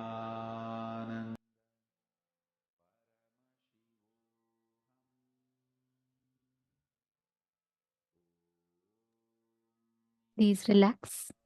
Can I request all the participants to please verify with each other? Please connect to each other and please verify as to how many of you have manifested the power. Please take a few minutes. And I request all manifest very sincerely participating and beautifully manifesting. I request the male body side. I see Shane Dennis are sitting, but I request all the others to please manifest. Okay, Ma Maheshwaramaya and Ma Dahanananda are manifesting. Okay, Ma Dahanananda, listen, no problem. If you're not, it's okay. Make Ma Maheshwaramaya, you can play 2-3 more rounds and she can hear. You guys can do it like that. Okay. Now we're all going to be entering into the next session. We all are going to be continuing to manifest this power. We're going to now learn about one of the most important truths about obsessive-compulsive reactionary patterns.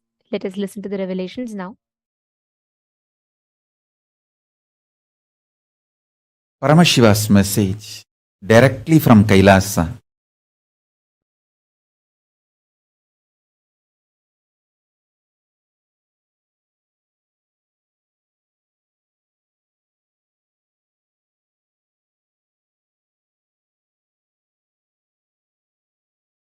Liberating yourself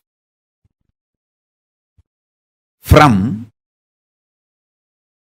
obsessive compulsive reactionary pattern and its suffocation is liberating yourself from delusion. Listen.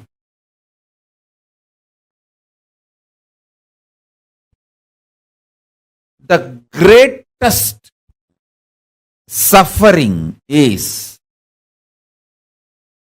identifying yourself with your obsessive compulsive reaction and suffocation it brings in your life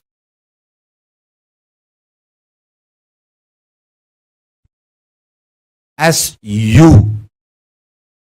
I'll repeat.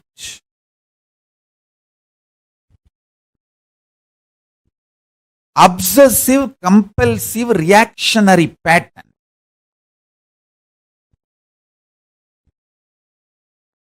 You identify yourself with that pattern and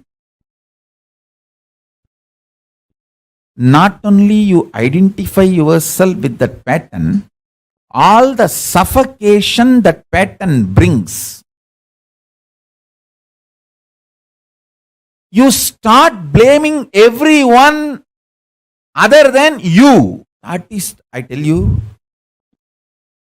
this is the worst delusion in the life.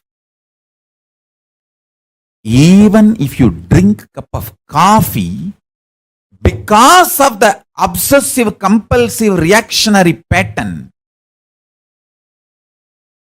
it is drinking poison.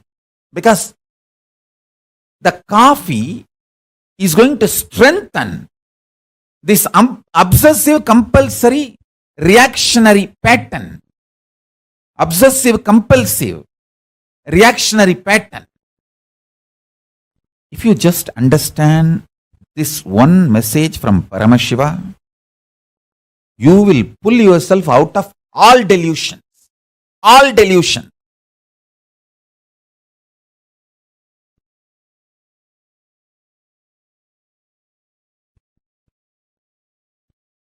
This obsessive, compulsive, reactionary pattern you strongly feeling that pattern is you, and all the suffocation comes with that pattern, you start blaming everyone around you,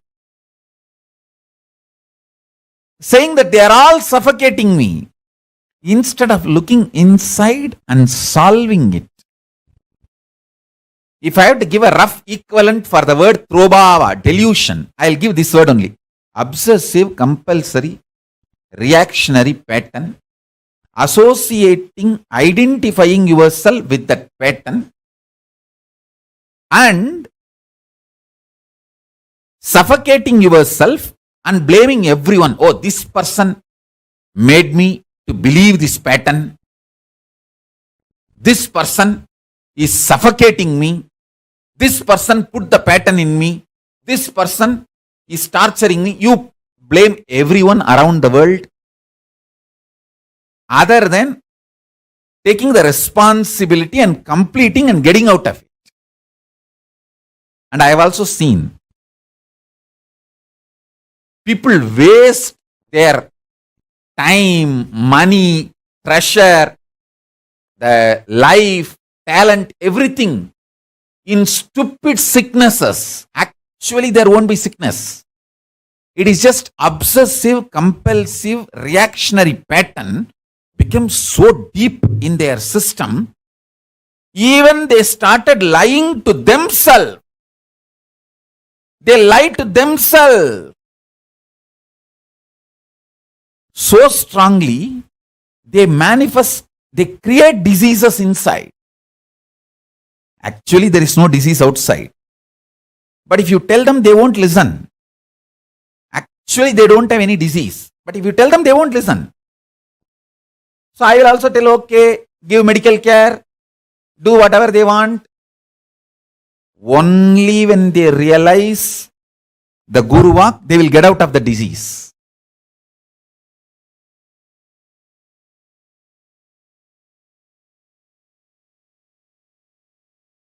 I tell you, I have made thousands of people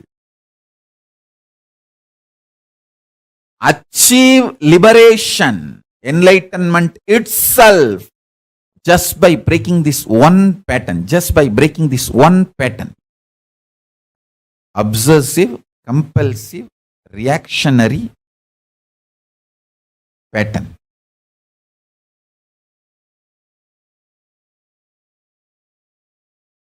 Now listen deeply.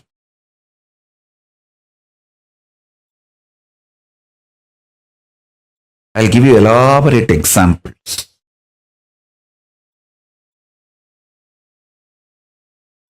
Whole Hinduism is focused on human beings experiencing conscious sovereignty.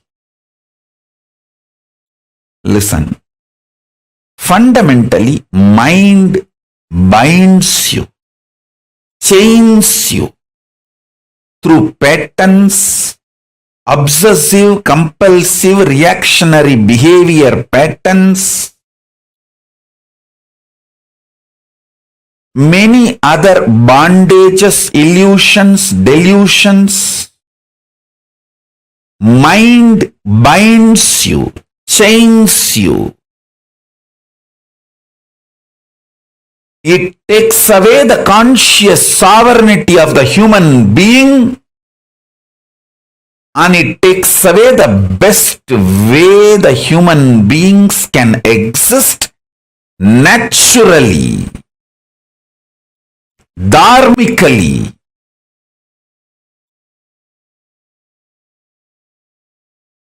A simple human existence. And the best things that simple human conscious existence can manifest, everything is hijacked, taken away, chained, bound by mind. And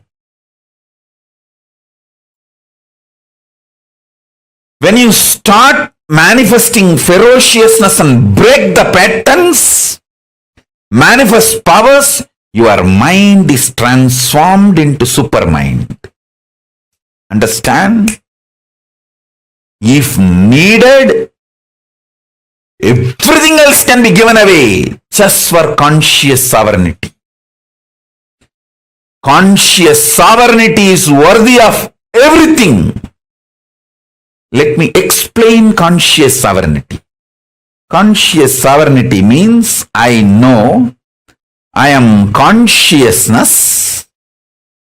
I manifested this body, this life, and I am going to be working on exhausting any bondage, chains put on me in the form of obsessive compulsive behavior patterns, reactionary patterns, any other bondage put on me, I will exhaust those karmas and break from those bondages. I will be ferocious and break those patterns and liberate myself, manifest powers, and reclaim my conscious sovereignty. This is my life. How many ever births I take, I know this is my life. Having this clarity, and whether you are facing a headache or headache giver or worst thing you think in your life. For some people, poverty is the worst thing. They're ready to die, but they don't want to live in poverty. For some people, death is the worst thing. They are ready to go through anything, but they don't want death. For some people, loneliness is the worst thing. They are ready to go through anything, but they don't want loneliness. Listen.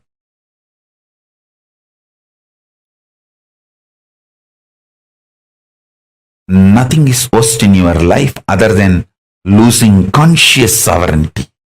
Even in the worst situations, if you make strategies, decisions from your conscious sovereignty, you already started living enlightenment. Conscious sovereignty is too important. Don't lose that.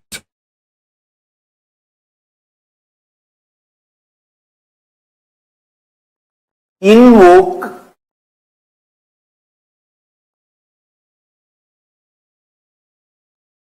cosmic being in your identity.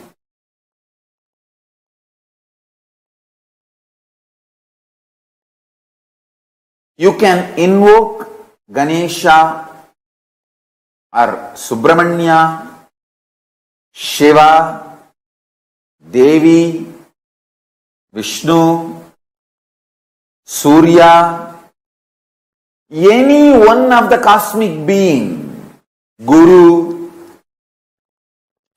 Listen, invoke cosmic being in your identity. You will manifest such extraordinary energy and higher life. Understand? Fundamentally, Hinduism is science of invoking cosmic beings in you. That is why before even you start developing the primal OCD, obsessive-compulsive disorder, understand? The primal OCD, obsessive-compulsive disorder, you start developing before the age of 7. What I call as root pattern. Being driven by fear and greed. Please understand. Listen carefully. All human beings other than who are initiated before the age of 7 and started manifesting their Ishta Devata, other than those few blessed, fortunate, who are initiated and started manifesting their Ishta Devata before the age of 7, everyone else is suffering with OCD. People who brainwash you, methodology they use to brainwash you, and how you start getting brainwashed in the initial level, and how it evolves as obsessive-compulsive disorder. After some time, even if you know you have enough money to buy anything which money can buy, even after acquiring so much money, you don't stop working for money, because by now it has become obsessive-compulsive disorder. I tell you, the corona has taught a big lesson for the humanity. Money is not security for life or future.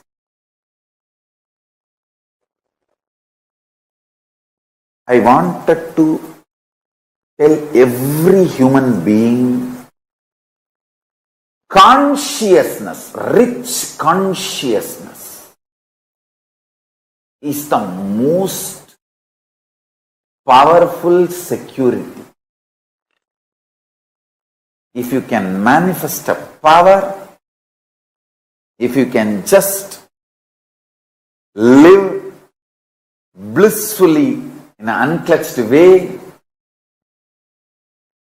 if you can just radiate consciousness within you and the people around you, that is the most powerful, important security. First thing, get initiated and start manifesting the cosmic being in your identity. Understand, Paramashiva exists. He is a living being, all powerful, all knowing, who just creates, maintains, destroys, rejuvenates, puts in delusion, pulls out of delusion, liberates.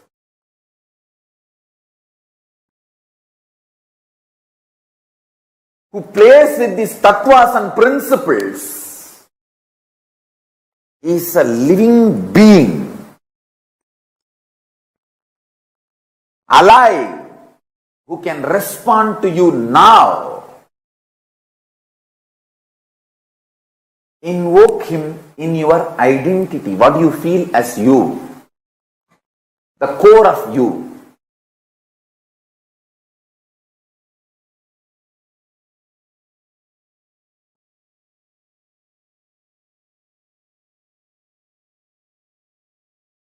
Listen.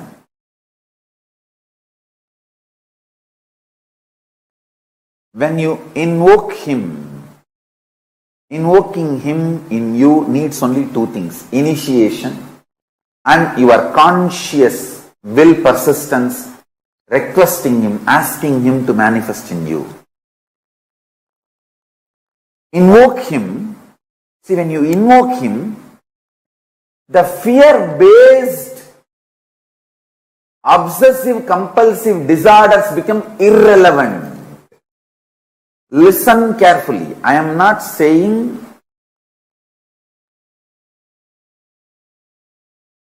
don't go for a job. I am not saying don't make money. No.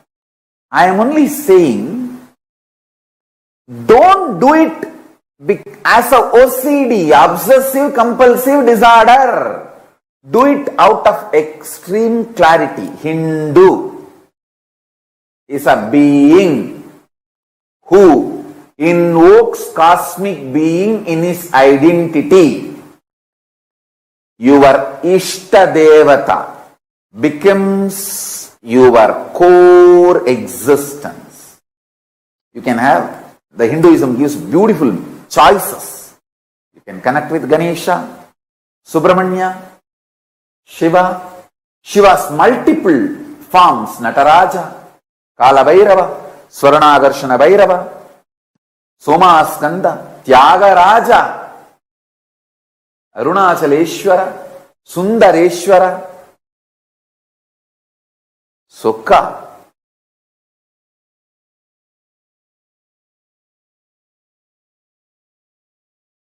Different forms of Paramashiva, Dakshinamurti,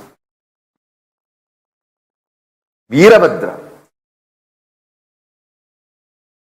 Different forms you can connect.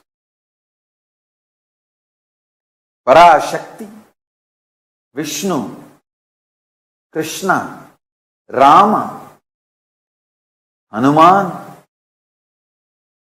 Surya. You can choose your Ishta Devata in Hindu tradition. Understand?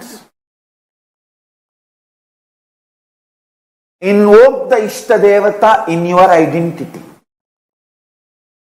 Morning when you wake up, your waking up should not be obsessive-compulsive disorder, OCD. No.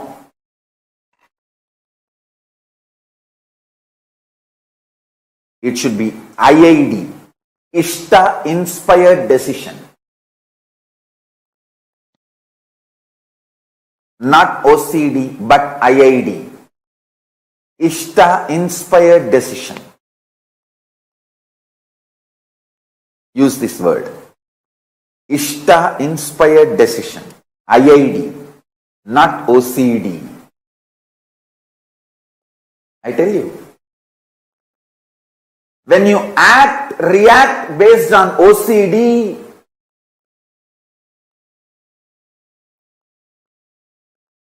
you feel stuck, suffocated.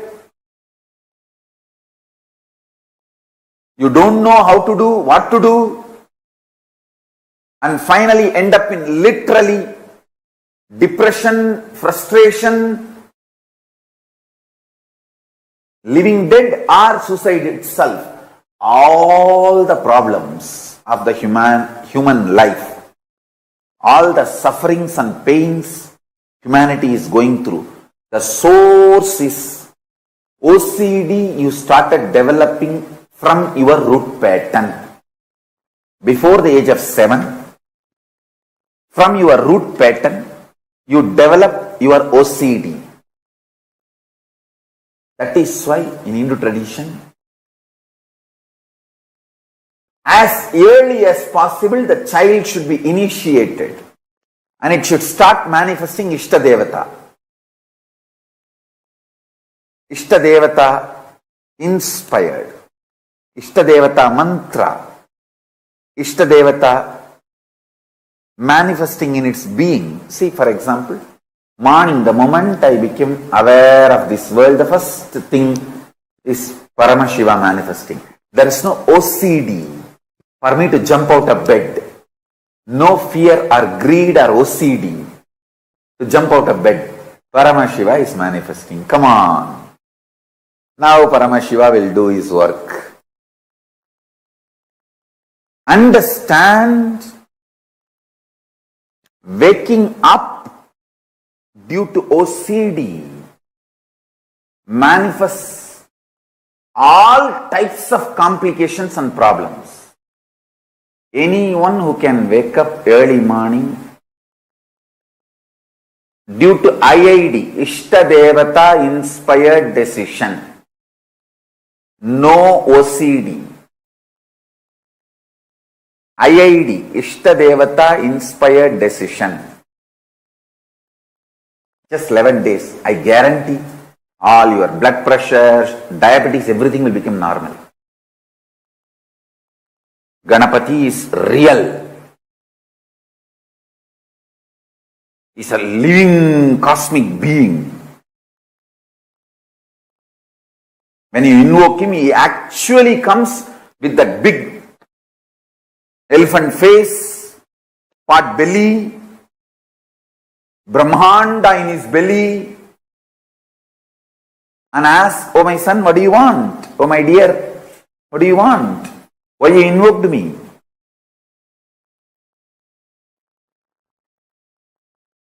They're all really, really real.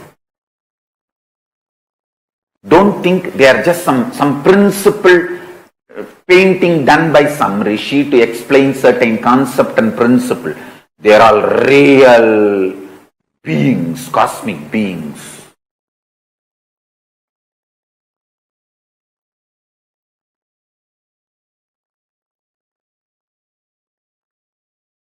One advantage my disciples have, see, all my disciples who feel, hey, Swamiji will not lie to me and he will only tell the truth to me. For you guys who have that feeling, hey, Swamiji will tell only truth to me, he will not lie to me. The biggest advantage you have is your being immediately connects with that consciousness, with that beings. Your identity opens with them because your identity is convinced. Swamiji told Ganesha is real, he is real. Swamiji told Kalabhairava is real, he is real. Swamiji told Paramashiva is real, he is real. That is the way actually initiation happens.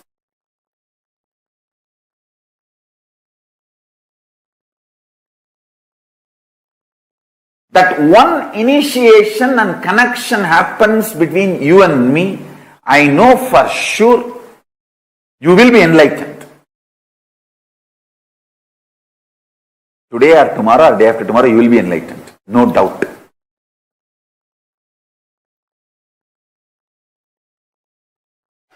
All your lifestyle can be moved away from OCD to IID. I tell you,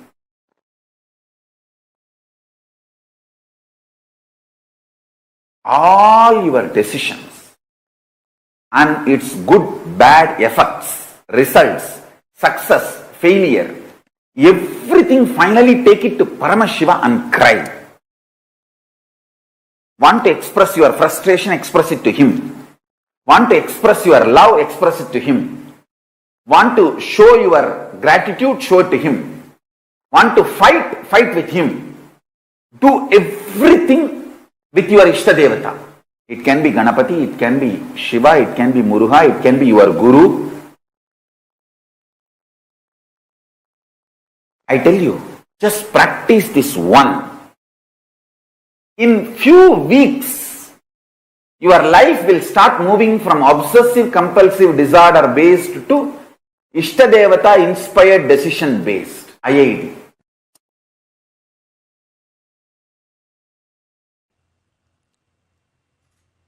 Ferociously, not softly, not politely, not mildly, but ferociously breaking the obsessive compulsive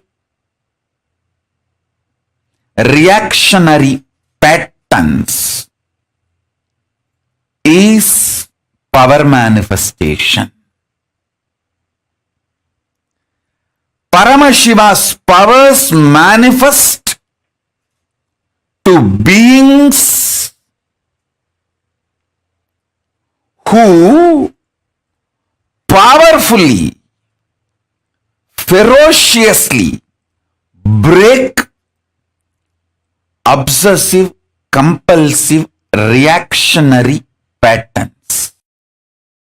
Even once you behave with your obsessive compulsive reactionary pattern ferociously and break one pattern and manifest powers, the kind of the courage you will feel, you will straight walk towards enlightenment. Because after that, every obstruction, every barricade, every stopping will look very funny. All your patterns, obsessive, compulsive, reactionary patterns are not worthy. Life Paramashiva's powers are only worthy to manifest, celebrate, enjoy. Listen carefully. Listen intensely.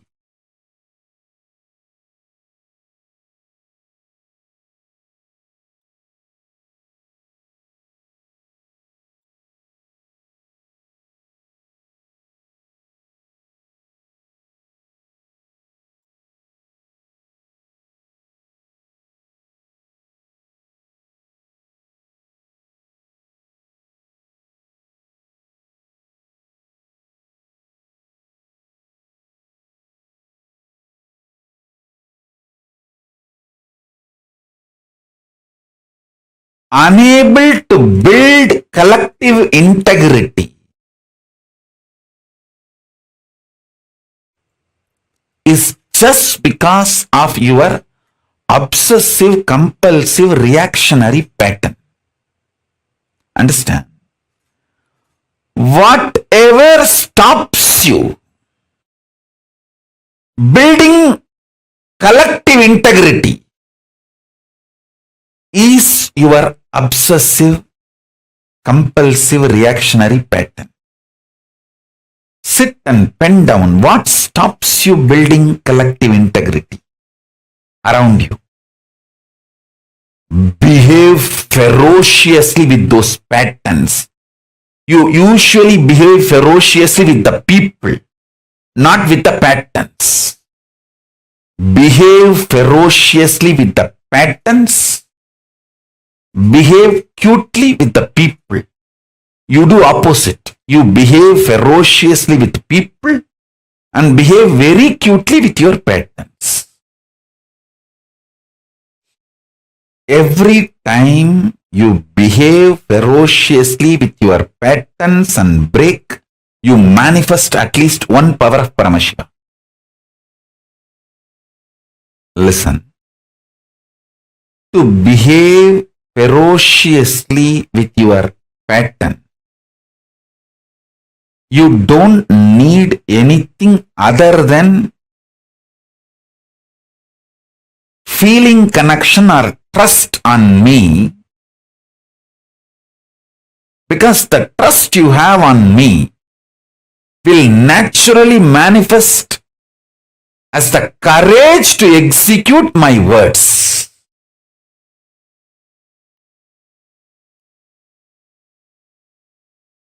That is the way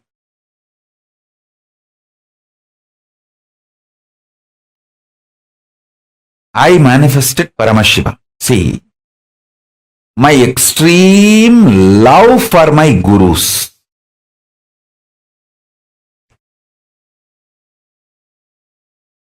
my extreme love for my gurus,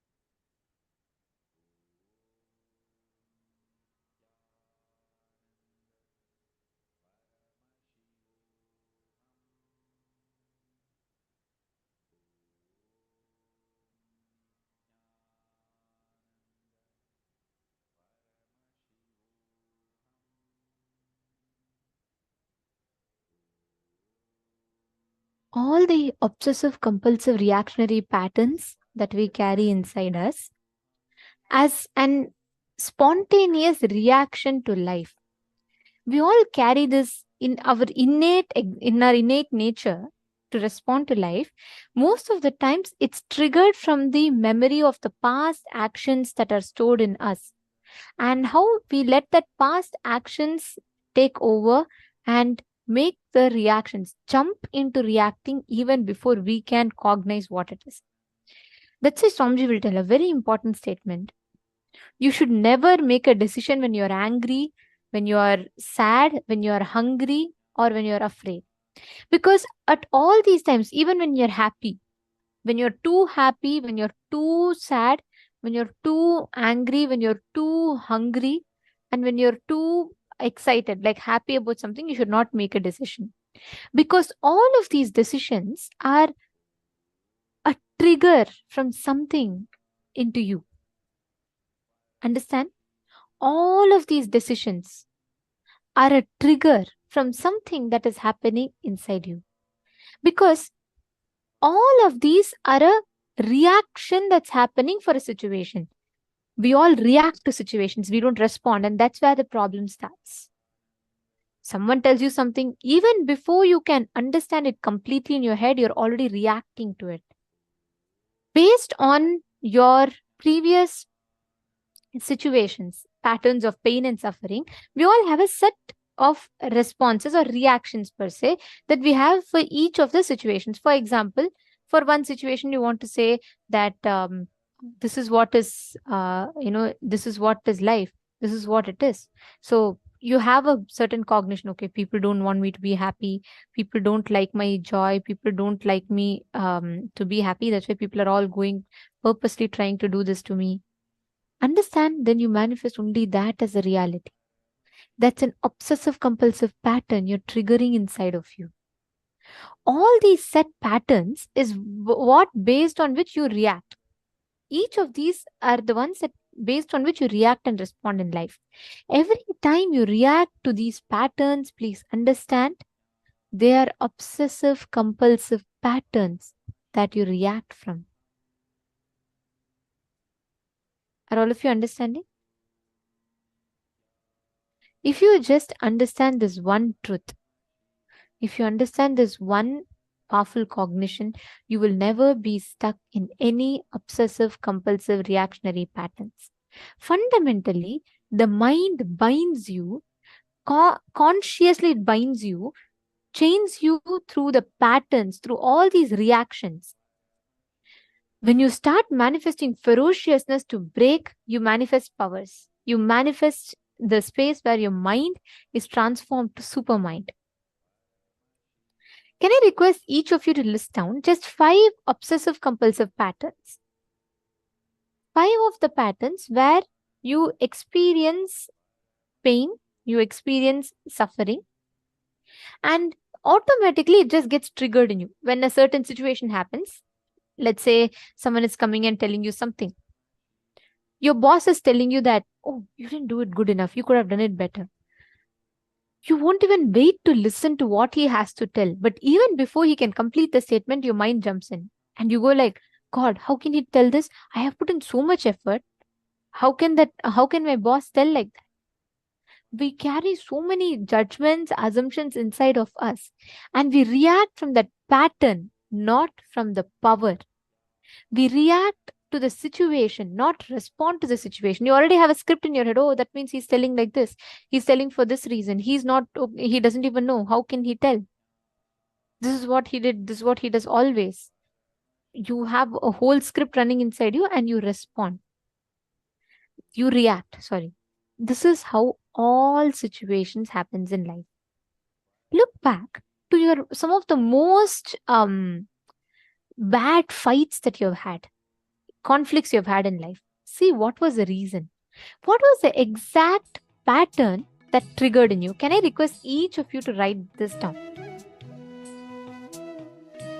Please take a few minutes. I request each of you to pen this down.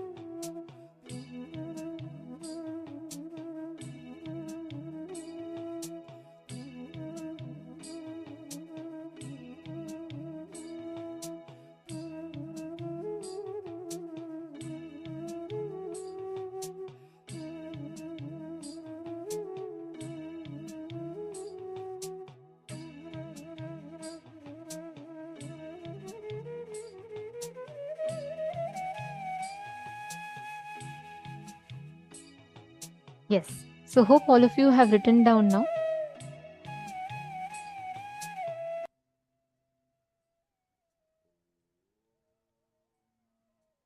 Now,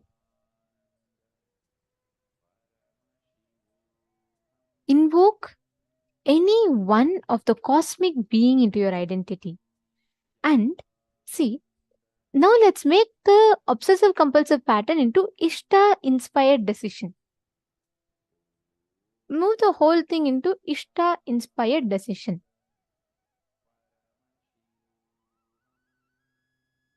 And invoke any one cosmic being, any of your Ishta Devata, anyone in your inner space, in your identity. And let that deity become the core existence. See, for all of us, even Swamiji is the avatar, living avatar that we have. So you can just put and invoke any deity, Swamiji, any deity that you feel connected to. Okay? And understand, the moment you invoke them, now align all your decisions as Ishta inspired decision. How each of those decisions that you are having right now, how Swamiji will do it. Just replace it like that. Now, instead of me having it, instead of me reacting it this way, how will Swamiji react? How will Swamiji respond? Will he react? No, he'll respond. So, Ishta inspired decisions. Replace all your decisions into Ishta inspired decision. Take a few minutes. Let's complete this step.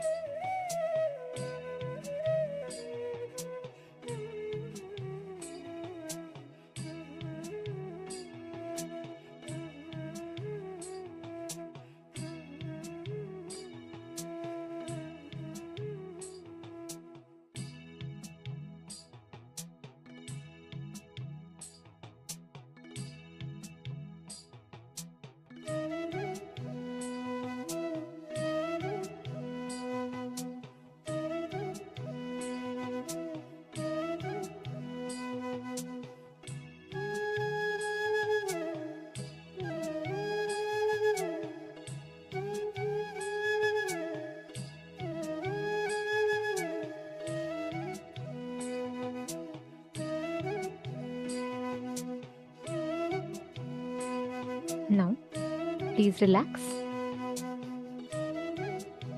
Let us now make the Ishta inspired decision as an action.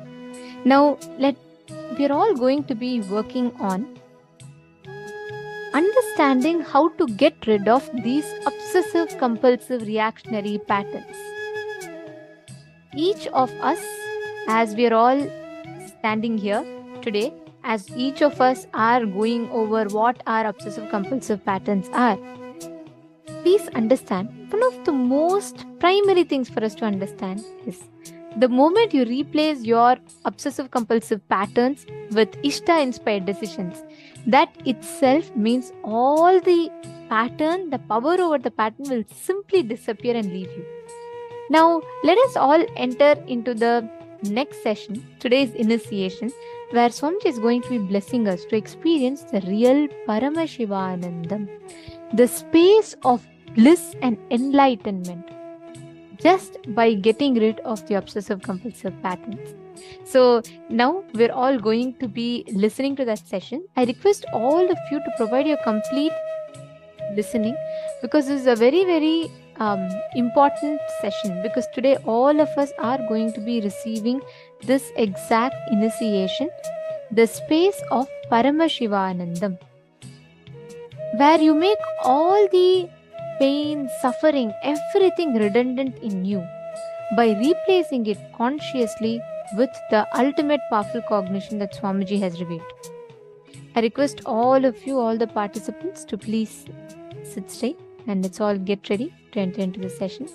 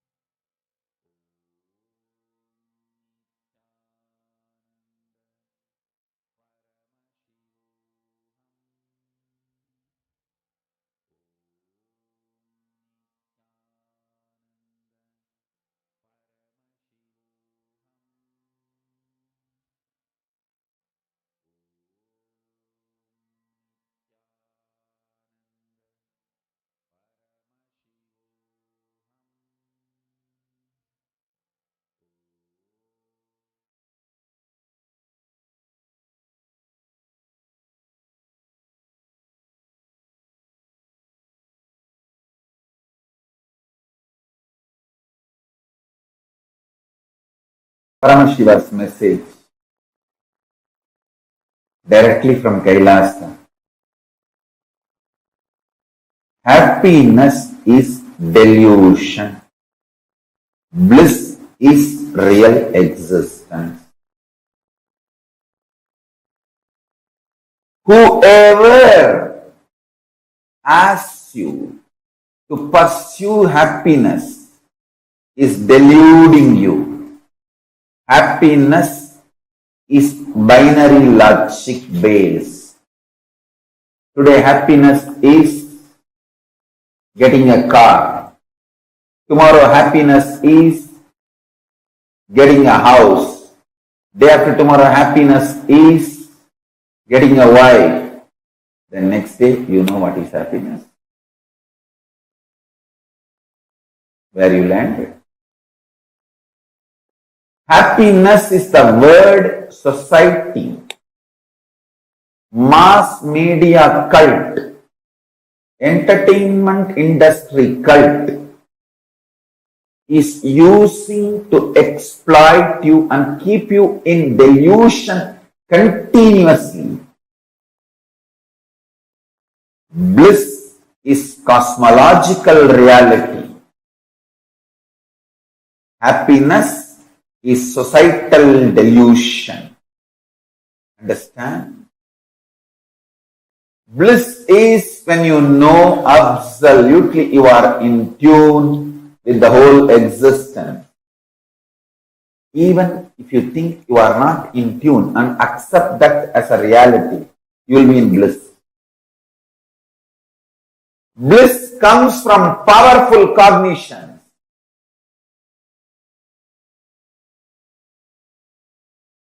Happiness comes from the opinions of the people who make you powerless and those powerless cognition. I tell you.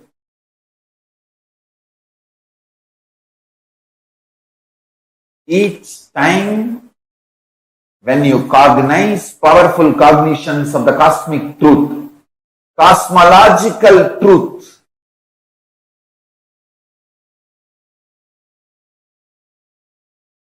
truths as per cosmic logic,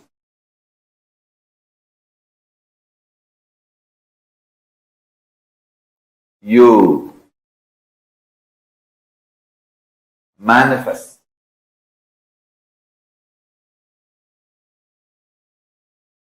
bliss. Bliss is based on cosmic logic. Happiness is based on binary logic.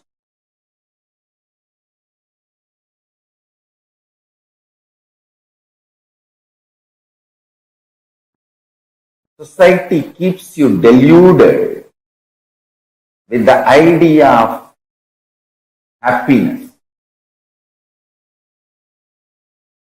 If you understand bliss, and it is too easy to start experiencing bliss. It is not at all difficult. I am telling you. That's the first powerful cognition you need to know. Bliss is too easy to experience. That is why society never wants you to experience bliss, because bliss liberates you, makes you independent of exploitative grid-based lifestyle. Bliss is the source material out of which Paramashiva is made. Actually, bliss is the source material out of which this whole universe is made. Anandam brahmeti navyajanat. Upanishad declares very clearly. Out of Ananda, the stuff called Ananda, this universe is made. Don't waste it without experiencing. Annam brahmeti navyajanat. Annam na nindyat tat vratam. Pranam brahmeti. Mano brahmeti. Vijnanam brahmeti. Anandam Brahmeti. Taittiriya Upanishad. Actually, I am chanting the first lines of the different paragraphs. Taittiriya Upanishad very clearly declares. Anandam Brahmeti Navyajanat.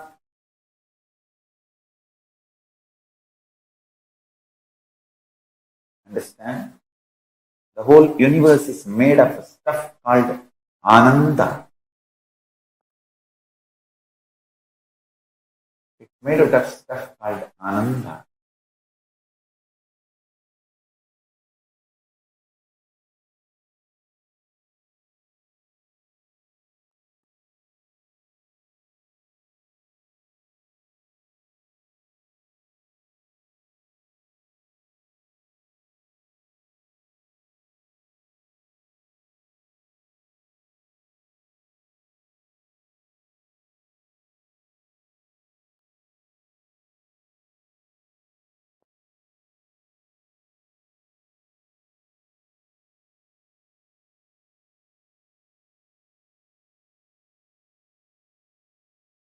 Anandat eva kalvimani bhutani jayante. It is indeed from Ananda all the beings have happened. Do not miss understanding about Ananda, because once you understand Ananda, you will not be exploited anymore by this stupid happiness concept. Understand?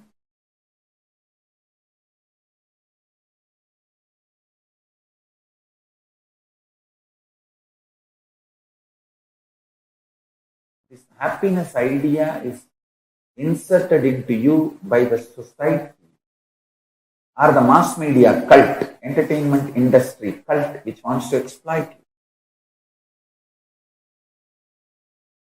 They put the ideas like income, healthy life expectancy, social support, freedom, trust and generosity, all these.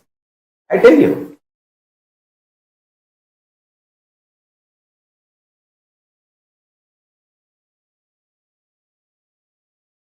happiness is binary logic based. Bliss is cosmic logic based. The experience of powerfulness, not feeling suffocated, experience of non-violence. See, a person who is fulfilled will never be violent. He'll only feel like giving. How can I give more? How can I contribute more to everyone's life? Actually, when you are in bliss, the moment you wake up, whoever you see, you feel like hugging and blessing them. If you are not blissful, and whoever you see, you feel biting them. So, falling in the eyes of the people who are not blissful is a curse. Be clear. Ananda Atma, the soul, the self, which is made of the material called Ananda. Only that soul should be experienced, it should be seen. Actually, when you see that soul, you experience Ananda in you. Anandam Brahmano Vidyat.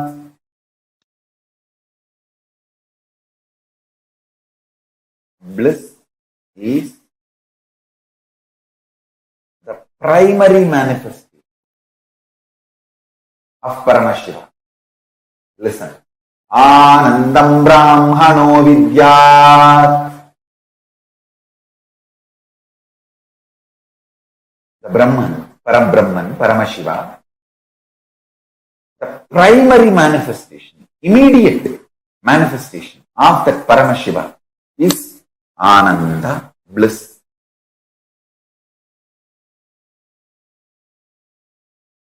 Understand By jati you can be anything, but by varna you can become Brahmana. Same way, by social conditioning you would have felt happiness or you may not have felt happiness. But as per the cosmic logic, the multidimensional logic, reality, the real reality, you are blissful, you are qualified to be blissful, and that is your very nature and quality. I tell you, even if you think you are happy as per the society standard, you are not successful.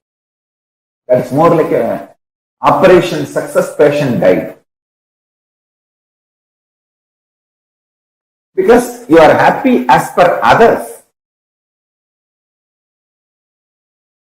Even if you are happy as per yourself, it is not eternal or permanent.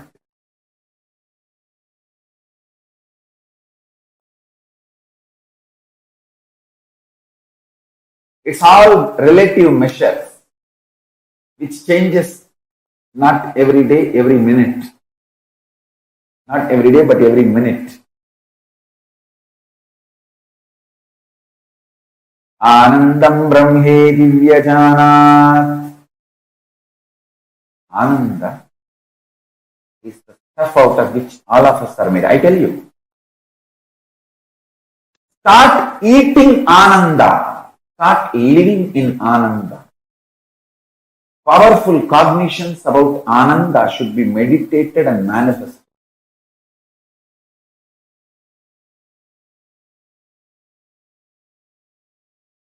The pure truth I revealed now. Paramashiva made his own pure consciousness as the core recipe of life. Then he added other many things.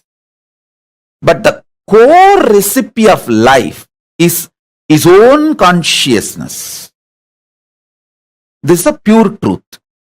Now the applied truth, listen to this very carefully. Listen to this very carefully. First, this is the greatest news, best news. Second, listen. Eternal bliss, Nitya Ananda, is one of the core, inherent, innate quality of Paramashiva's consciousness. Understand one thing. My inexhaustible activism comes from absolute fulfillment and bliss, not from any discontentment. See, discontented fellow will be active but cannot have a large vision which can go on expanding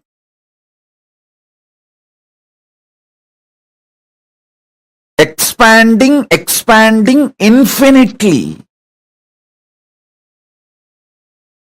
Listen to this truth. The vision I carry never tires me, frustrates me. It is like a huge energy, inspiration for intense activism and eternal bliss, the pure bliss. The eternal bliss, Nitya Ananda, is the first effect. The moment you cognize Paramashiva's consciousness is the recipe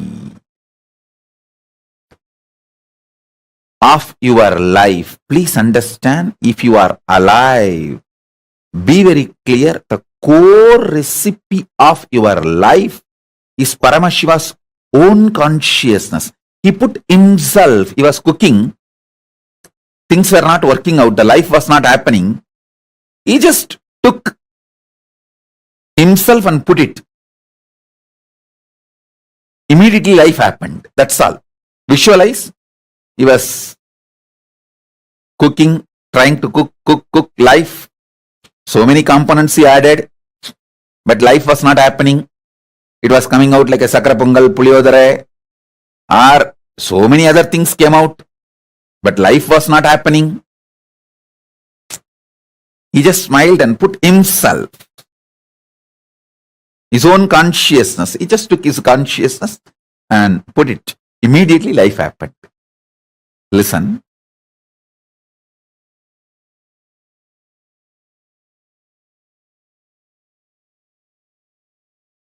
First thing, this is the best news.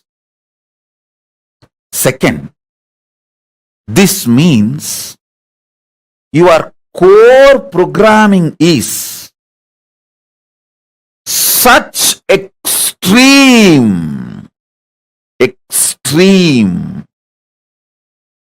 infinite, unending, Satchit Ananda Nithyanandam. Sat, you know, you are programmed for truth. Sat, that is your core. Till you manifest that, you won't rest, because you are programmed for that.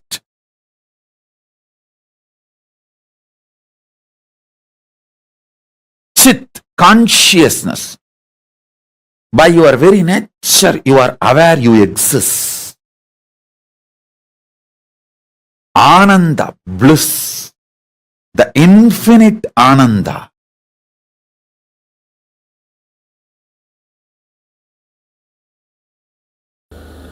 Now again I am going to give you some of the conclusions about you. Cosmic conclusions about you. See, you have your own conclusions. I am tall, short, fat, lean, fair, dark. You have your own conclusions about you. This language, this religion, that religion. This country, that country. This nationality is the another one, stupidity taught to human beings. No, really. It's a conspiracy by politicians.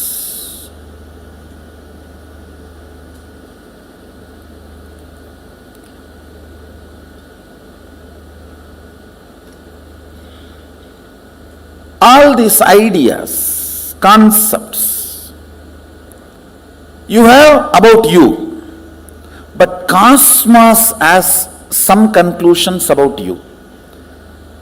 The owner who made you has some conclusions about you, and he also is very clear why he made you.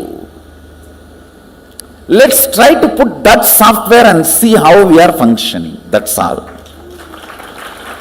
The whole Atma Tattva is nothing but using the original owner's updated software to make the product function and see what all it manifests. It's only your integrity to these conclusions are required, nothing else.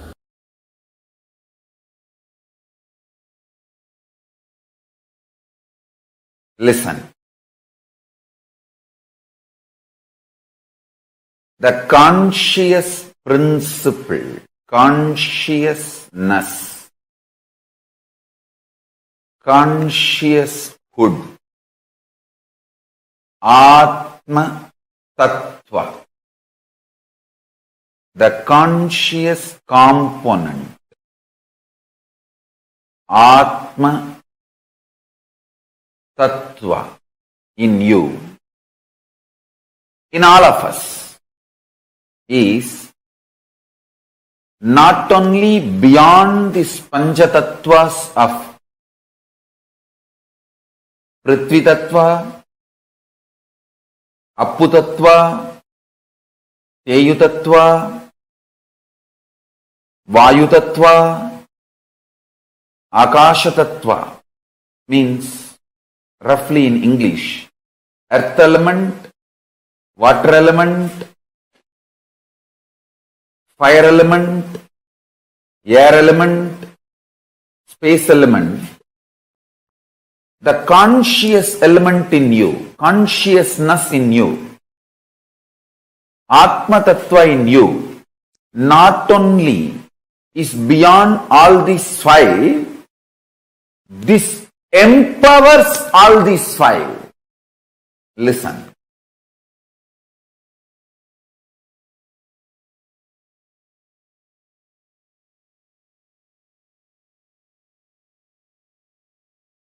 By intense, ferocious unclutching, tyaga, if you decide to remove the interferences and inferences, comes on your Atma Tattva,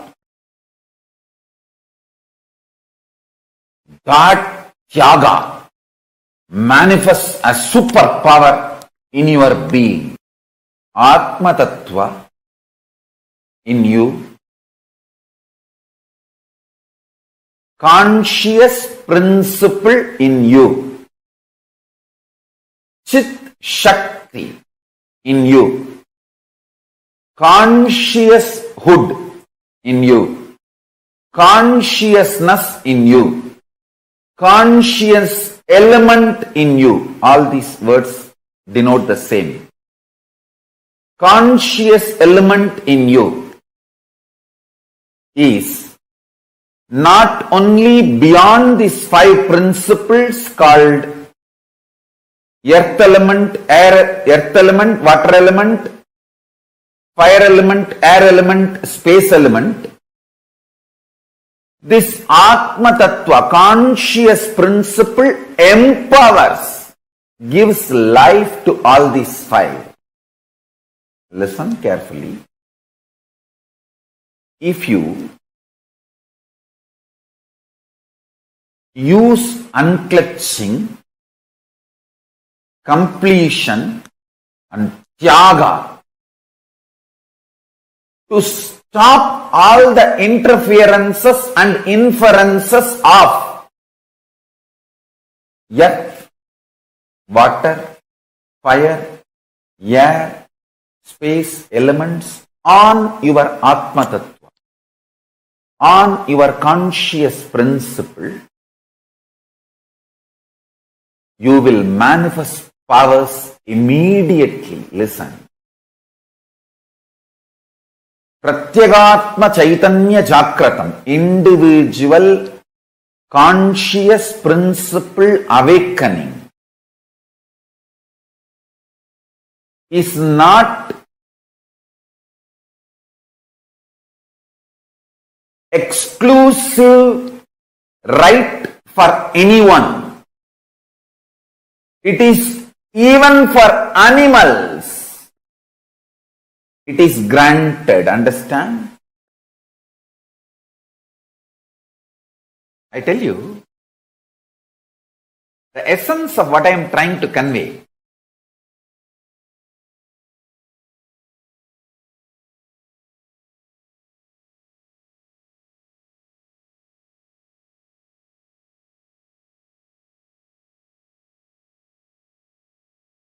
If you try to keep the powerful cognition, you are Atma. You are Atma Tattva. While you are eating, while you are sleeping, your body will not react like a normal human body. There will not be any body odor. There will not be any. The hangover of sleep, the effect of sleep on you.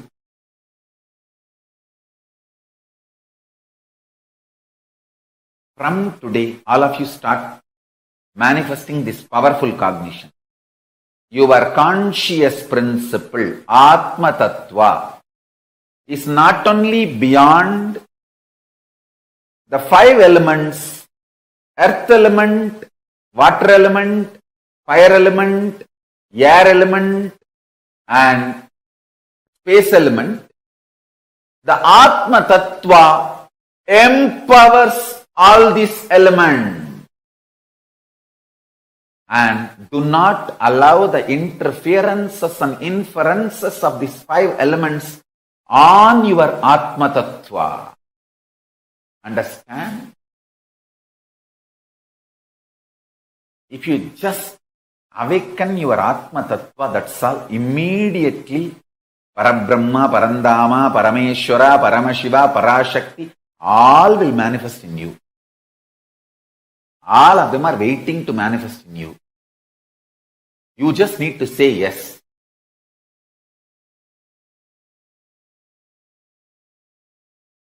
The most important, first priority, top mission of our Sangha is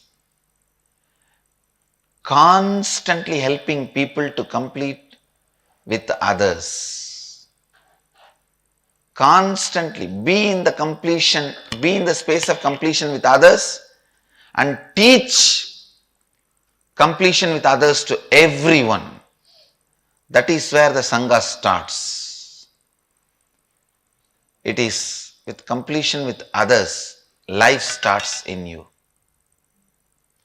Completion with yourself, peace starts in you. With completion with others, bliss starts in you. Just with peace, you can't live your life. When you are completing with yourself, peace starts in you. When you are completing with others, bliss starts in you. So, O humanity, be blissful, not just peaceful. You happened to be blissful, not to be just peaceful.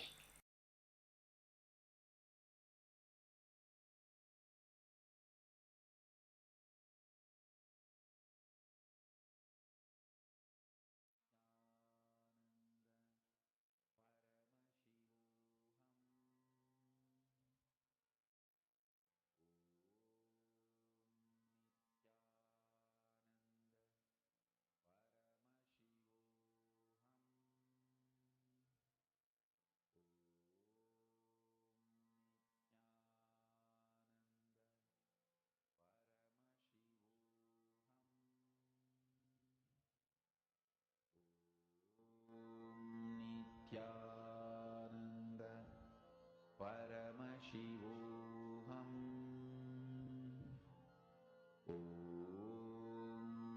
Nithyananda Paramashivoham.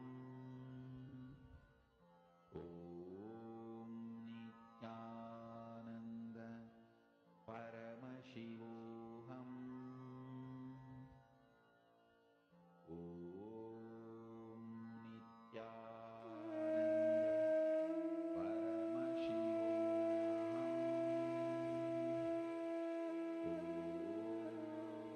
All of us are going to be receiving the initiation into this exact experience that Swamiji described, where your inner space is not agitated, triggered by any patterns, and in place of the obsessive-compulsive reactionary patterns, we are going to be making Ishta-inspired decisions, where you're going to be manifesting, you're going to be manifesting the space of experiencing oneness. From that space of Ishta inspired decisions, you will be liberated. You will walk out of all your obsessive compulsive reactionary patterns. And very, very shortly, we are all going to be entering into darshan. Ma Nithyananda Jnana Yogini is posting, Swamiji is blowing my mind with all these cognitions, and I'm very excited for the darshan. I know, right? Every time when we sit and listen to these amazing truths, Swamiji, precisely like Swamiji says, he does a surgical strike on the exact place where we are stuck, where our blind spots are. And the most important part is all the 100 of us sitting here in every room. So that like the whole thousands of us are all at the same time experiencing that powerful cognition, that precise surgical strike on the patterns. Now it is time for us to get ready for the darshan. Now, I request all the participants that are here with us, let's get ready for the darshan. Please quickly come and settle down in front of the camera. All the participants, please come and settle down in front of the cameras. Make sure you are visible in the camera. Make sure you're clearly visible. And we highly recommend all of you to please sit in your Nithyananda Sabha, the space where you have set up along with the Atma Murti, etc. and attending the session whole day in. Please sit in that sacred space with your Atma Murti being visible in the camera. Can I request everyone to please quickly settle down along with your Atma Murtis being visible? See all the participants that are here. Understand, you might be struggling with any obsessive compulsive reactionary patterns where every time, even though you have decided you really want to get out of it and you have decided, but you keep falling back again and again and again. Swamiji is going to remove those OCDs from us. And like what Swamiji explained, move from your OCDs, your obsessive compulsive reactionary patterns, to IIDs, Ishtadevata inspired decisions. So we are going to move from OCDs to IIDs and going to receive the auspicious darshan of Bhagavan Ashwarudha Murti and Guru Murti forms of Paramashiva.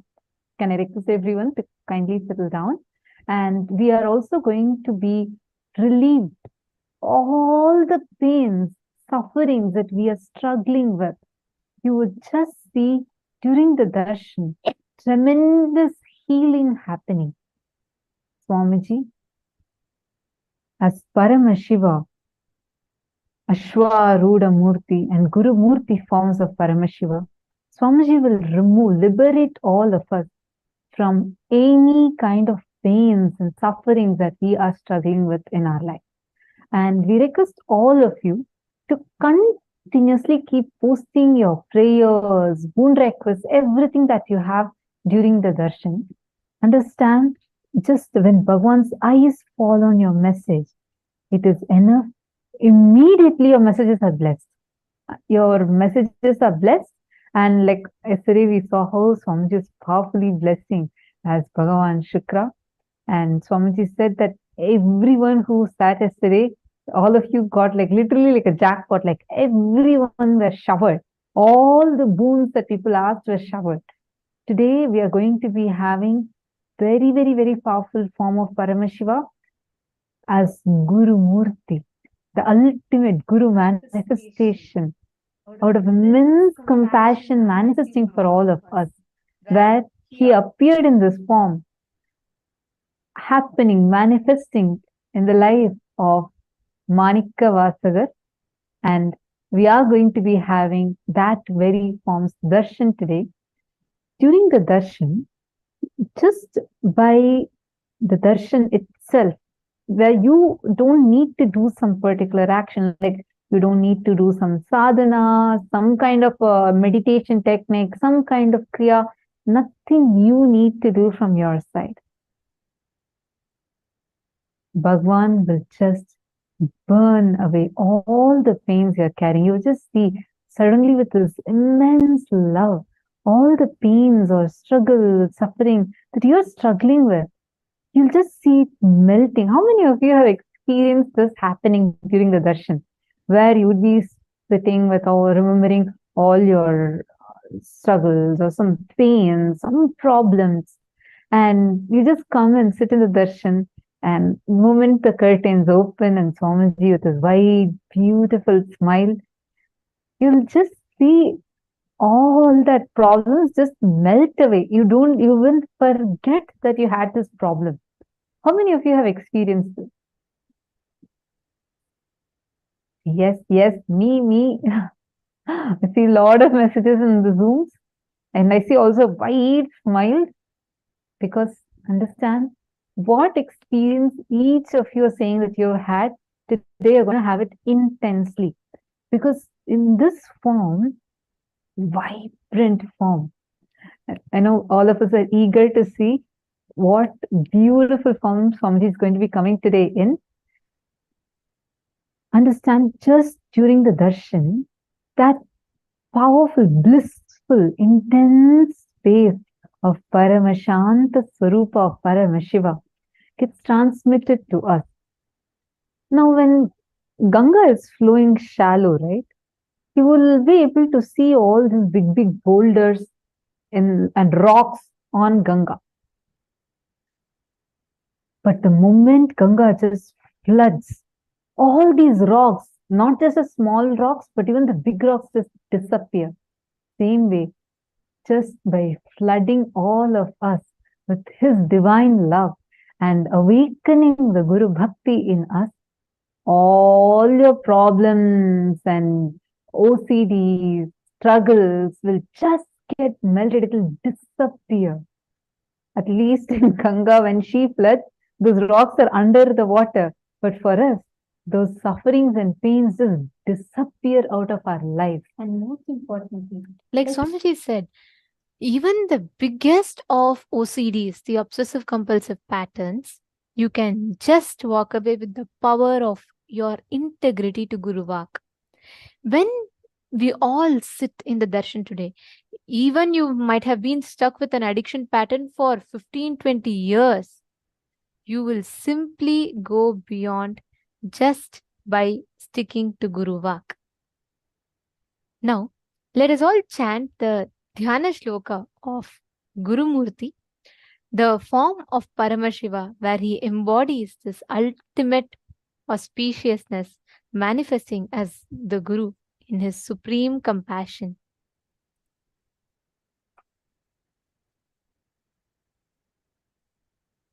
अचल उपरि शृङ्गे शम्भुयोगासनस्तु धवलममलवर्णे चैव वक्त्रं त्रिनेत्रं करगतशुचिः सर्पपुस्तकज्ञानसमुद्रं मुनिनुत यदयुग्मं दक्षिणामूर्तिमीडे. This form of Paramashiva describes the Gurumurti form. The Guru's lotus eyes are represented by the Hum, the individual manifest self, and Sa, the universal unmanifest self. He is the divine cause of the universe. He, of his own being's independent will, manifests as the effulgent cosmic rays into the infinite embodied forms to uplift the world. He is supremely free, and his form is imperishable. Manifested living deity, he is eternal and all-pervading. Meditate and be absorbed into the Guru's feet. To every one of you sitting here today, please understand, today during the darshan, just by posting your prayers, any obsessive compulsive patterns that you are stuck in, just by posting that, we will be liberated from all those patterns. Even the biggest of addictions, biggest of patterns that you might be stuck in. When you post it to the Guru, he will simply wipe it. He will simply cleanse it. That is the power and the best way to break free from any obsessive compulsive patterns. So can I request every one of you to please take a few minutes and come and settle down in front of the camera? And can each one of you post What is that one OCD that you really, really want to get rid of? Each of you, please take a moment and post. And once you have posted here, I request everyone to take a few minutes, click a picture, a selfie of yourself, and with any one OCD that you want to really, really break, like you're like, I somehow want to get rid of this OCD of some eating habit or sleeping disorder, some kind of an OCD that you have been struggling with, that you are not able to come out of it. How much ever you have tried, you're not able to do it. If any of you really want to get rid of any such OCD, please take a few minutes, and I request all of you to take a selfie of yourself and post your selfie on Facebook and tag Swamiji. You can post with what OCD you want to get rid of, and use the hashtag Paramashivoham and tag Swamiji, and you can post your picture on the Facebook. Can I request all the participants to do it now? And if you want to post it only to Swamiji, like you want to post the exact OCD you want to break only to Swamiji, you can put in the chat during the darshan. But you can post a selfie tagging Swamiji on Facebook, saying that you're ready to break free from all your obsessive compulsive reactionary patterns, OCDs. So please take a few minutes, and all of you can now head to Facebook and click a selfie and use hashtag Paramashivoham and share it with your friends, everyone. Let them know you are ready to break your obsessive compulsive patterns.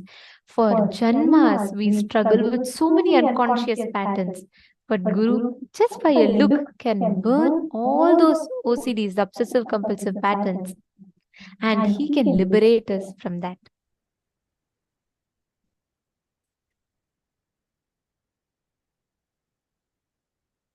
Yes. Now, can I request all the participants to please settle down in front of the camera? Please be visible in the camera. Please make sure each of you are sitting in front of the camera. Yes, Ma Nithyananda Jnana Pradayini, you can sit, sorry, you can post it in Zoom also. Yes, ma. So, see, all the prayers can be posted on Zoom, where the selfie of yours, you should post it on Facebook. The prayers you want to ask Swamiji, yes, you can definitely post it on Zoom. Ma. The selfie, if you could please head to Facebook and tag Swamiji and post it there. Come on, Ma Saroja Aplush and Ma Prematavasi, you all can head to Facebook and post. I see you're all putting the patterns you want to get rid of. You can post your selfie and you can tag Swamiji and say you're ready to break free from all your OCDs.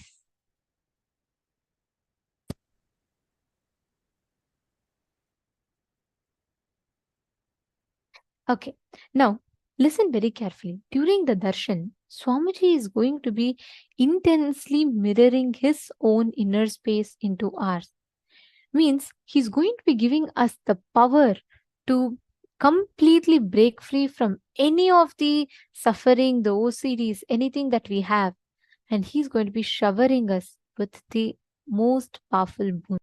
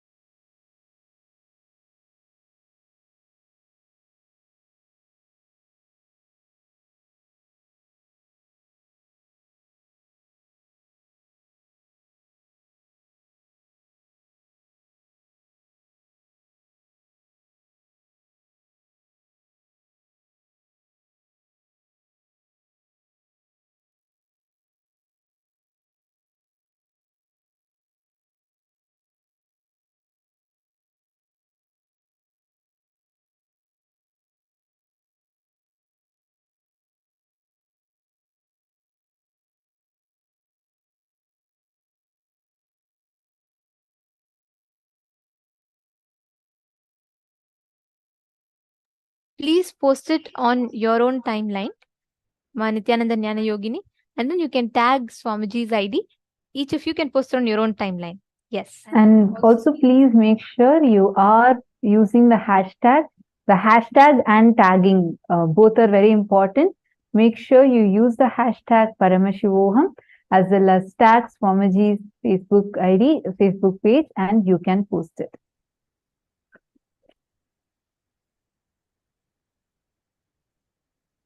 Now, as all of us are getting ready for the darshan, to all the participants that are sitting here today, if you have any of your loved ones, your near and dear ones that are stuck, that really want to have a breakthrough, but they're not able to manifest, share with them, invite them for today's darshan. It is extremely powerful, the darshan we are going to be having today.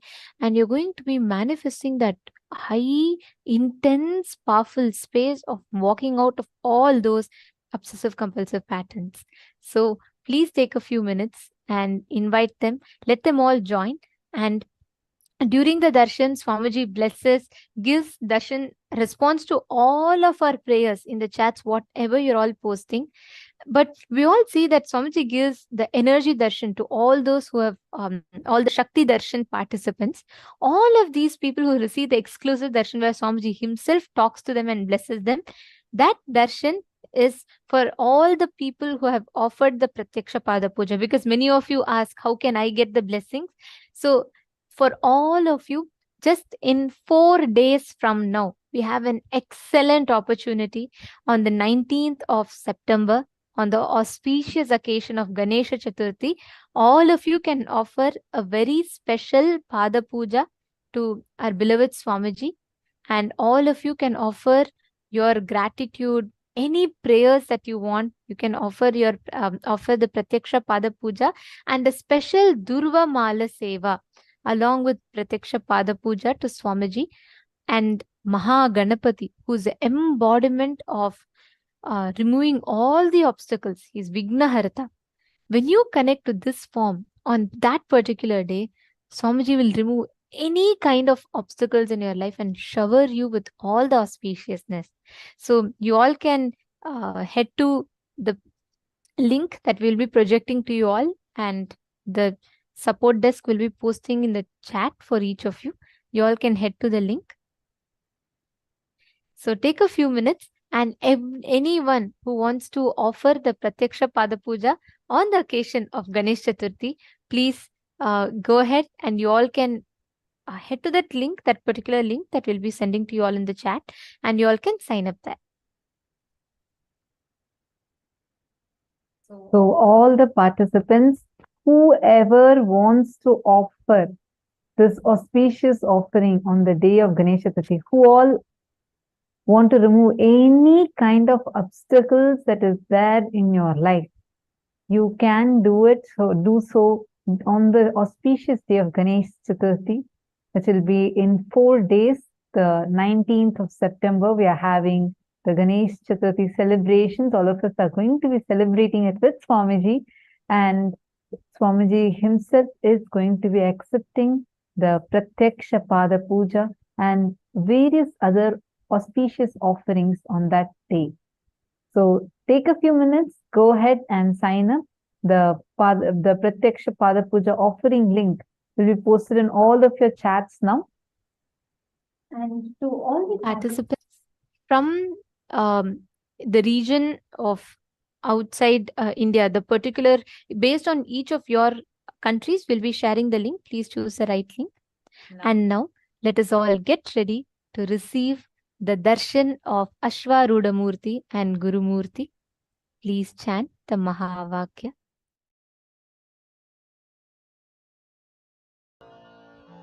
Om Nithyananda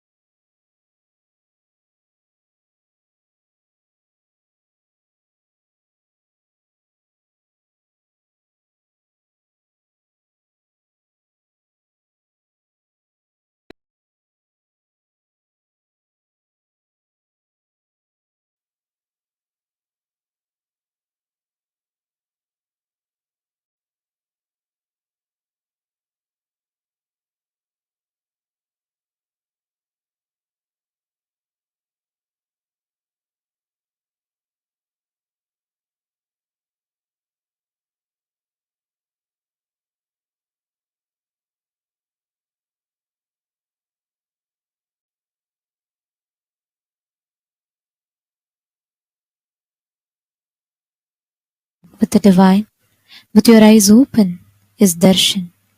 Come, let us all now move from meditation to darshan. Slowly, very slowly, please open your eyes.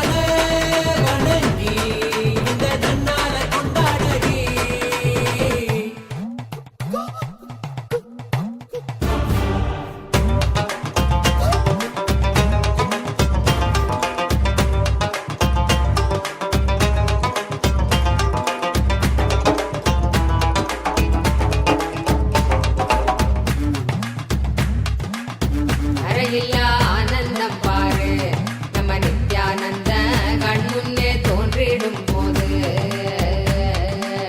தடையில்லா ஆனந்தம் பாரு நம்ம நித்யானந்த கண் முன்னே தோன்றிடும் போது. பட்டு துணி உடுத்தி பொன்னாலே கையழைச்சி புன்னகமாராமனின் ஆண்டி நம நித்யானந்த பாரெல்லாம் காக்க வந்தாண்டி. நம நித்யானந்த பாரெல்லாம் காக்க வந்தாண்டி. முத்துப்பாவழம் வைரம் வைடூரிய நீடம் வச்சு கண்ணு கழகானின் ஆண்டி நம நித்யானந்த கலியுகத்தை காக்க வந்தாண்டி. நம நித்யானந்த கலியுகத்தை காக்க வந்தாண்டி. சிவனே இறங்கி இந்த பூமிக்கு வந்தானடி.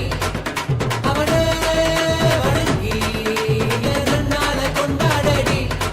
நித்திய சிந்து சிரிப்புள்ள பூலோகமே நித்திய ஆனந்தமாகுதடி. நித்திய சொல்லும் ஒரு சொல்லு தேடி வந்த தெய்வ வாழ்க்கையும் கூட்டுதடி. சிவனே இறங்கி இந்த பூமிக்கு வந்தானடி. அவனே வணங்கி இந்த நன்னால கொண்டாடடி. நித்திய சிந்து சிரிப்புள்ள பூலோகமே நித்திய ஆனந்தமாகுதடி. நித்திய சொல்லும் ஒரு சொல்லு தேடி வந்த தெய்வ வாழ்க்கையும் கூட்டுதடி. சிவனே இறங்கி இந்த பூமிக்கு வந்தானடி. அவனே வணங்கி இந்த நன்னால கொண்டாடடி.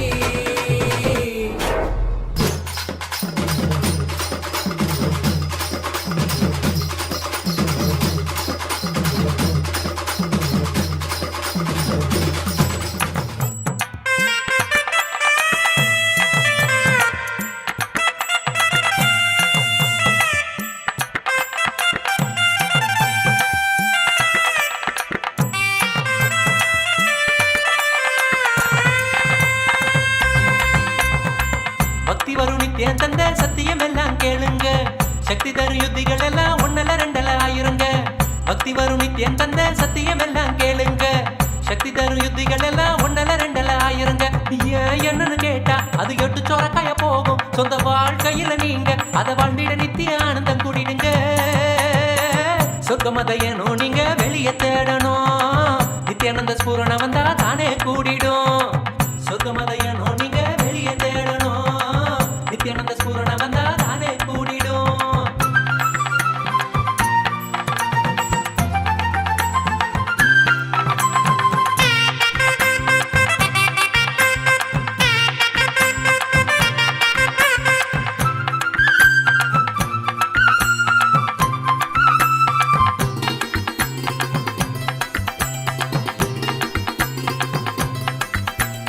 உள்ளலோட மனம் இருந்தா தூசி கூட ஆயுதம். தோல்வி கூட தோள் கொடுக்கும் குருவனவே தோன்றிடும்.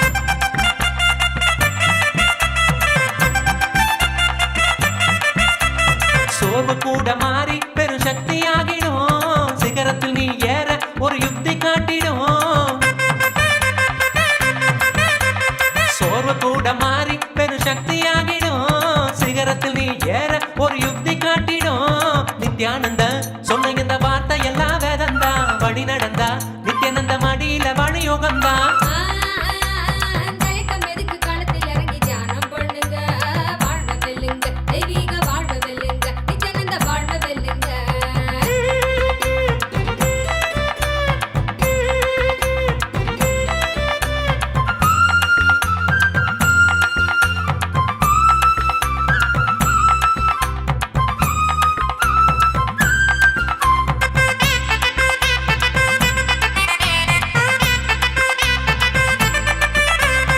ஒரு முறையேனும் குருவ வாழ்க்கையில பார்த்துட்டா அருளெனும் திருக்கயிறா ஓ மனச அவரு கட்டுவார்.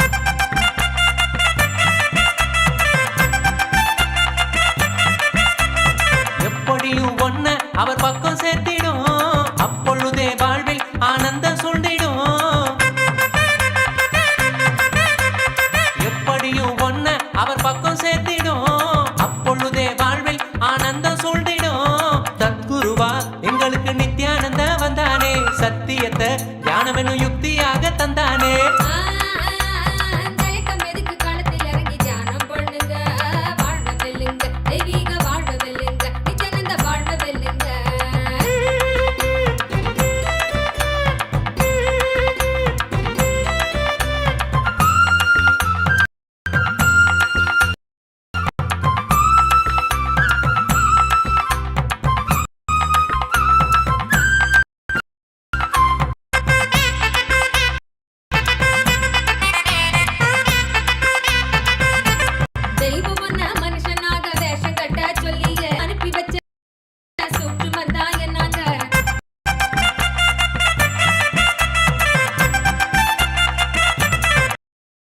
வாழும் இந்த வாழ்க்கைய நீ ஜீவன் முக்தனாய் எப்பொழுதும் வாழ பரிசாக தந்தது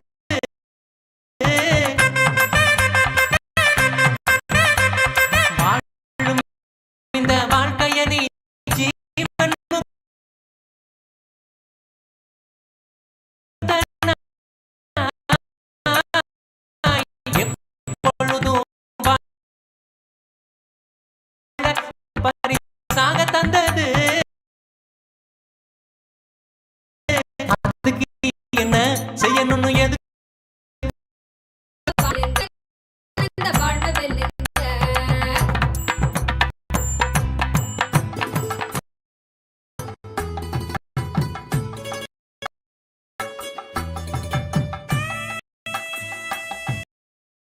குழந்தைகள் சிரிப்பார், குருவென்ற நிலையிலும் இருப்பார். குழந்தையைப் போல் சிரிப்பார், குருவென்ற நிலையிலும் இருப்பார். கருணையின் வடிவமவர் சின்னையா, நம்ம கடவுளவர் பெருமையை நீ சொல்லையா.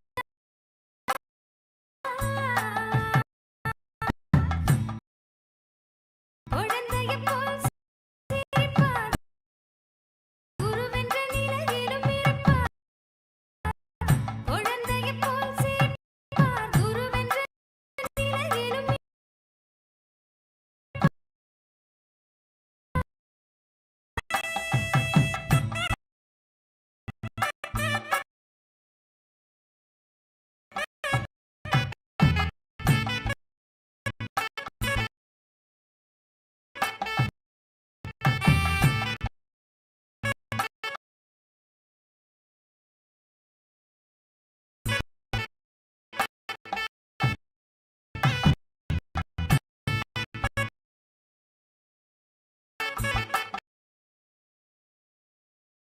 அருள்பவர் நித்யானந்த சாமி அவர் பெருமா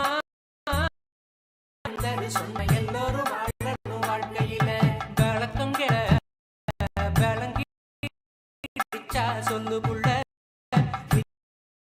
நித்யானந்தர் சொன்ன சொல்ல நாம எல்லோரும் வாழணும் வாழ்க்கையில.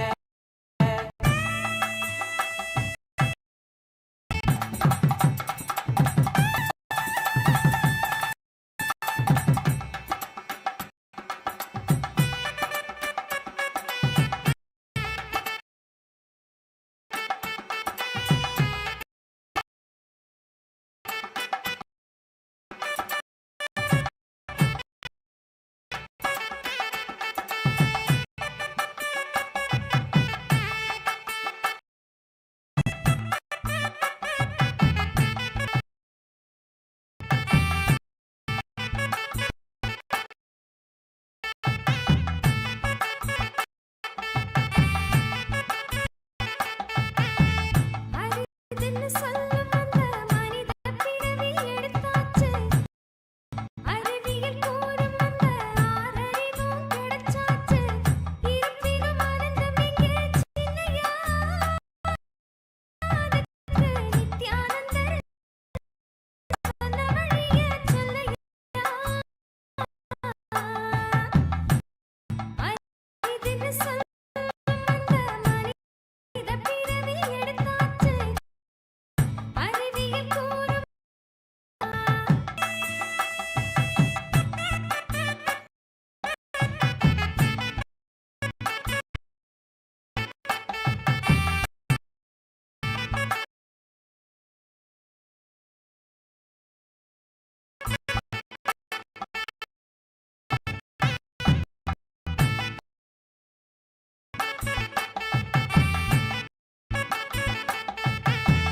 ஆனந்த செய்ய மீட்டும் அந்த வினய மாறிடும் என்னம்மா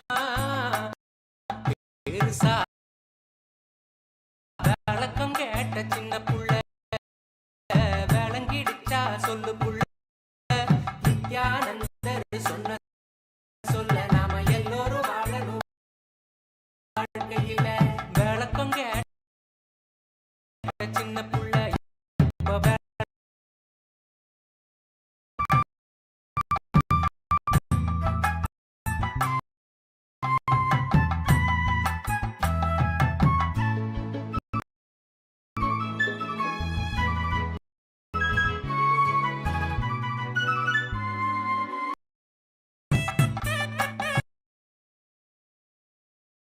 Shiva in the forms of Bhagavan Ashwarudha Murti and Guru Murti.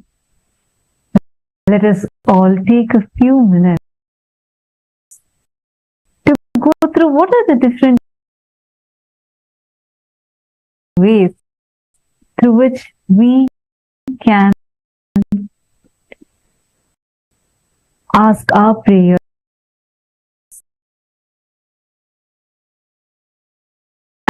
to be liberating all of us from many kinds of pain, suffering, and obsessive compulsive disorders that we may be struggling with. And a few of OCD are stuck with just with this darshan.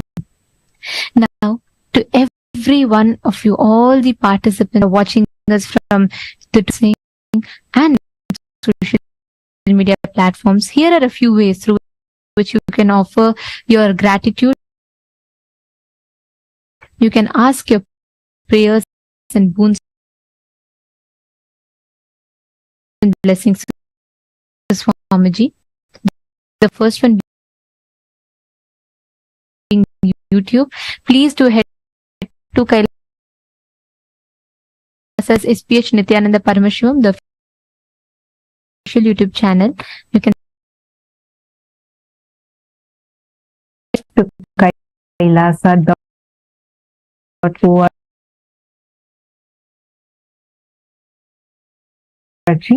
and scroll down. You will be prompted with the what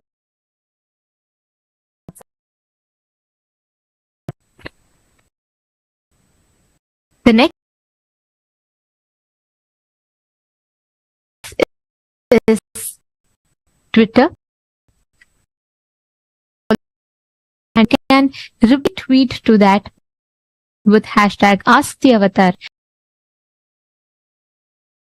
and you Instagram handle and right on the profile picture you will see a live notification. Hit that notification and you can go and post all your blessings requests as a live stream. you can also, and please take a few minutes to go to Kailasa's SPH JGM Nithyananda Paramashivam Facebook page. Follow it if you're not it, and click on the live stream. Head to the live comment section and in the comment section you can post your prayers, boon requests. Also, in particular is one of the most powerful that is going to liberate pain and suffering. So take this opportunity. If you have any of your near who are going through a tough phase in their life, support to them and standing as their strength, invite them for this one of the best gifts that you can give them to their life, where they can walk out of the biggest fear, pain and suffering that they are going through. Take a moment to share this with them. It's important that you understand the science and software of these initiations. And for that reason, we invite all the participants to attend the full Paramashivoham program so that you understand the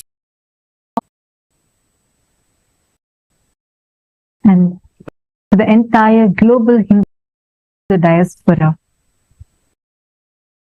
to unite all the Hindus, the Supreme Pontiff of Hinduism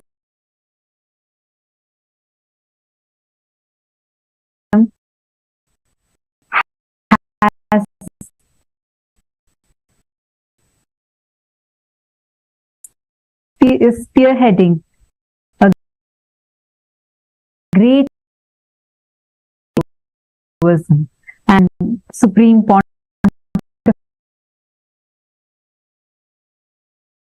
of Hinduism for voting. You are empowered with the knowledge to make the right decision for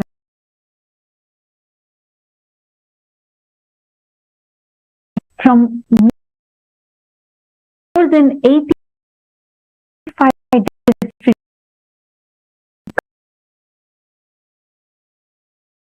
countries have been very actively participating, coming together, united. Born Hindus, practicing Hindus living around the world. All Hindus to vote in. You can cast your opinion as a vote and you can make decisions for Hinduism.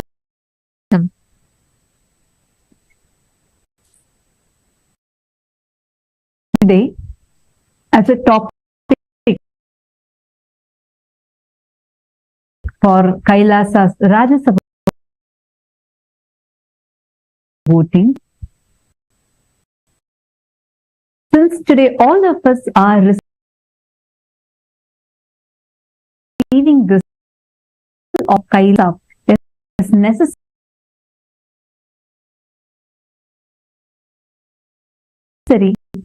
to alleviate the suffering of. The options are peace and harmony. Option B, Kailasa's revival is instrumental in preserving the profound spiritual and cultural heritage of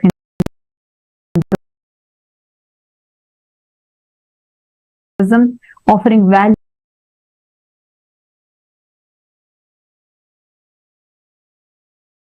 necessary. Take a few minutes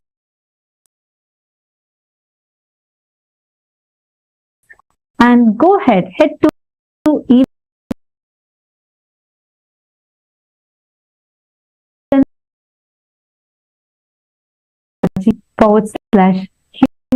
/Hindu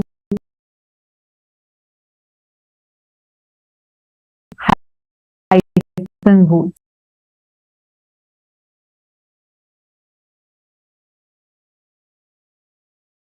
Canada and share your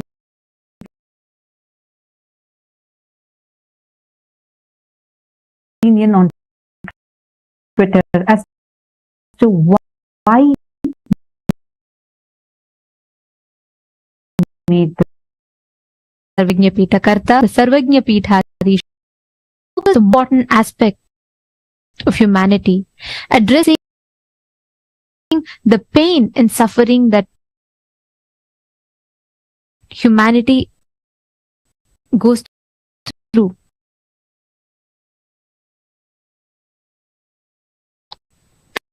Physically, mentally, in different levels. And this program today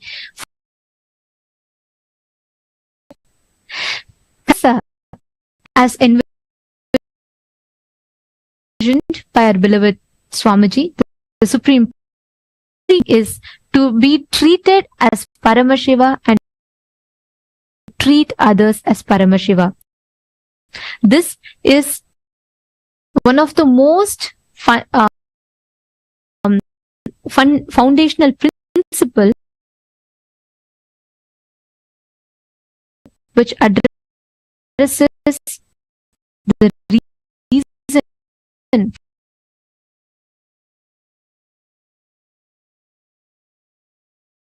for all the pain and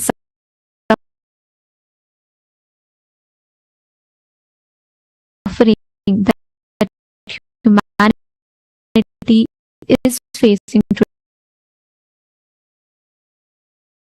is, what effort do you think that immediate survival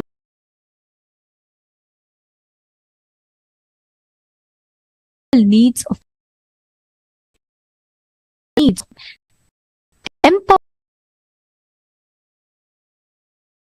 empowering them from within to experience the process, initiate the people? Please take a few minutes, and this is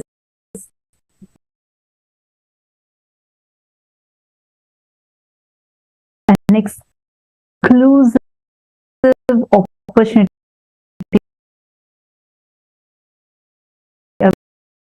available only for the founding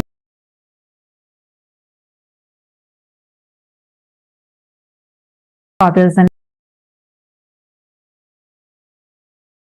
Kailasa. So you have this exclusive only. So this will be a vote on Twitter, and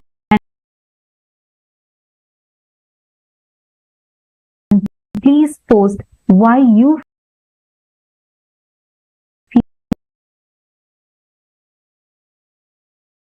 feel on Twitter.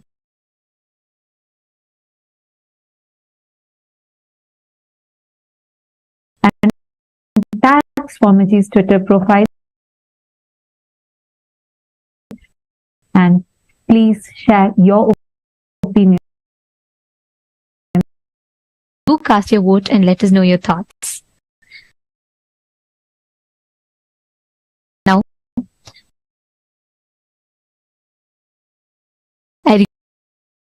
in the Bhava Samadhi of Ashwarudha Murti and Guru Murti forms, radiating that பொய்யர் தம்மெய்யும் அஞ்சற்றை மண்ணதம் புத்தில் வாழ் அறவும் அஞ்சேர் தம்மெய்யும் அஞ்சற்றை வார்சடையும் அண்ணல் கண்ணுதல் பாதம் நன்னி புற்றில் வாழ் அறவும் அஞ்சேன் பொய்யர் தம்மெய்யும் அஞ்சேன் கற்றை வார்சடையும் அண்ணல் கண்ணுதல் பாதம் நன்னி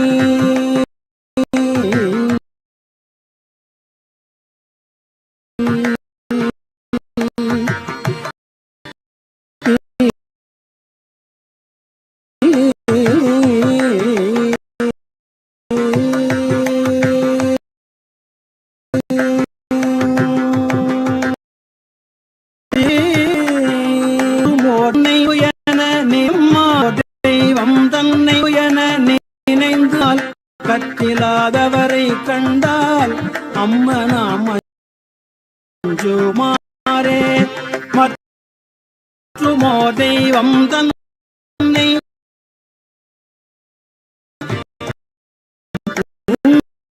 என நினைந்து எம் பெம்மாள் கற்றிலாதவர் கண்டால்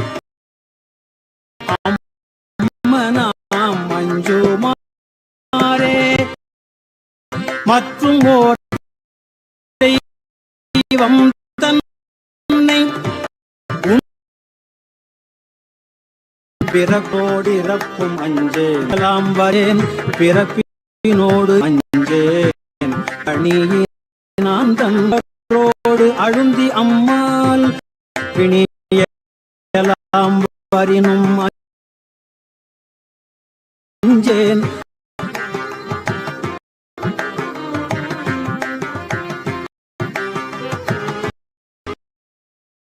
சக்தியெல்லாம் தேடி வரும் ஞானமும் தான் கூடி விழுந்து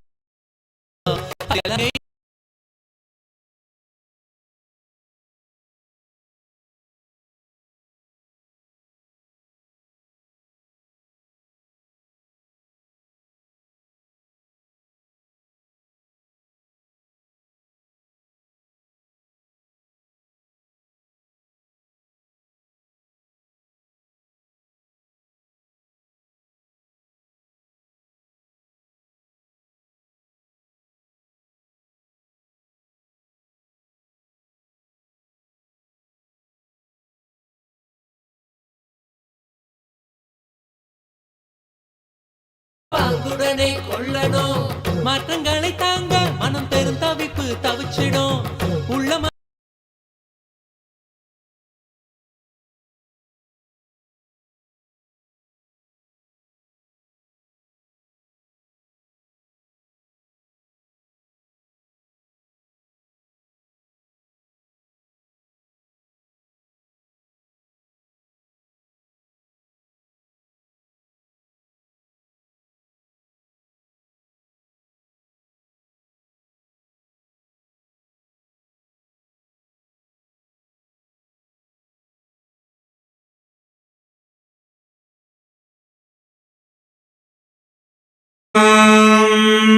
एकदन्तं शूर्पकर्णं गजवक्त्रं महोदरं पाशाङ्कुशधरं देवं ध्यायेत् सिद्धिविनायकम् अथ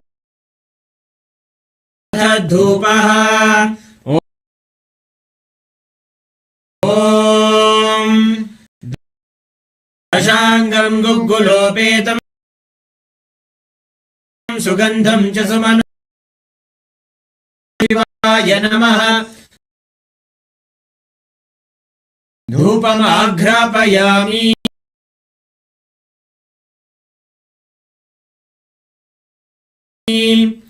अथ दीपः ॐ स्वपाय भगवते श्री नित्यानंद परमशिवाय नमः दर्शयामि अथ नैवेद्यम् ॐ अमृते अमृतोद्भवे अमृतवर्षिणी अमृतं श्रावय श्रावय स्वाहा श्रीमहा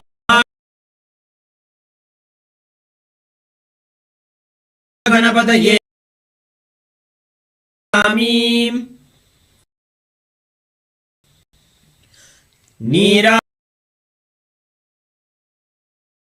नीराजनम् ॐ एकदन्ताय वक्रतुण्डाय धीमहि तन्नो दन्तिः प्रचोदयात् धीमहि तन्नो दन्तिः प्रचोदयात् ॐ हंसाय विद्महे परमहंसाय धीमहि तन्नो हंस प्रचोदयात् ॐ हंसाय परमहंसाय तन्नो हंस प्रचोदयात् ॐ हंसाय विद्महे परमहंसाय धीमहि तन्नो हंस प्रचोदयात् ॐ श्री महागः श्री सर्वदेवदेवी स्वरूपाय भगवते श्री नित्यानंद परमशिवाय नमः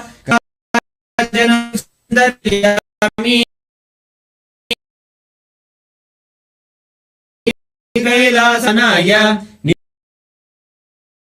नित्यानंदाय मंगलम् तत्त्वज्ञान प्रदाताय नित्यानंदेश्वर रूपिणे श्री कैलास प्रधान त्रिशूलहस्ताय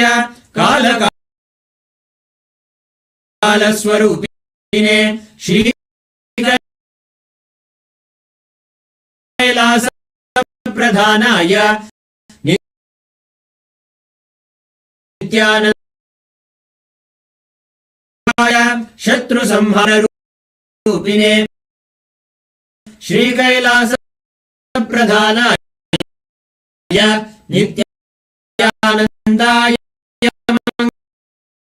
मंगलम् योग पट्टाभिषिक्ताय राजसन्न्यासधारिणे श्री कैलास प्रधानानंदाय मंगल कल्पवृक्षाय मंगलम् ज्ञानदायिने परमशिवाय श्री नित्यानंदेश्वराय मंगलम् मङ्गलं श्रीविद्याम्बायै मङ्गलं कामदायिन्यै सर्वमङ्गलधात्री नित्यानन्देश्वर्यै मङ्गलम्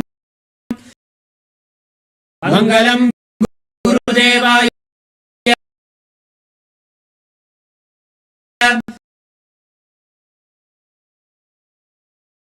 आमेति स्तोत्रस्थानं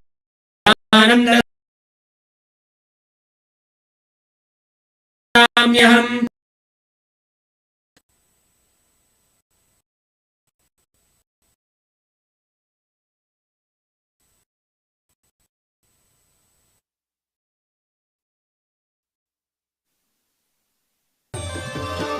இவன் அவந்தையுள் அதனால் அவன் அருளே தாங்கி சிவன் அவன் என் சிந்தையுள் நின்ற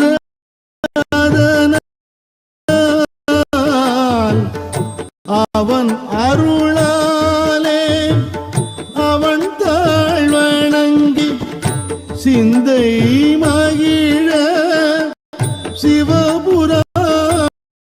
சிவபுராணம் தன்னை சிந்தை மாகி காலம் தன்னை வென்று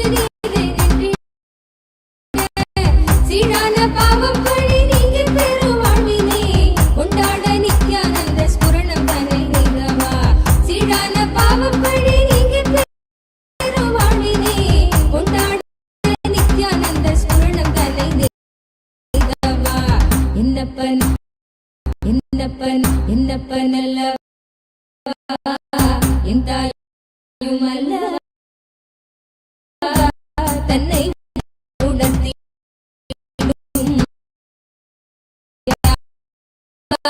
தன்னை தியானம் அளிக்கவா என்னப்பன் அல்லவா என் தாயும் அல்லவா தன்னை உணர்த்தி தியானம் அளிக்கவா எங்கும் நிறைந்த எண்ணம் என்னப்பன் அல்லவா என் தாயும் அல்லவா தன்னை உணர்த்திடும் தியானம் அளிக்கவா என்னப்பன் அல்லவா என் தாயும் அல்லவா தன்னை உணர்த்திடும்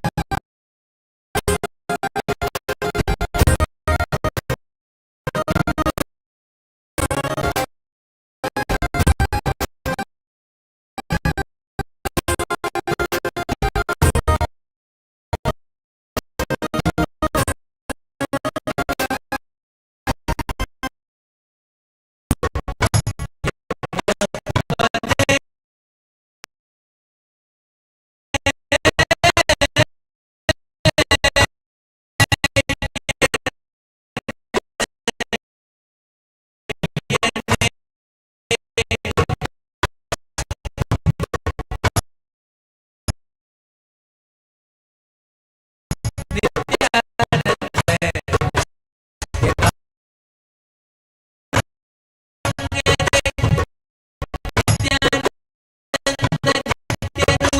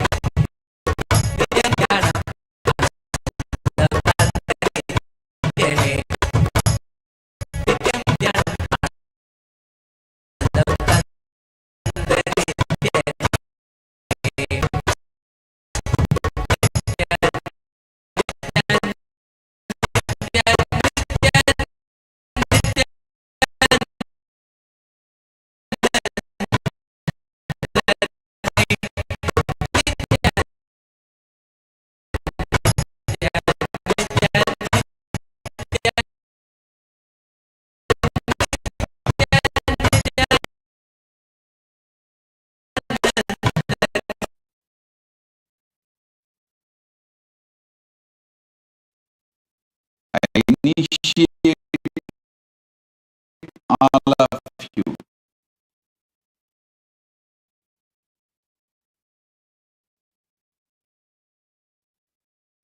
into Paramashivoham.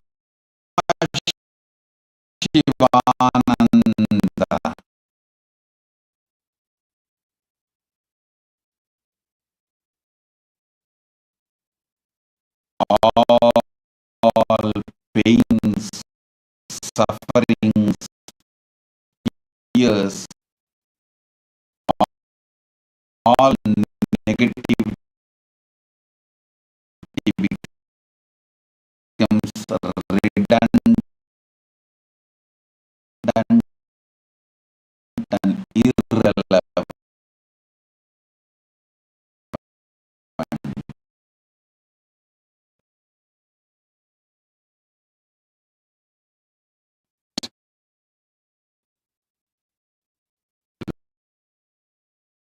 Listen.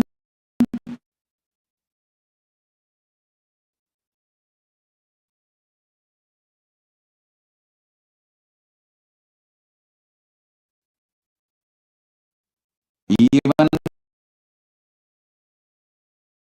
when you are struggling to manifest Paramashiva, you are Paramashiva.